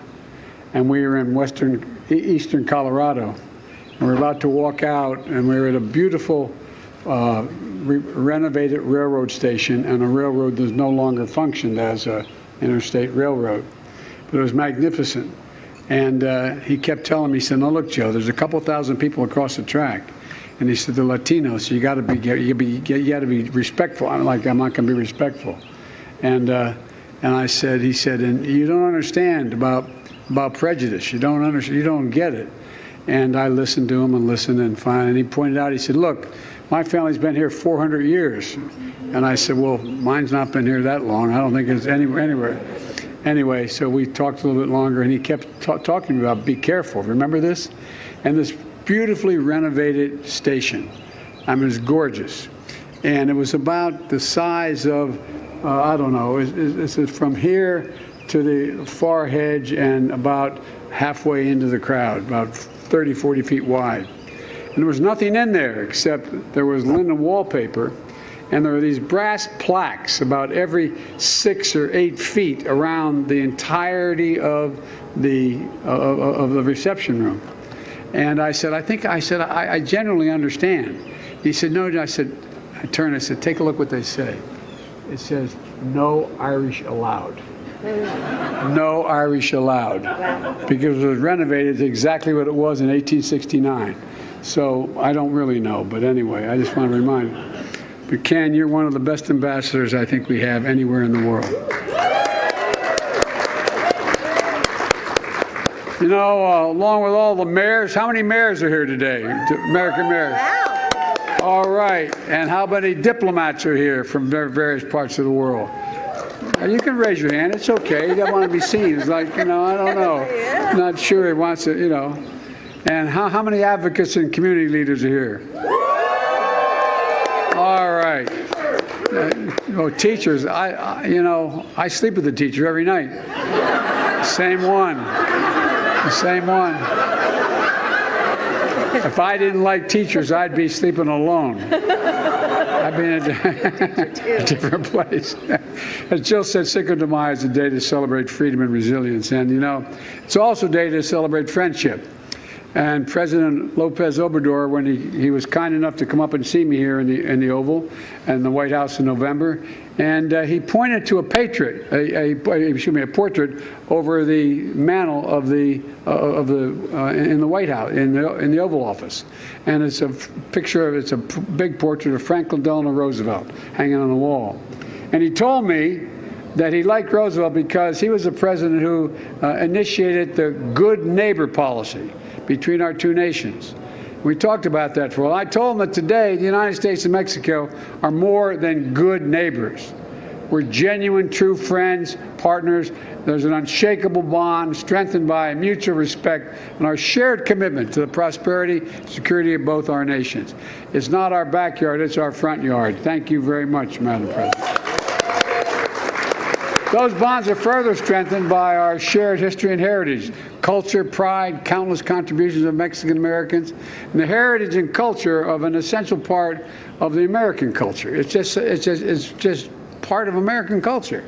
And that's why I made it a priority to build a government that looks like America, including the most diverse cabinet ever assembled, including, by the way, 2 Mexican Americans, Javier Becerra as Department of Health and Human Services, as well as Isabel Guzman, who's leading the Small Business Administration, and many, many more folks throughout the administration. Beyond representation, we're also focused on delivering results for Latino families. Through the American Rescue Plan, our vaccination effort and are centered on equity and ensure the Latinos were vaccinated at the same rate everyone else was. Matter of fact, they're vaccinated at a slightly higher rate than everyone else was. And to make sure relief checks were delivered to 1,400,000 spouses and nearly 3,700,000 children of mixed status families where mom or dad is a citizen. Because every family deserves food on the table, a roof over their head, and a little breathing room. We cut the Latino child poverty rate by an estimated 40% because of the child tax credit. And we surged funding to community health centers, which disproportionately serve Latino communities. And by the way, I met last week at the White House with 5 incredible Latino entrepreneurs. They're part of an amazing story, a boom of new small businesses in America. In America today, there are more new small businesses being created and small business creation more jobs than ever before. And Latino entrepreneurs are leading the way, starting new businesses last year at the fastest rate in more than a decade, 23% faster than the pre-pandemic levels. The reason I mention this is a big deal. The prosperity and jobs for Latino communities affects everybody. And we're working to fix our immigration system as well. As I said, it's important. As I said in my State of the Union address, we can secure our borders and keep lit the torch of liberty. On my first day in office, I sent an immigration bill to Congress that would provide a pathway to citizenship for immigrants contributing to our economy. We are an immigrant nation. I mean, we say that, but people act like they don't believe it. We are an immigrant nation, and that is our strength. That is our strength. But if Congress won't act on the broader reform, let's pass the bills that have bipartisan support for dreamers and those temporary protected status farm workers, essential workers. Not only the right thing to do, but it's economically the smart thing to do as well. And most of all, we're going to continue to fight for the rights and opportunities and dignity of Mexican Americans and all Latinos in America. I might point out, and Jill and I talk about this, if we don't get smart in this country and the other team doesn't understand what's going on, 25 out of every 100 children in grades kindergarten through senior in high school speak Spanish. 25 out of every 100. It's overwhelming the interest not only of those kids, but of all Americans, that we invest in the community. And we'll conquer and honor and lift up all those folks who, in fact, have gotten in the way. You know, Mexican-American culture is a great contribution to America. And soon we'll also see the broader Latino community culture celebrated through the creation of the newest Smithsonian Museum, the National Museum of American Latino.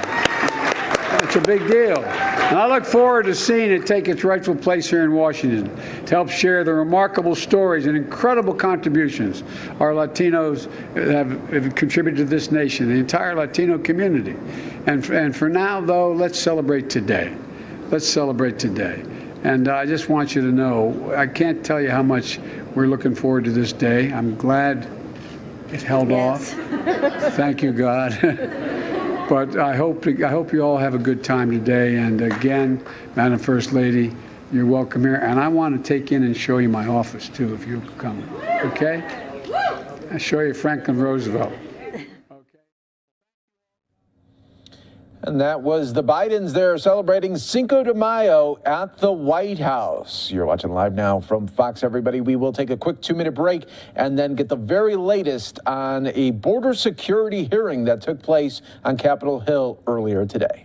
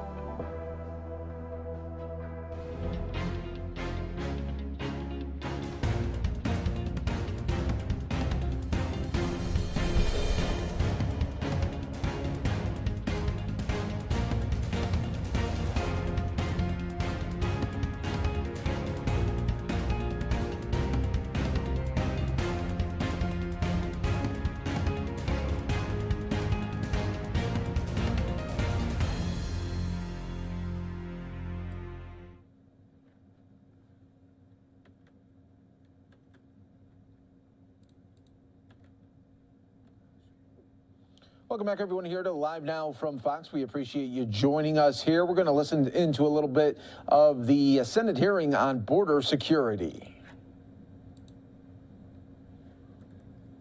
To hear from senior administration officials and go into further detail about how the federal government will secure our borders and manage the proposed termination of this policy. Title 42 is a temporary public health order, and it is not a long-term solution to our border security needs. Today's hearing is an important opportunity for the administration to detail both their short-term plans for addressing this expected policy change, as well as the long-term solutions that Congress and the administration must work together to ensure that we have secure borders.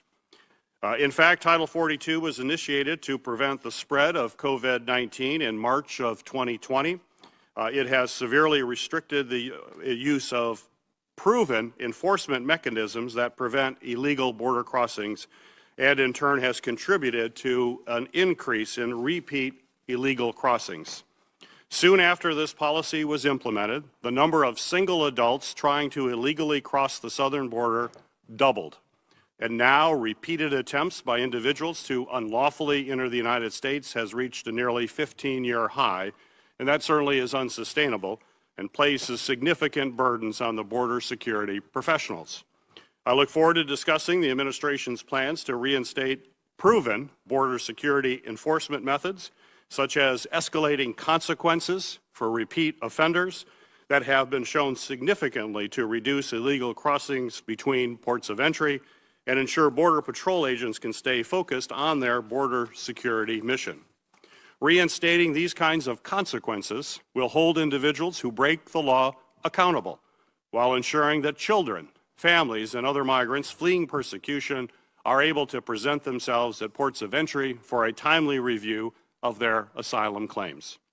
In addition to addressing the humanitarian situation at the southern border, the administration must ensure they have the personnel and resources needed to ensure safe, secure, and efficient facilitation of lawful trade and travel at our ports of entry, and combat the flow of deadly illicit drugs like fentanyl that continue to wreak havoc on our communities in Michigan as well as all across the nation.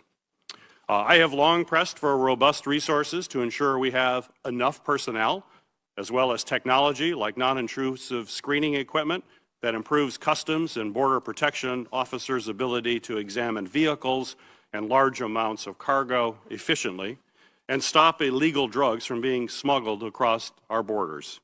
I look forward to discussing what more the administration needs to ensure that we can prevent fentanyl and other illegal substances from harming our communities.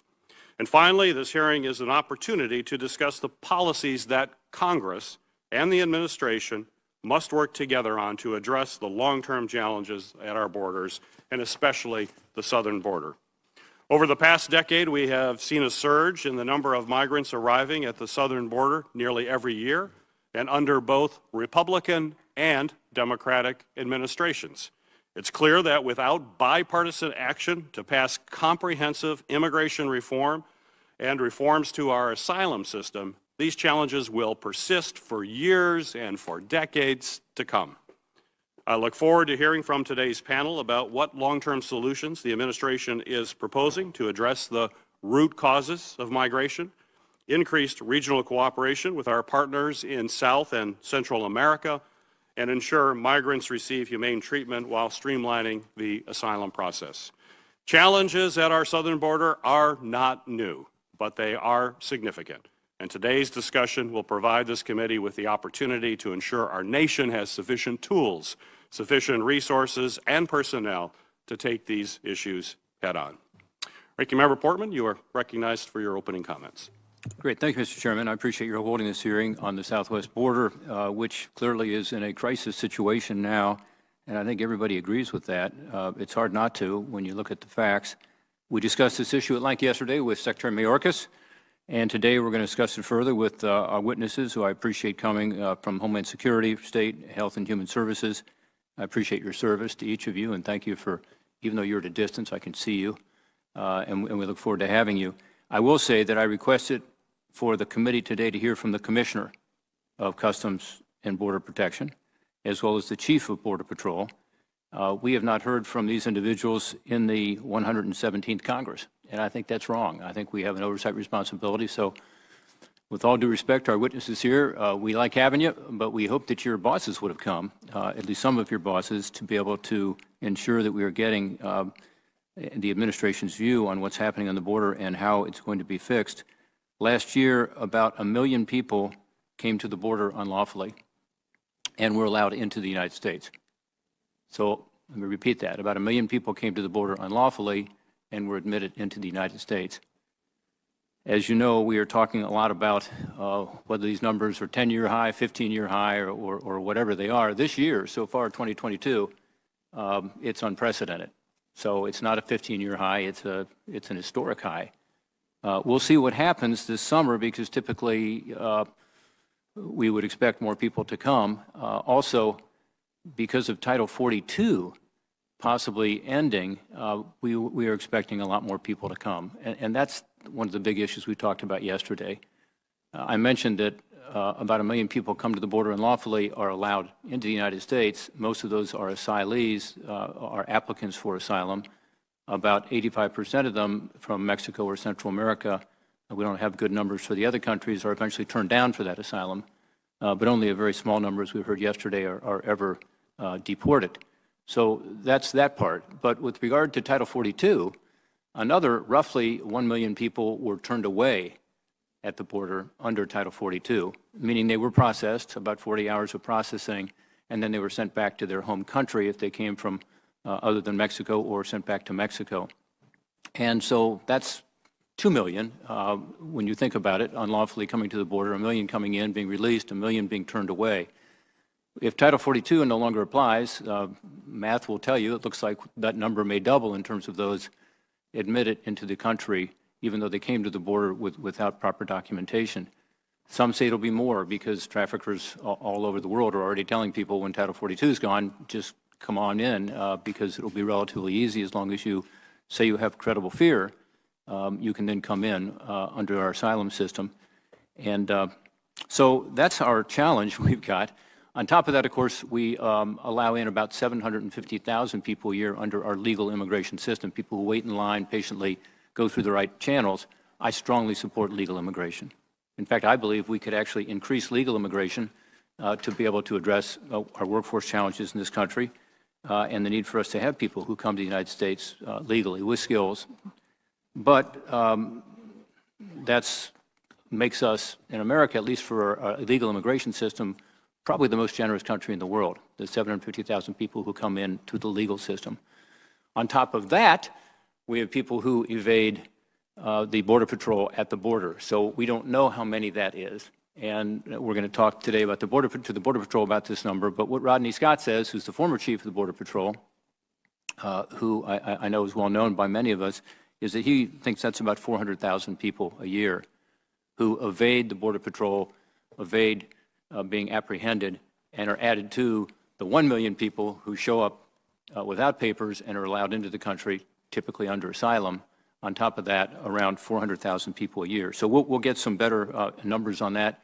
But that just gives us some context of why there's such a deep concern when we're down there on the border. And I think every one of us have been there on this panel probably many times. And our staffs have been down there many times, including very recently. This is why the Border Patrol tells us that they believe that they will lose, as they say, operational control. We can talk what that means today of the border unless something is done. So this is a huge issue. On top of it, of course, we have an unprecedented amount of illegal drugs coming into the country, particularly this synthetic opioid called fentanyl. And it is streaming in. We'll talk about that today, why that's coming in. The Mexican transnational crime organizations are now specializing in this. It used to come from China, as you know, mostly through our U.S. mail system. Now it's mostly coming in through Mexico, being produced in Mexico, often with precursors from China, and often pressed into pills. And our citizens that we represent are dying of overdoses, partly because they don't know what these pills are. They may say Xanax, they may say Percocet, something else, but in fact they're fentanyl. This is leading to a record number, again, not a 15-year high, but a record number of overdose deaths in my home state of Ohio and around the country. So this is another border crisis that we have to address. We'll talk more about how we might do that. This, again, is a situation where policy makes a huge difference. President Obama deported or removed over 315,000 unlawful migrants in 2014 alone. In context, the Obama administration removed 65% of the migrants that entered unlawfully that year. In contrast, President Biden has deported or removed about 56,000, we heard yesterday, about 5%. So 65% versus 5%. And of course, we have many more people who are in the queue right now. The backlog is about 1.6 million people for asylum, as an example. So unfortunately, we have a situation where not only are we allowing more people in, but we're not having people leave once they are deemed not to be qualified to be asylees or otherwise are here illegally. And that's just a reality. And people know that. And the traffickers know that. And that's why they have such success in getting people to come to our border, charging them outrageous fees, often treating them very poorly, as we know. The administration's response to all this is to say we'll have a plan in case the surge gets worse. In fact, the plan states that the first pillar of border security is, quote, we have doubled our ability to transport non-citizens on a daily basis with flexibility to increase further, end quote. So much of the plan is about making it easier to get people into the interior, that's the response. The response is not to put deterrents in place to deter people coming illegally. Rather, it's to facilitate the flow, to make it easier, including processing people, as an example, on buses heading toward the interior of the country rather than doing it at the border because the facilities would be overwhelmed. So, again, I appreciate, Mr. Chairman, you're allowing me to speak a little bit today about this to just sort of set the context. I think it's important to understand what the numbers are, and I really look forward to the opportunity of speaking with all of you today and talking about solutions, not just what the crisis is. I think we all recognize that. I hope so. But what do we do going forward? Thank you, Mr. Chairman.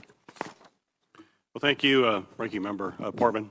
It is the practice of the Homeland Security and Governmental Affairs Committee to swear in witnesses. So if each of our witnesses would please stand and raise your right hand. Do you swear the testimony you will give before this committee will be the truth, the whole truth, and nothing but the truth, so help you God? Thank you. You may be seated. We're watching there the Border Security Senate hearing. You're watching live now from Fox, everybody. We are going to take another quick 2-minute break. Stay right here with us. More to come.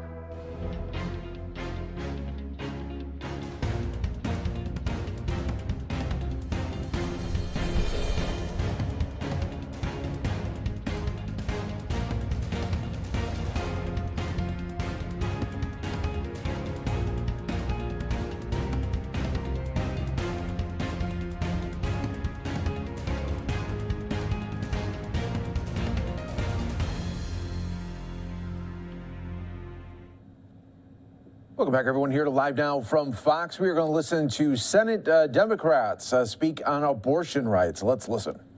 Okay, good afternoon, everybody. And I'm proud to be joined by my colleagues here today. You see everyone arrayed out. And it's great to lead our caucus with these women and the occasional male interloper. Now, for 2 decades, over 2 decades, Republicans across the country have worked to dismantle Roe. They've worked to take away the rights of women who simply want to make their own choices and not be told by some doctor, some senator, some court justice how to treat their bodies. Republican politicians across the country are passing laws telling the women of America, your body, our choice. So much for the party of limited government. And now with the Republican court on the verge of tearing down 5 decades of precedent, Republicans suddenly don't want to talk about their complicity in this effort. You ask them about, do they support repealing Roe v. Wade? They change the subject. What does that say? It says they know they're on the wrong side of history and on the wrong side of the American people. And their 30-year effort, they now wish to go underground because they're actually afraid in certain ways that it might succeed. All week we've seen Republicans try to duck, dodge, and dip from their responsibility for bringing Roe to the brink of total repeal. This is about to change. Next week, the U.S. Senate is going to vote on legislation to codify a woman's right to seek an abortion into federal law. I intend to file cloture on this vital legislation Monday, which would set up a vote for Wednesday. Republicans will have two choices. They can own the destruction of women's rights, or they can reverse course and work to prevent the damage. Count me as skeptical that they'll do the latter. Republicans have been on the wrong side of history and the wrong side of America. A poll just released today from Data for Progress showed voters want Roe to stay the law of the land by a 2-to-1 margin. Democrats, independents, and 35% of Republicans believe we should keep Roe in place. Next week's vote will be one of the most important we take, not only this session, but in this century. This is not an abstract exercise. It's as real, it's as urgent as it gets. Like my friend Patty Murray said, this is a 5-alarm fire. And Republicans will not be able to hide from the horror they've unleashed on America. In recent years, Republican legislators have been racing to pass extreme anti-choice legislation that would send women's rights back into the Stone Age. The Mississippi law, for example, has zero exceptions for rape or incest, a position that was the extreme of the extreme not too long ago, but now it seems to be the mainstream of the Republican Party and, unfortunately, the Supreme Court, which has become extreme itself. In Arizona, the governor signed a law that could imprison anyone who provides, supplies, or administers an abortion by up to 5 years, should Roe be overturned. No exception for rape, no exception for incest. The infamous law in Texas, meanwhile, bans abortions as nearly as 6 weeks. Many women don't realize they're pregnant until after 6 weeks. And again, no exception for rape, no exception for incest. In Louisiana, Republicans are pushing a new bill that would throw women and their health care providers in prison for life. It doesn't stop. And they're going to keep at it until we, the American people, and particularly the women of America, stop them. The nationwide ban Republicans want is the most extreme of extreme. This is what Senator McConnell and Senate Republicans have fought for their entire careers. But they are out of step with the mainstream. Their body language, their answers to questions show they know they are. Americans do not want to go back in time when there were dangerous and back alley abortions. We're going to have this vote this week, and believe me, America, all of America, will be watching. Republicans will not be able to hide from the American people and cannot hide from their role in bringing Roe to an end. Senator Murray. Well, there's no getting around it. This has been a very heartbreaking week. The Supreme Court's plan to end a right that generations of women have known is devastating. So I just want every woman across the country to know you are not alone in this fight. We are right here with you. And although I'm heartbroken, I'm also furious. I'm furious at the conservatives on the Supreme Court for being so cruel. I'm furious at Republican lawmakers in states across this country who are passing extreme abortion laws and creating a health care crisis in their states and in their neighboring states.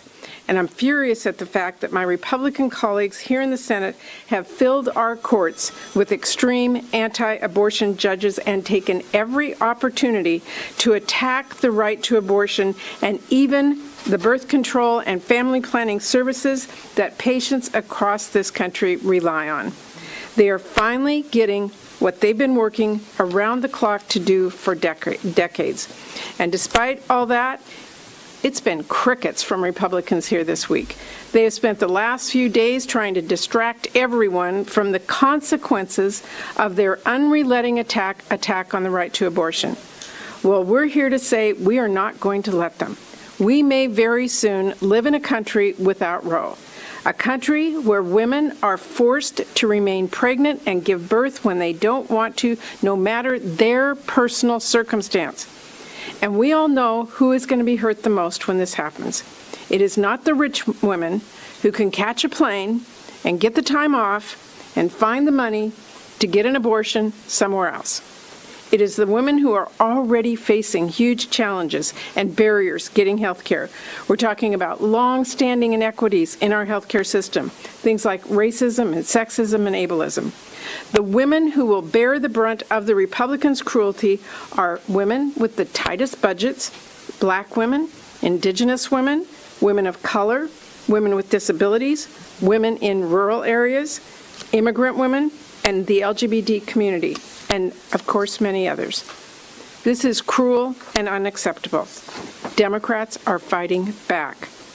So next week, in light of the devastating news coming out of the Supreme Court, we are going to make every senator show where they stand by voting on the Women's Health Protection Act. And I want to thank Senator Blumenthal for his work on beginning this and building the support on this. And I want everyone to know I'm not going to stop fighting or speaking up. And when November comes, Americans everywhere need to make their voices heard by sending more pro-choice voices to the Senate and to the House so we can get this done. Abortion rights are on the line, and so are women's lives. Thank you. Thank you, Patty. Next, we have Senator Cantwell.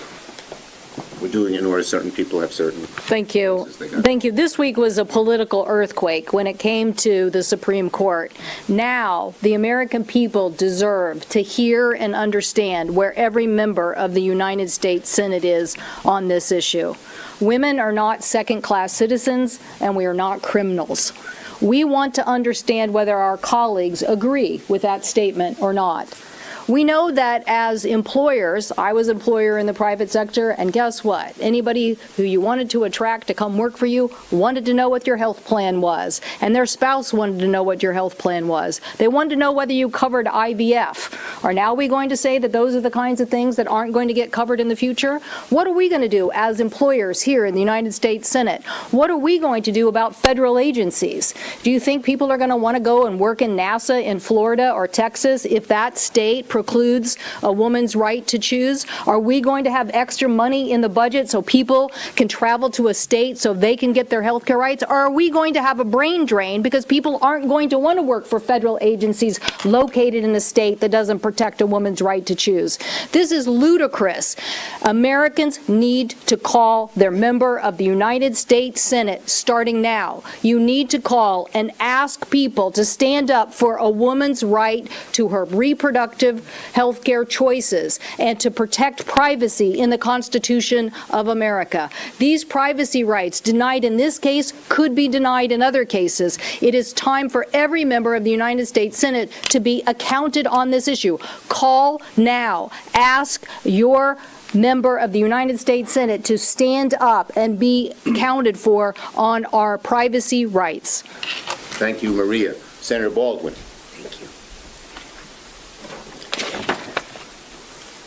If the court overturns Roe versus Wade, millions upon millions of women will lose a constitutionally protected freedom to make their own personal decisions about their health care, their family, and their body.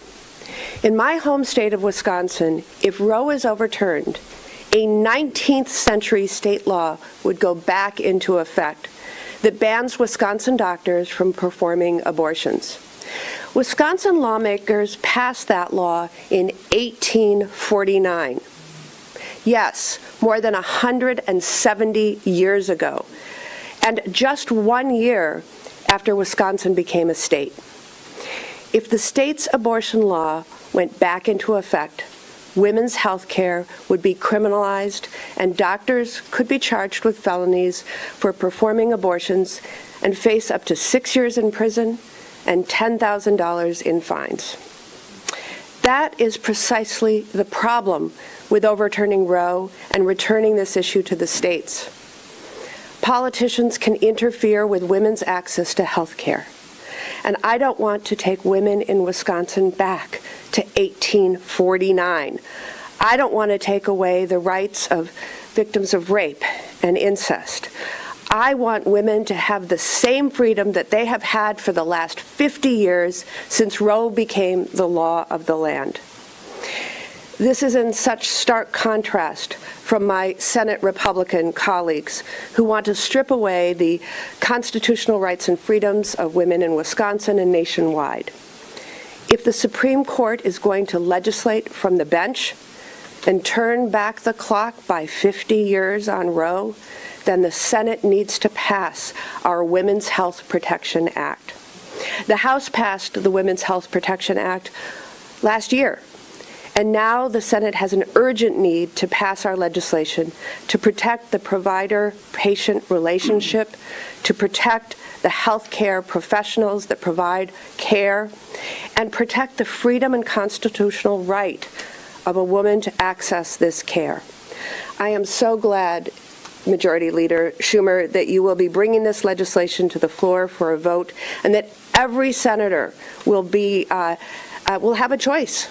They'll have a choice on whether they want to undermine and infringe on constitutional rights guaranteed under Roe versus Wade, or do they support protecting the freedom of millions and millions of Americans to make their own personal decisions about their health care, their body, and their families. The American people overwhelmingly support this legislation and believe that women and their doctors should have control over their medical decisions, and these decisions for each family to make, and the government should not interfere. So next week, the American people will see where their senator stands. Should American women have the same constitutionally protected rights and freedoms that they've had for 50 years? Or will American women have fewer rights than their mothers and grandmothers? Thank you, Tammy. Senator Stabenow. Thank you. No, all week you've been asking, and we've been asking Senator McConnell and Republicans, do you support what the Supreme Court appears to be getting ready to do? Do you support taking away a woman's ultimate, most personal, intimate right to privacy and our ability to make our own reproductive decisions and have access to safe and legal abortion? Do you support that? Do you support overturning 50 years of settled law? And instead what Senator McConnell has done is said, look over there. Look over there. Let's talk about leaks. Let's talk about leaks. Let's not talk about the women of this country and what's on the line. Well, next week, they're not going to get away with just saying, let's look over there. They're going to have to vote. They're going to have to vote, and we'll know right where they are. And so the ultimate question becomes, who decides our most intimate healthcare decisions? Who decides what we will do in terms of reproduction and the healthcare related to that? When there's a 12-year-old that's been raped, who decides that? Mitch McConnell? Right-wingers in the United States Supreme Court? Republicans in Congress and in state legislatures? Who decides what happens to that child? Their family, based on their religious beliefs? Do the doctor, all those that care and know the child? Or a bunch of politicians? Same thing at the other end when you have someone like my cousin who desperately wanted a baby and tried for years, and after multiple miscarriages finally got pregnant and was carrying this baby to term, was so excited, and something horrible happened near the end of the pregnancy, and her life was in serious jeopardy. Mitch McConnell doesn't know my cousin. The politicians here that are determining this, they don't care. They don't think she should have made her own decision, as horrible as it was to have to make. That's what this is about. Who decides in the most difficult, challenging times for a woman, the most personal of decisions. We stand with the women of this country. We support you, we respect you, and we know it is your decision to make. Thank you, Debbie. Yeah, very touching sharing. Senator Klobuchar. Thank you, Senator Schumer. I want you to picture the faces, and as you go around this weekend, think about the women that you see. Think about the waitress in the heart of Texas who finds out she's pregnant and can't afford to take a bus 250 miles. Think about the college student who has no access in the middle of Mississippi to any kind of student clinic, anything. Think about the young woman in foster care that's afraid to tell anyone what's happened because she didn't know if there's going to be a bounty hunter situation and she's going to be turned in. The victim of incest, who under the Mississippi law wouldn't be able to get an abortion. This is about women's freedom. This is about women's equal rights and being treated as they should, as an equal citizen under the law. Our Republican colleagues have stacked the court. And as I was listening to Tammy talk about Wisconsin, I thought we always said they'd take us back to the 50s. They're taking us back to the 1850s. That's what we're talking about here. But they may have the majority on the U.S. Supreme Court, but we have the people on our side. And in election time, they always say, don't get mad, vote. Well, we say, get mad and vote, because that's what we're going to be doing on behalf of the women and the men who stand with them, the people of America, next week. Thank you. Thank you, Senator Klobuchar. Senator Gillibrand.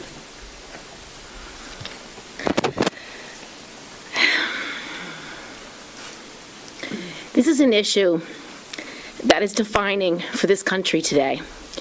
And if the American people don't stand up for equality for every American at this moment in time, we will be undermining a right to privacy in more than this context. Women deserve freedom and bodily autonomy.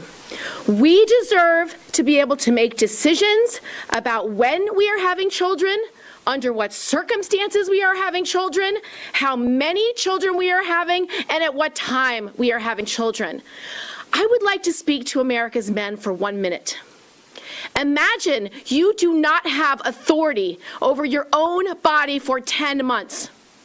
Imagine if that decision-making would not be taken away, even if you would die in childbirth, even if you couldn't decide who you were having children with, even if you couldn't decide when you were having that child. I don't think a man in America could actually imagine not having control of his body, his bodily functions, what happens to him, and what life would be like for 10 months. It is an outrage that we have 5 justices on the Supreme Court who lied in their confirmation hearings in order to be confirmed. It is an outrage that in America today that our judicial system is so corrupted and so politicized and no longer representative of the will of the people. 5 justices said they respect precedents. 5 said that Roe v. Wade was established precedents. 5 said they would never undermine established precedent. It is unconscionable what this decision will do to the American people. I do not think that 50% of America should be told that they have to put their bodies at risk of life or death without their consent. It is barbaric, it is inhumane, it is unacceptable, and I hope every human being in this country understands that when you take away a woman's right to make her decisions about her health and well-being, she is no longer a full citizen. She no longer has freedom. She no longer has bodily autonomy. She no longer has basic civil rights or civil liberties. That is what this decision would do in America today. Make no mistake, equal rights constitutional rights to privacy, the ability to make your own decisions about your own life and your own death are on the ballot in November. I hope there is no one who's confused about this.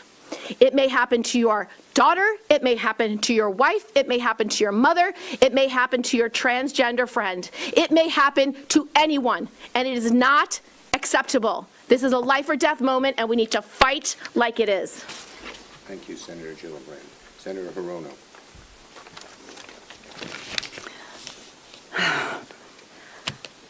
You know, I am just gobsmacked. I hardly know where to begin. But fundamentally, Republicans don't give a rip about women. They are more angry, incensed, and whatever words, outrage by the leak than they are by the fact that women in this country are going to wake up one morning and realize they no longer control their own bodies. I share the sentiments of my colleagues standing here and all the people out there who are outraged by what the Supreme Court, well, the radical right-wing justices on the Supreme Court are about to do. So I ask the question, is there anything we can do to men that even comes close to forcing a woman to have a baby? I tweeted that out, and there are all kinds of really interesting reactions. Go to that tweet, and you'll find out what's happening out there. But the damage that is being done to women in this country shows Republicans don't give a rip about us. Senator Blumenthal. Thank you to my women colleagues. I'm so proud to stand with you, especially with Patty Murray and Tammy Baldwin, who have fought from the beginning when we first introduced the Women's Health Protection Act. To the men of America, you don't get to sit this one out. Women's health care rights are human rights. Women's reproductive care affects everyone. Women are furious, and you should be furious too. And most especially to people of color, the LGBT community, low-income women, people who will be most vulnerable. Please know we are going to fight for you. You are not alone. And this fight is going to be now. It will be in weeks to come when these measures are voted on the Senate floor again. Every senator will be held accountable. Reproductive rights will be on the ballot this November, and I am counting on the men of America to do the right thing because it is about all of us. Thank you. Thank you. I would just make one more point. Some are saying that this legislation would tell hospitals, certain religious hospitals, that they have to perform abortions. That is simply not true. This bill simply gives providers the statutory right to provide abortion care without medically unnecessary restrictions. That's plain and simple. So this rumor is false. Yes. Ms. Jones, can you tell us this, why not choose the Collins-Gronkowski Reproductive Choice Act? Just for the, it's because we're not cutting back, we're not compromising. This is about a woman's right to choose fully. We are not looking to compromise something as vital as this. People should show where they stand. This has been American law for 50 years. And this idea that, oh, do a little of this, a little of that, forget it. Yes. What would you tell voters who defend the rights of the unborn, who say that the unborn have rights as well? They're entitled to their views, and everyone else is entitled to our views. The majority of America believes that women have the right to choose. That's the view of close to 70% of America. We're not telling them what to do. We don't want them to tell us what to do. Yes. So the vote next week, we know it'll be filibusters. So after that, what will Democratic senators actually do Look, to protect abortion? you know, the first step is to have a vote in the Senate. I think you've heard every one of my colleagues echo how important it is now that we live in a different world where it's no longer an exercise in abstraction to show how people fail, how each senator votes. Which side are you on? You can't duck it anymore, which they've done for a very long time. And once we have that vote, we'll look at the best way to get things done. But Yes. Are there additional legislative proposals that you would do, whittled down proposals, or are you? We're starting off here, but you will hear plenty from us. This is not just one vote and then this issue goes away. You will hear a lot from us through the next months, all the way through November. Yes. Richardson, are you at all concerned about the leak that happened? All right, so that was Senate Democrats speaking on abortion rights there. You're watching Live Now from Fox, everybody, as we continue to bring you the very latest right here. We're going to take another quick 2-minute break. When we come back, we'll have the very latest from John Kirby out of the Pentagon on the Ukraine crisis.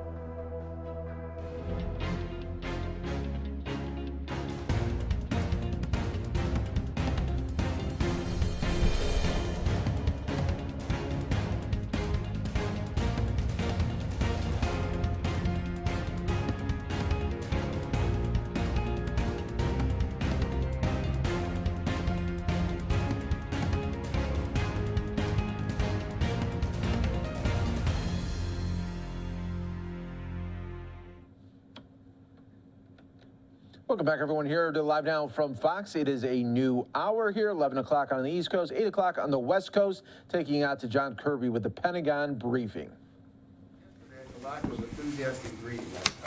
I just noticed, look, that there was a chill in the room, if you will, sort of a downbeat presence. You guys just you weren't your chipper selves.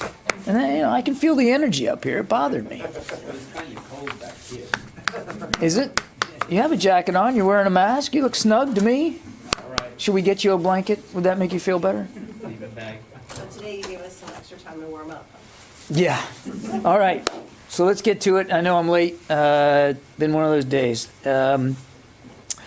Just a couple of things here. This morning, Secretary Austin had a phone call with the South Korean Minister of National Defense, Seo-wook, to discuss the security environment, of course, on the peninsula. The two leaders strongly condemned yesterday's ballistic missile launch by the Democratic People's Republic of Korea, which they noted threatens the peace and stability of the Korean Peninsula and the Indo-Pacific region. They committed to close cooperation to enhance the U.S.-ROK alliance deterrence and defense posture. Secretary Austin reaffirmed that the ironclad U.S. commitment to the defense of the ROK, leveraging the full range of U.S. military capabilities to include extended deterrent capabilities. The Secretary also congratulated the minister on his successful tenure as Minister of National Defense, noting that the alliance had, in fact, been strengthened under Seo's leadership. On another note, on the 20th of April, I think you all were tracking, Secretary Austin had a phone call with the PRC Minister of National Defense.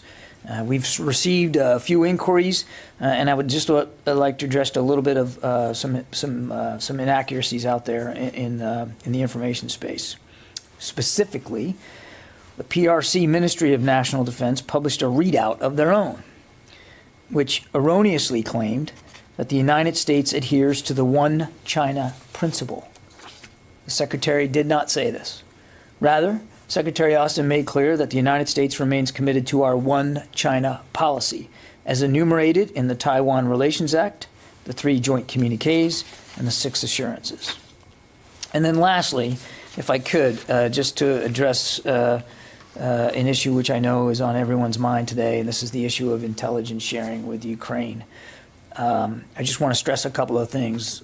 First, the United States provides battlefield intelligence to help Ukrainians defend their country. We've talked about that quite a bit. We do not provide intelligence on the location of senior military leaders on the battlefield or participate in the targeting decisions of the Ukrainian military. The Ukrainians have, quite frankly, a lot more information than we do. This is their country, their territory, and they have capable intelligence collection abilities of their own. Ukraine combines information that we and other partners provide with the intelligence that they themselves are gathering on the battlefield. And then they make their own decisions, and they take their own actions. And I think it's important not to forget this is a war the Russians started, and of course they can end it tomorrow. And with that, we'll take questions. I think, Lita, you are up first, and you're on the phone. Yes, thanks, John. Can you tell us whatever visibility you might have on the situation in Mariupol? Have you got any sense of how many of the Ukrainians are still there and how many, even in broad numbers, Russians are still fighting in that area? And then a second quick one, have you seen any indication that the exercises by Belarus are concerning at all, or any indication that Belarus is poised to get more active in the war or in any way? No indications that Belarus has intentions to become active in the war in Ukraine, and I'll let them speak to their exercises. But we're not tracking indications that they're planning to or intend to get involved directly in the war in Ukraine. On Mariupol, we still see Mariupol under siege from bombardment through airstrikes predominantly.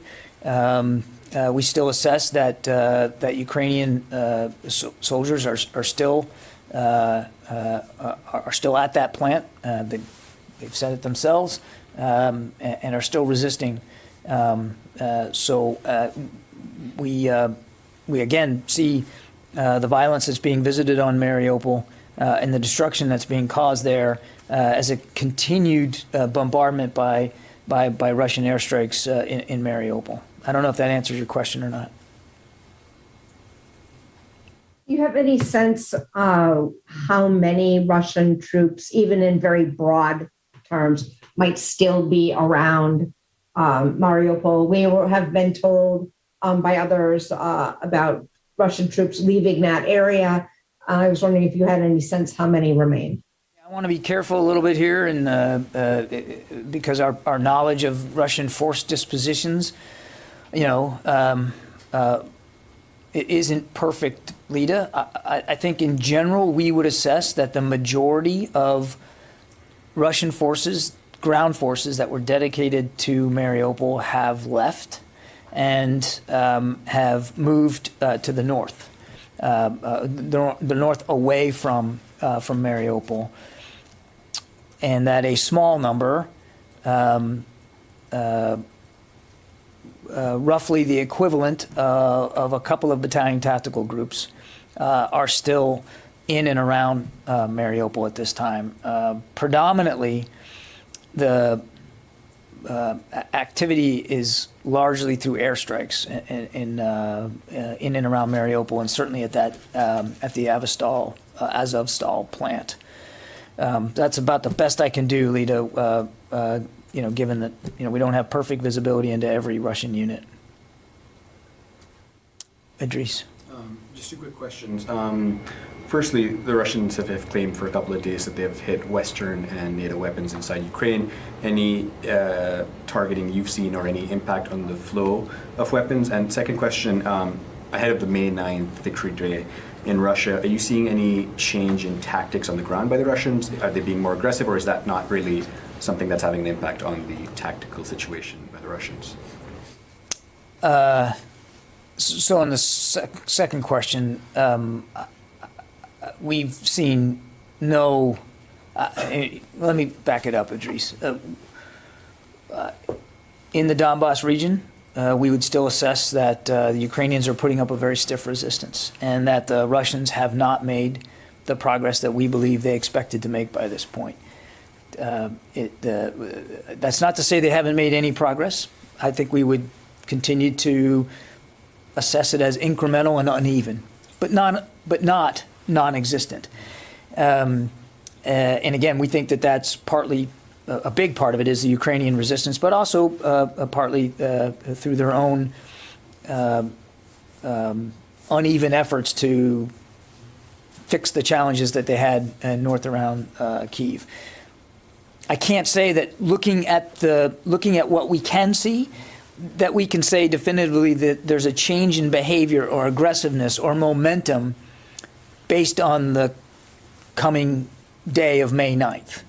And what they plan to do or say on Victory Day, that's really up to them. I don't think we have a perfect sense, but I can't sit here honestly and tell you that we're seeing a correlation between the looming deadline of the 9th and the way they're behaving in the Donbass. It's still uneven, plodding, incremental, but they have made some small progress, particularly in the north part of the Donbass. So I think I'd leave it at that. And as for the shipments of supplies and weapons and material going in, that continues every day, including today. And we've seen no indication that that flow has been impeded. Does that answer? Yeah. Tara. Hey, John. So I recognize your statement earlier saying that the U.S. is not providing intelligence directly targeting senior military officials. But can you provide examples of intelligence the U.S. has shared, past intelligence, that has been helpful to the Ukrainians in this fight that hasn't targeted a senior official? Yeah, as I've said consistently from the podium, I'm not going to detail the intelligence that we're providing to Ukraine. I won't go any further than what I've said before, certainly no further than I went today. We do provide them useful intelligence, timely intelligence, that allows them to make decisions to better defend themselves against this invasion. And I think the less said about that, honestly, the better. So I'm just going to... Like broadly describe, it's about like their logistics or weather or anything like that. It's not that I can't, I won't. Okay. I won't. And secondly, yesterday, Admiral Richard reaffirmed it's the U.S. assessment that China intends to attack Taiwan by 2027. Is there any concern within the building here that all of the resources the U.S. is putting in to help Ukraine might make it more difficult in a defensive Taiwan situation? So two thoughts, if I may. One, what Admiral Richard said, and also I think Chairman Milley said the same thing, that it's President Xi's intention to be able to have the capability by 2027, not the intent to do it by 2027. That's an important distinction. And then as for our ability in the Indo-Pacific, so first of all, I mean, our focus with respect to Taiwan is, as I put in my opening statement there when I was correcting the Chinese readout of the phone call, that we still adhere to the one China policy, and the support that we provide Ukraine is in complete keeping with the communiques and the assurances, but just as critically, the Taiwan Relations Act, and that is the provision and sales of military systems to help Taiwan in its self-defense, and that's the focus. And as you've heard the Secretary say, gosh, a bunch of times, there's no reason for cross-strait tensions to become a conflict. There's no reason for it to. It shouldn't. It shouldn't. That we continue to not want to see the status quo militarily changed in a unilateral way, and we're committed to that Taiwan Relations Act and to providing the capabilities. Now, we've also heard the Secretary say, and he said it in budget testimony just this week, and certainly it's in our national defense strategy, that China's the pacing challenge.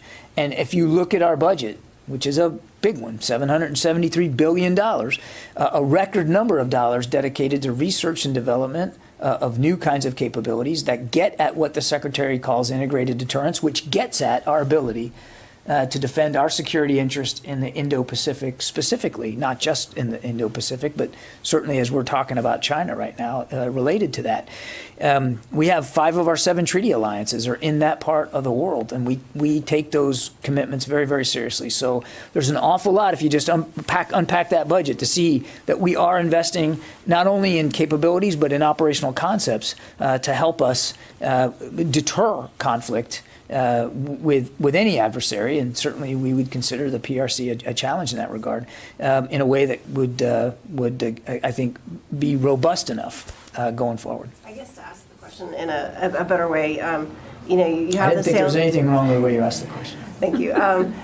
You know, you have the sales of military systems for Taiwan, but you've also seen this ramp up for domestic production of systems, not only to help supply Ukraine, but to backfill U.S. stockpiles, backfill NATO members. So is there a strain there? Can both be supplied within not only the 2027 timeline, but the very near term? Well, again, let's not get fixated on the 2027 timeline, but what we're doing to support Ukraine. So first of all, the short answer to your question is we're not concerned about that a focus on Ukraine is somehow going to take our focus or eye off the Indo-Pacific, or specifically our obligations under the Taiwan Relations Act. The material that we are sending to Ukraine almost completely so far has been under drawdown authority. So it's material that we have on our shelves and in our inventory and in our warehouses on our bases that we are providing to them because they're in an active fight. Right now, the focus of that is long-range fires and the artillery and all that because of the Donbass region. And that support, which we continue to provide, does not affect in any way our obligations under the Taiwan Relations Act or the other ways in which we're supporting Taiwan. Okay? Yeah. Thank you. Russia's Ministry of Defense just announced that they had participated in nuclear-capable missile strikes or launches, practicing these nuclear-capable missile launches in Kaliningrad, which is, in Europe, the U.S. Baltic allies. Because of this, is the Pentagon considering, ramping up its defenses on NATO's eastern flank? And honestly, how concerning is this that he has done this?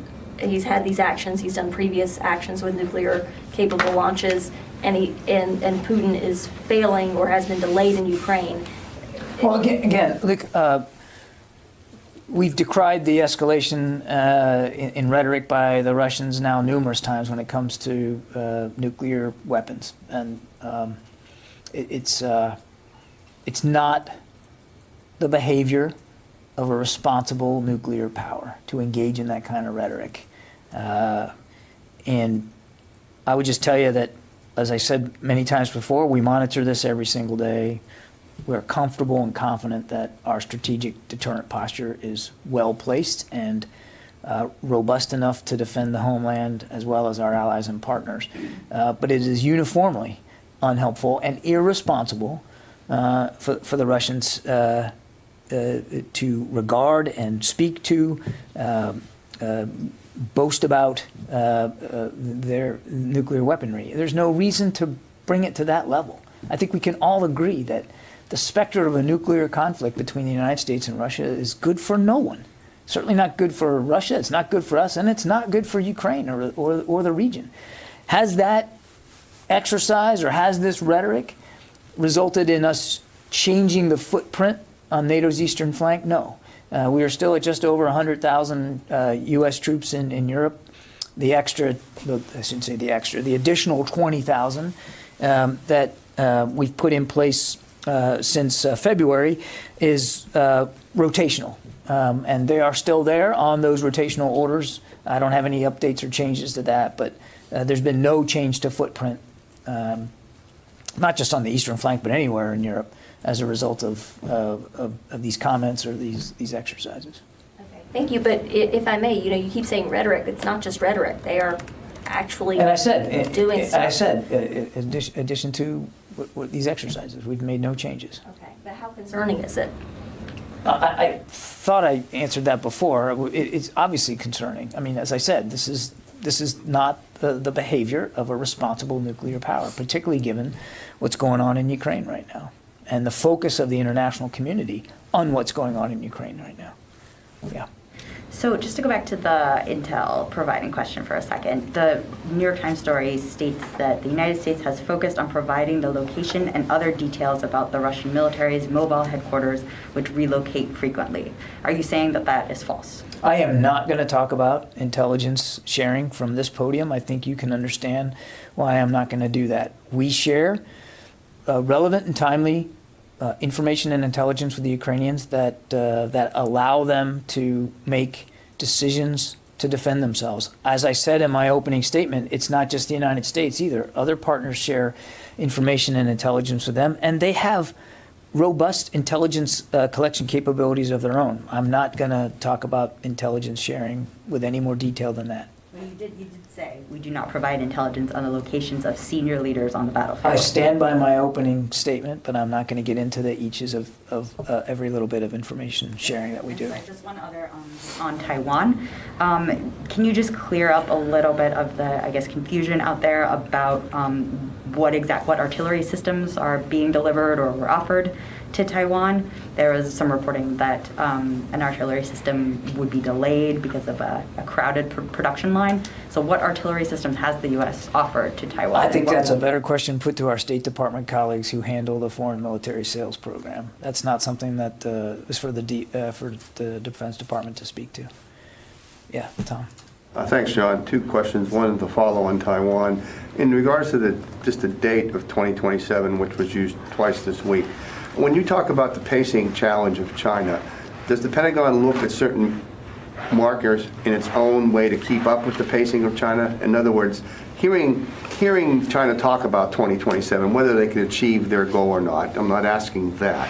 But does the Pentagon say, well, maybe we need to do X, Y, and Z by 2027, A, B, C by 2030? In other words, in the pacing challenge that the Pentagon is engaged in, are there markers, without you saying what they are there markers that the Pentagon hopes to meet to keep up the pace, so to speak? We are obviously focused on the pacing challenge of China, Tom, and again, you can see that in our budget. It's factored into our national defense strategy, and we are moving as expeditiously as we can to make sure that we have all the relevant capabilities we need to deter conflict in the Indo-Pacific region, and should it come to it, and there's no reason for it to be able to defend our national security interests and those of our allies. We're not pegging those efforts to dates on a calendar that have been professed by President Xi or anybody else.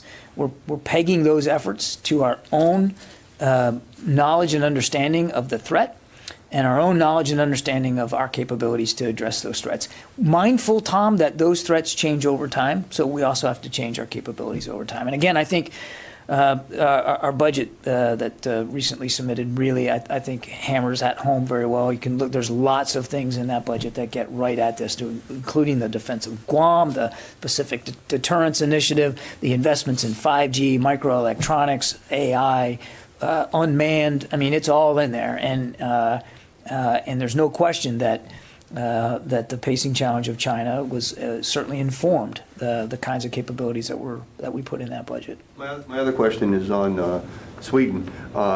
Today and yesterday, the Swedish foreign minister is in Washington, and she had an interview yesterday with Swedish television, which I know you may not have seen, but during that interview, she said that the United States has promised security to Sweden should it apply to NATO. My question is, what advice or shared information did the Pentagon give to the State Department in advance of this meeting that the Pentagon could weigh in on this matter? Thank you. How did I do on that one, John? Yes. Getting right at it, aren't you? Look, we strongly support NATO's open door policy. I think you know that. Both Finland and Sweden are close and valued defense partners. I think you know that too. Our militaries have worked together now closely for many years. Exercises and exchanges, and we value that relationship. And I think without getting into specific details of what was discussed between Secretary Blinken and the foreign minister, which I will not talk about. Wait a minute. Let me finish my answer. We are confident that we would be able to find ways to address any concerns that either Sweden or Finland might have about the period of time between a NATO membership application and their potential accession into the alliance. Okay? Just to be clear, just to paraphrase President Lyndon Johnson, I didn't ask you what you told the State Department. I asked if you did ask, and so you did contribute some. I'm not going to talk about internal interagency discussions, and I'm not going to get ahead of the State Department here. This was their meeting, and they should speak to it. What I'm telling you is that we're confident, given the strong relationships that we have with Sweden and with Finland, that we would be able to find ways to address any concerns that they might have in that interim between an application for membership and actual. All right, everybody, you're watching Live Now from Fox. That was John Kirby giving us the very latest on what is happening there in Ukraine as the humanitarian aid continues there. You're watching Live Now from Fox. Let's take another quick 2-minute break.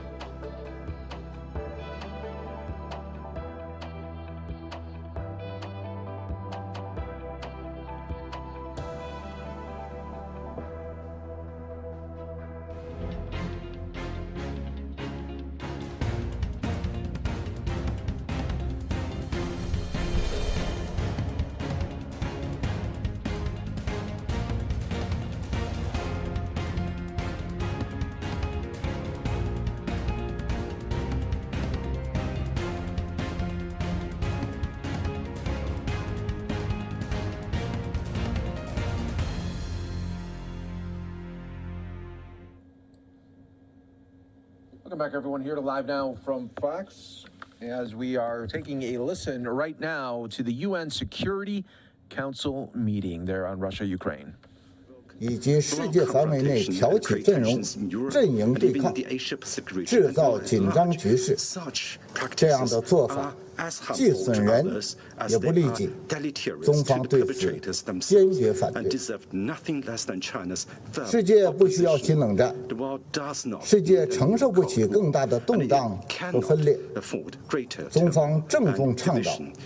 为解决人类安全的现实问题，并为谋求世界和平的长久之道，各国要重申对联合国宪章宗旨和原则的承诺，切实秉持安全不可分割原则，通过协商凝聚合力，构建均衡、有效、可持续的全球和地区安全架构。谢谢你，主席女士。 Thank you, Madam President. I thank the representative of China for their statement. I give the floor now to the representative of Ghana. Thank you very much, Madam President. Let me begin by congratulating you on your assumption of the presidency of the Council for the month of May and to wish you the best of success during the month. I also take this opportunity to thank Ambassador Barbara Woodward and the UK delegation for their able leadership of the Council last month. We thank the Secretary General for his statement and have paid close attention to the important briefings by the USG, Martin Griffiths, and Madam Mitchell Bachelet, the United Nations High Commissioner for Human Rights, and thank them also for their coordination of the United Nations efforts and actions in Ukraine. We also thank Ms. Tatiana Luzan for highlighting the work of her organization in the area of protection assistance. Madam President, it is the ordinary people of Ukraine who continue to bear the brunt of the war, with women, children, and the aged being disproportionately affected.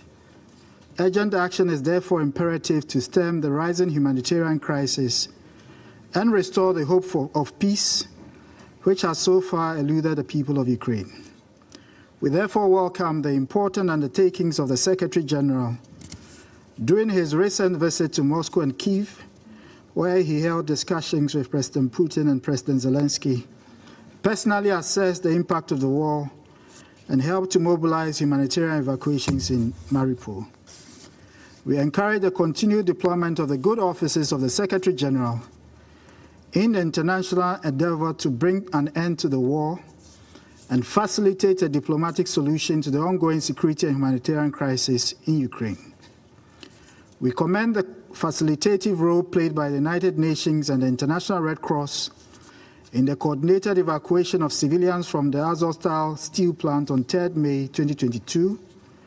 We however regret the resumption of heavy shelling and airstrikes aimed at the steel plant before all the people could be removed to safety. Intense efforts must be made to secure the immediate evacuation of close to 1,000 people, including an estimated number of 30 children still holed up in the underground tunnels of the steel plant with little access to food, water, and medical assistance. We urge the parties to agree to further humanitarian pauses and demilitarize humanitarian corridors in all besieged areas to help protect the lives of civilians and ensure unobstructed delivery of humanitarian aid to alleviate suffering. We note the set obligation of the parties to conduct themselves in accordance with the rules of international law and international humanitarian law, and reiterate our call on them to implement necessary measures to protect civilians and humanitarian workers from harm, while also avoiding the deliberate destruction of civilian and critical infrastructure, including in Lviv, Kharkiv, Odessa, and the Donbas region, where intense fighting continues to rage. We continue also to be concerned by the growing reports of gross human rights violations and possible war crimes involving summary killings, forced disappearances, human trafficking, and conflict-related sexual violence, and reiterate the necessity of an independent, impartial, and thorough investigations to ensure effective accountability and secure justice for the innocent victims of the war. We welcome in this regard the investigations opened into all cases of alleged atrocities. Madam President, beyond the destruction and humanitarian crisis in Ukraine, the impact of the war is already being felt on the food, energy, and financial systems of the world. The disruptions in food supply chains and the high cost of energy have caused historical rises in cost of living globally. The stifling economic effects, along with the existing difficulties of the COVID-19 pandemic, have the potential to fester socio-political tensions and instability, especially in developing economies that have little fiscal space to contain the shocks. Ending the war in Ukraine now is therefore not only urgent to avoid a direct humanitarian crisis for the Ukrainian people, but also critical to abate a global meltdown which would linger and have deep adverse impacts on the global economy, the security architecture, and the multilateral order. Furthermore, we are concerned that avowed commitments of the parties to engage in negotiations has so far not yielded the desired results due to growing mistrust and widening differences in expectations. We encourage the parties to recommit to the objectives of peace and the settlement of their disputes. The international community and the Security Council in particular must, in this context, overcome inherent challenges to facilitate a constructive dialogue. First, to support the immediate and unconditional cessation of hostilities, and second, to provide a forum within which the core geopolitical and security concerns of the Russian Federation, Ukraine, and NATO and its allied countries can be sustainably addressed. In closing, Madam President, we call on the members of this Council to find common purpose in working to restore and maintain the peace and security of Ukraine. I thank you for your kind attention. I thank the representative of Ghana for their statement, and I now give the floor to the representative of Kenya. Thank you, Madam President. Congratulations on your assumption of the presidency this month. I thank the Secretary General for his remarks and welcome him back to New York after his extensive and important travels. I also thank the other briefers for their presentations and the work that they're doing every day, and welcome the participation of Ukraine's distinguished permanent representative, as well as the Deputy Prime Minister of Poland, among other speakers today. Madam President, the briefings we have heard make it clear that the war in Ukraine, caused by the armed breach of the country's territorial integrity by the Russian Federation, is causing extreme suffering. It is also sadly clear that sufficient care is not being accorded by combatants to the protection of civilians. After all, the millions of civilians who have fled their homes only did so because they understood that their lives and properties would be directly harmed in the course of the conflict. We are gravely concerned by the latest developments in Mariupol, Izium, and Popasna, among other cities. The reports from these cities reveal heavy artillery shelling and airstrikes that are destroying civilian objects at scale.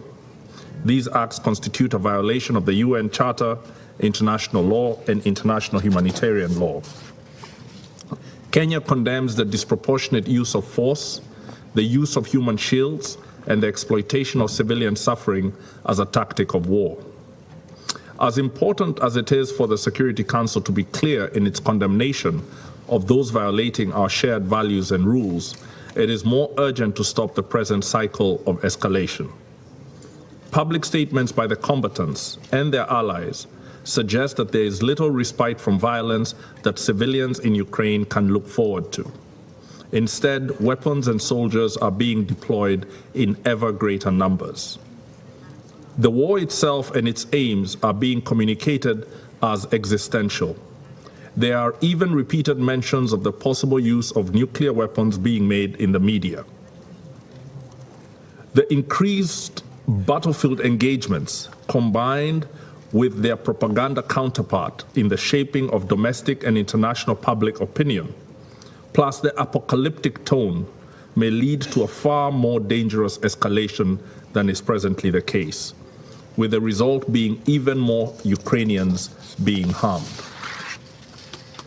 Connected to the harm being done to the civilians in Ukraine is the harm that the war is causing in other parts of the world. The inability of Ukraine to export its harvests and fertilizers is directly contributing to the immiseration of many millions, and serious harm is being caused to their food security. This is particularly the case in relatively poor and food insecure countries in the global south, including those in Africa.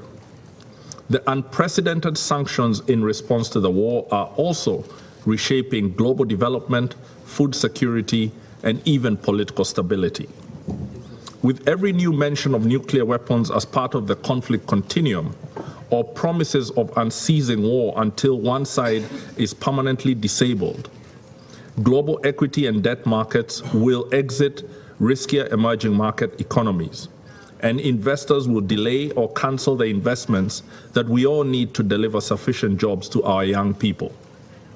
Madam President, it is therefore our contention that the civilians in Ukraine, while under the more immediate threat of extreme violence, are united in their interest for safety with the billions of other civilians globally. It means that the whole world has a stake in an immediate cessation of hostilities for humanitarian purposes, followed by a structured ceasefire that enables meaningful negotiations between Ukraine and the Russian Federation. In addition, if we want the global markets to play a part in the development of the global south, rather than the reverse, then Europe's security order must be placed on a stable footing. Added to the growing global economic crisis, that stable security order in Europe is also needed if we are to limit the harm to civilians from climate change. The present arraying of major geopolitical forces in a growing conflict will make it next to impossible to undertake ambitious climate change action. Even before this war started, agreement on climate adaptation and mitigation action was plagued by lack of trust, changing goalposts, and unmet commitments. If climate change is indeed, as the science informs us, leading to serious harms to humanity, then we can count this war and its deleterious impact on multilateralism as yet another worldwide blow to the safety and security of civilians worldwide. Madam President, the multilateral system at this rate may not survive the multiple major crises we are causing while undermining its ability to solve them. As a minimum response to protecting the peace, Kenya urges member states to place more trust in the good offices of the Secretary General. The historical record of the use of these good offices is replete with shortcomings, but also with great successes. The decisive factor has been the extent to which conflicting states and their most influential allies give the Secretary General space to help mediate conflict at all stages. We therefore welcome the Secretary General's recent trips to Russia. All right, everybody, we're going to take a quick 2-minute break. Stay right here with us. More Live Now from Fox coming up.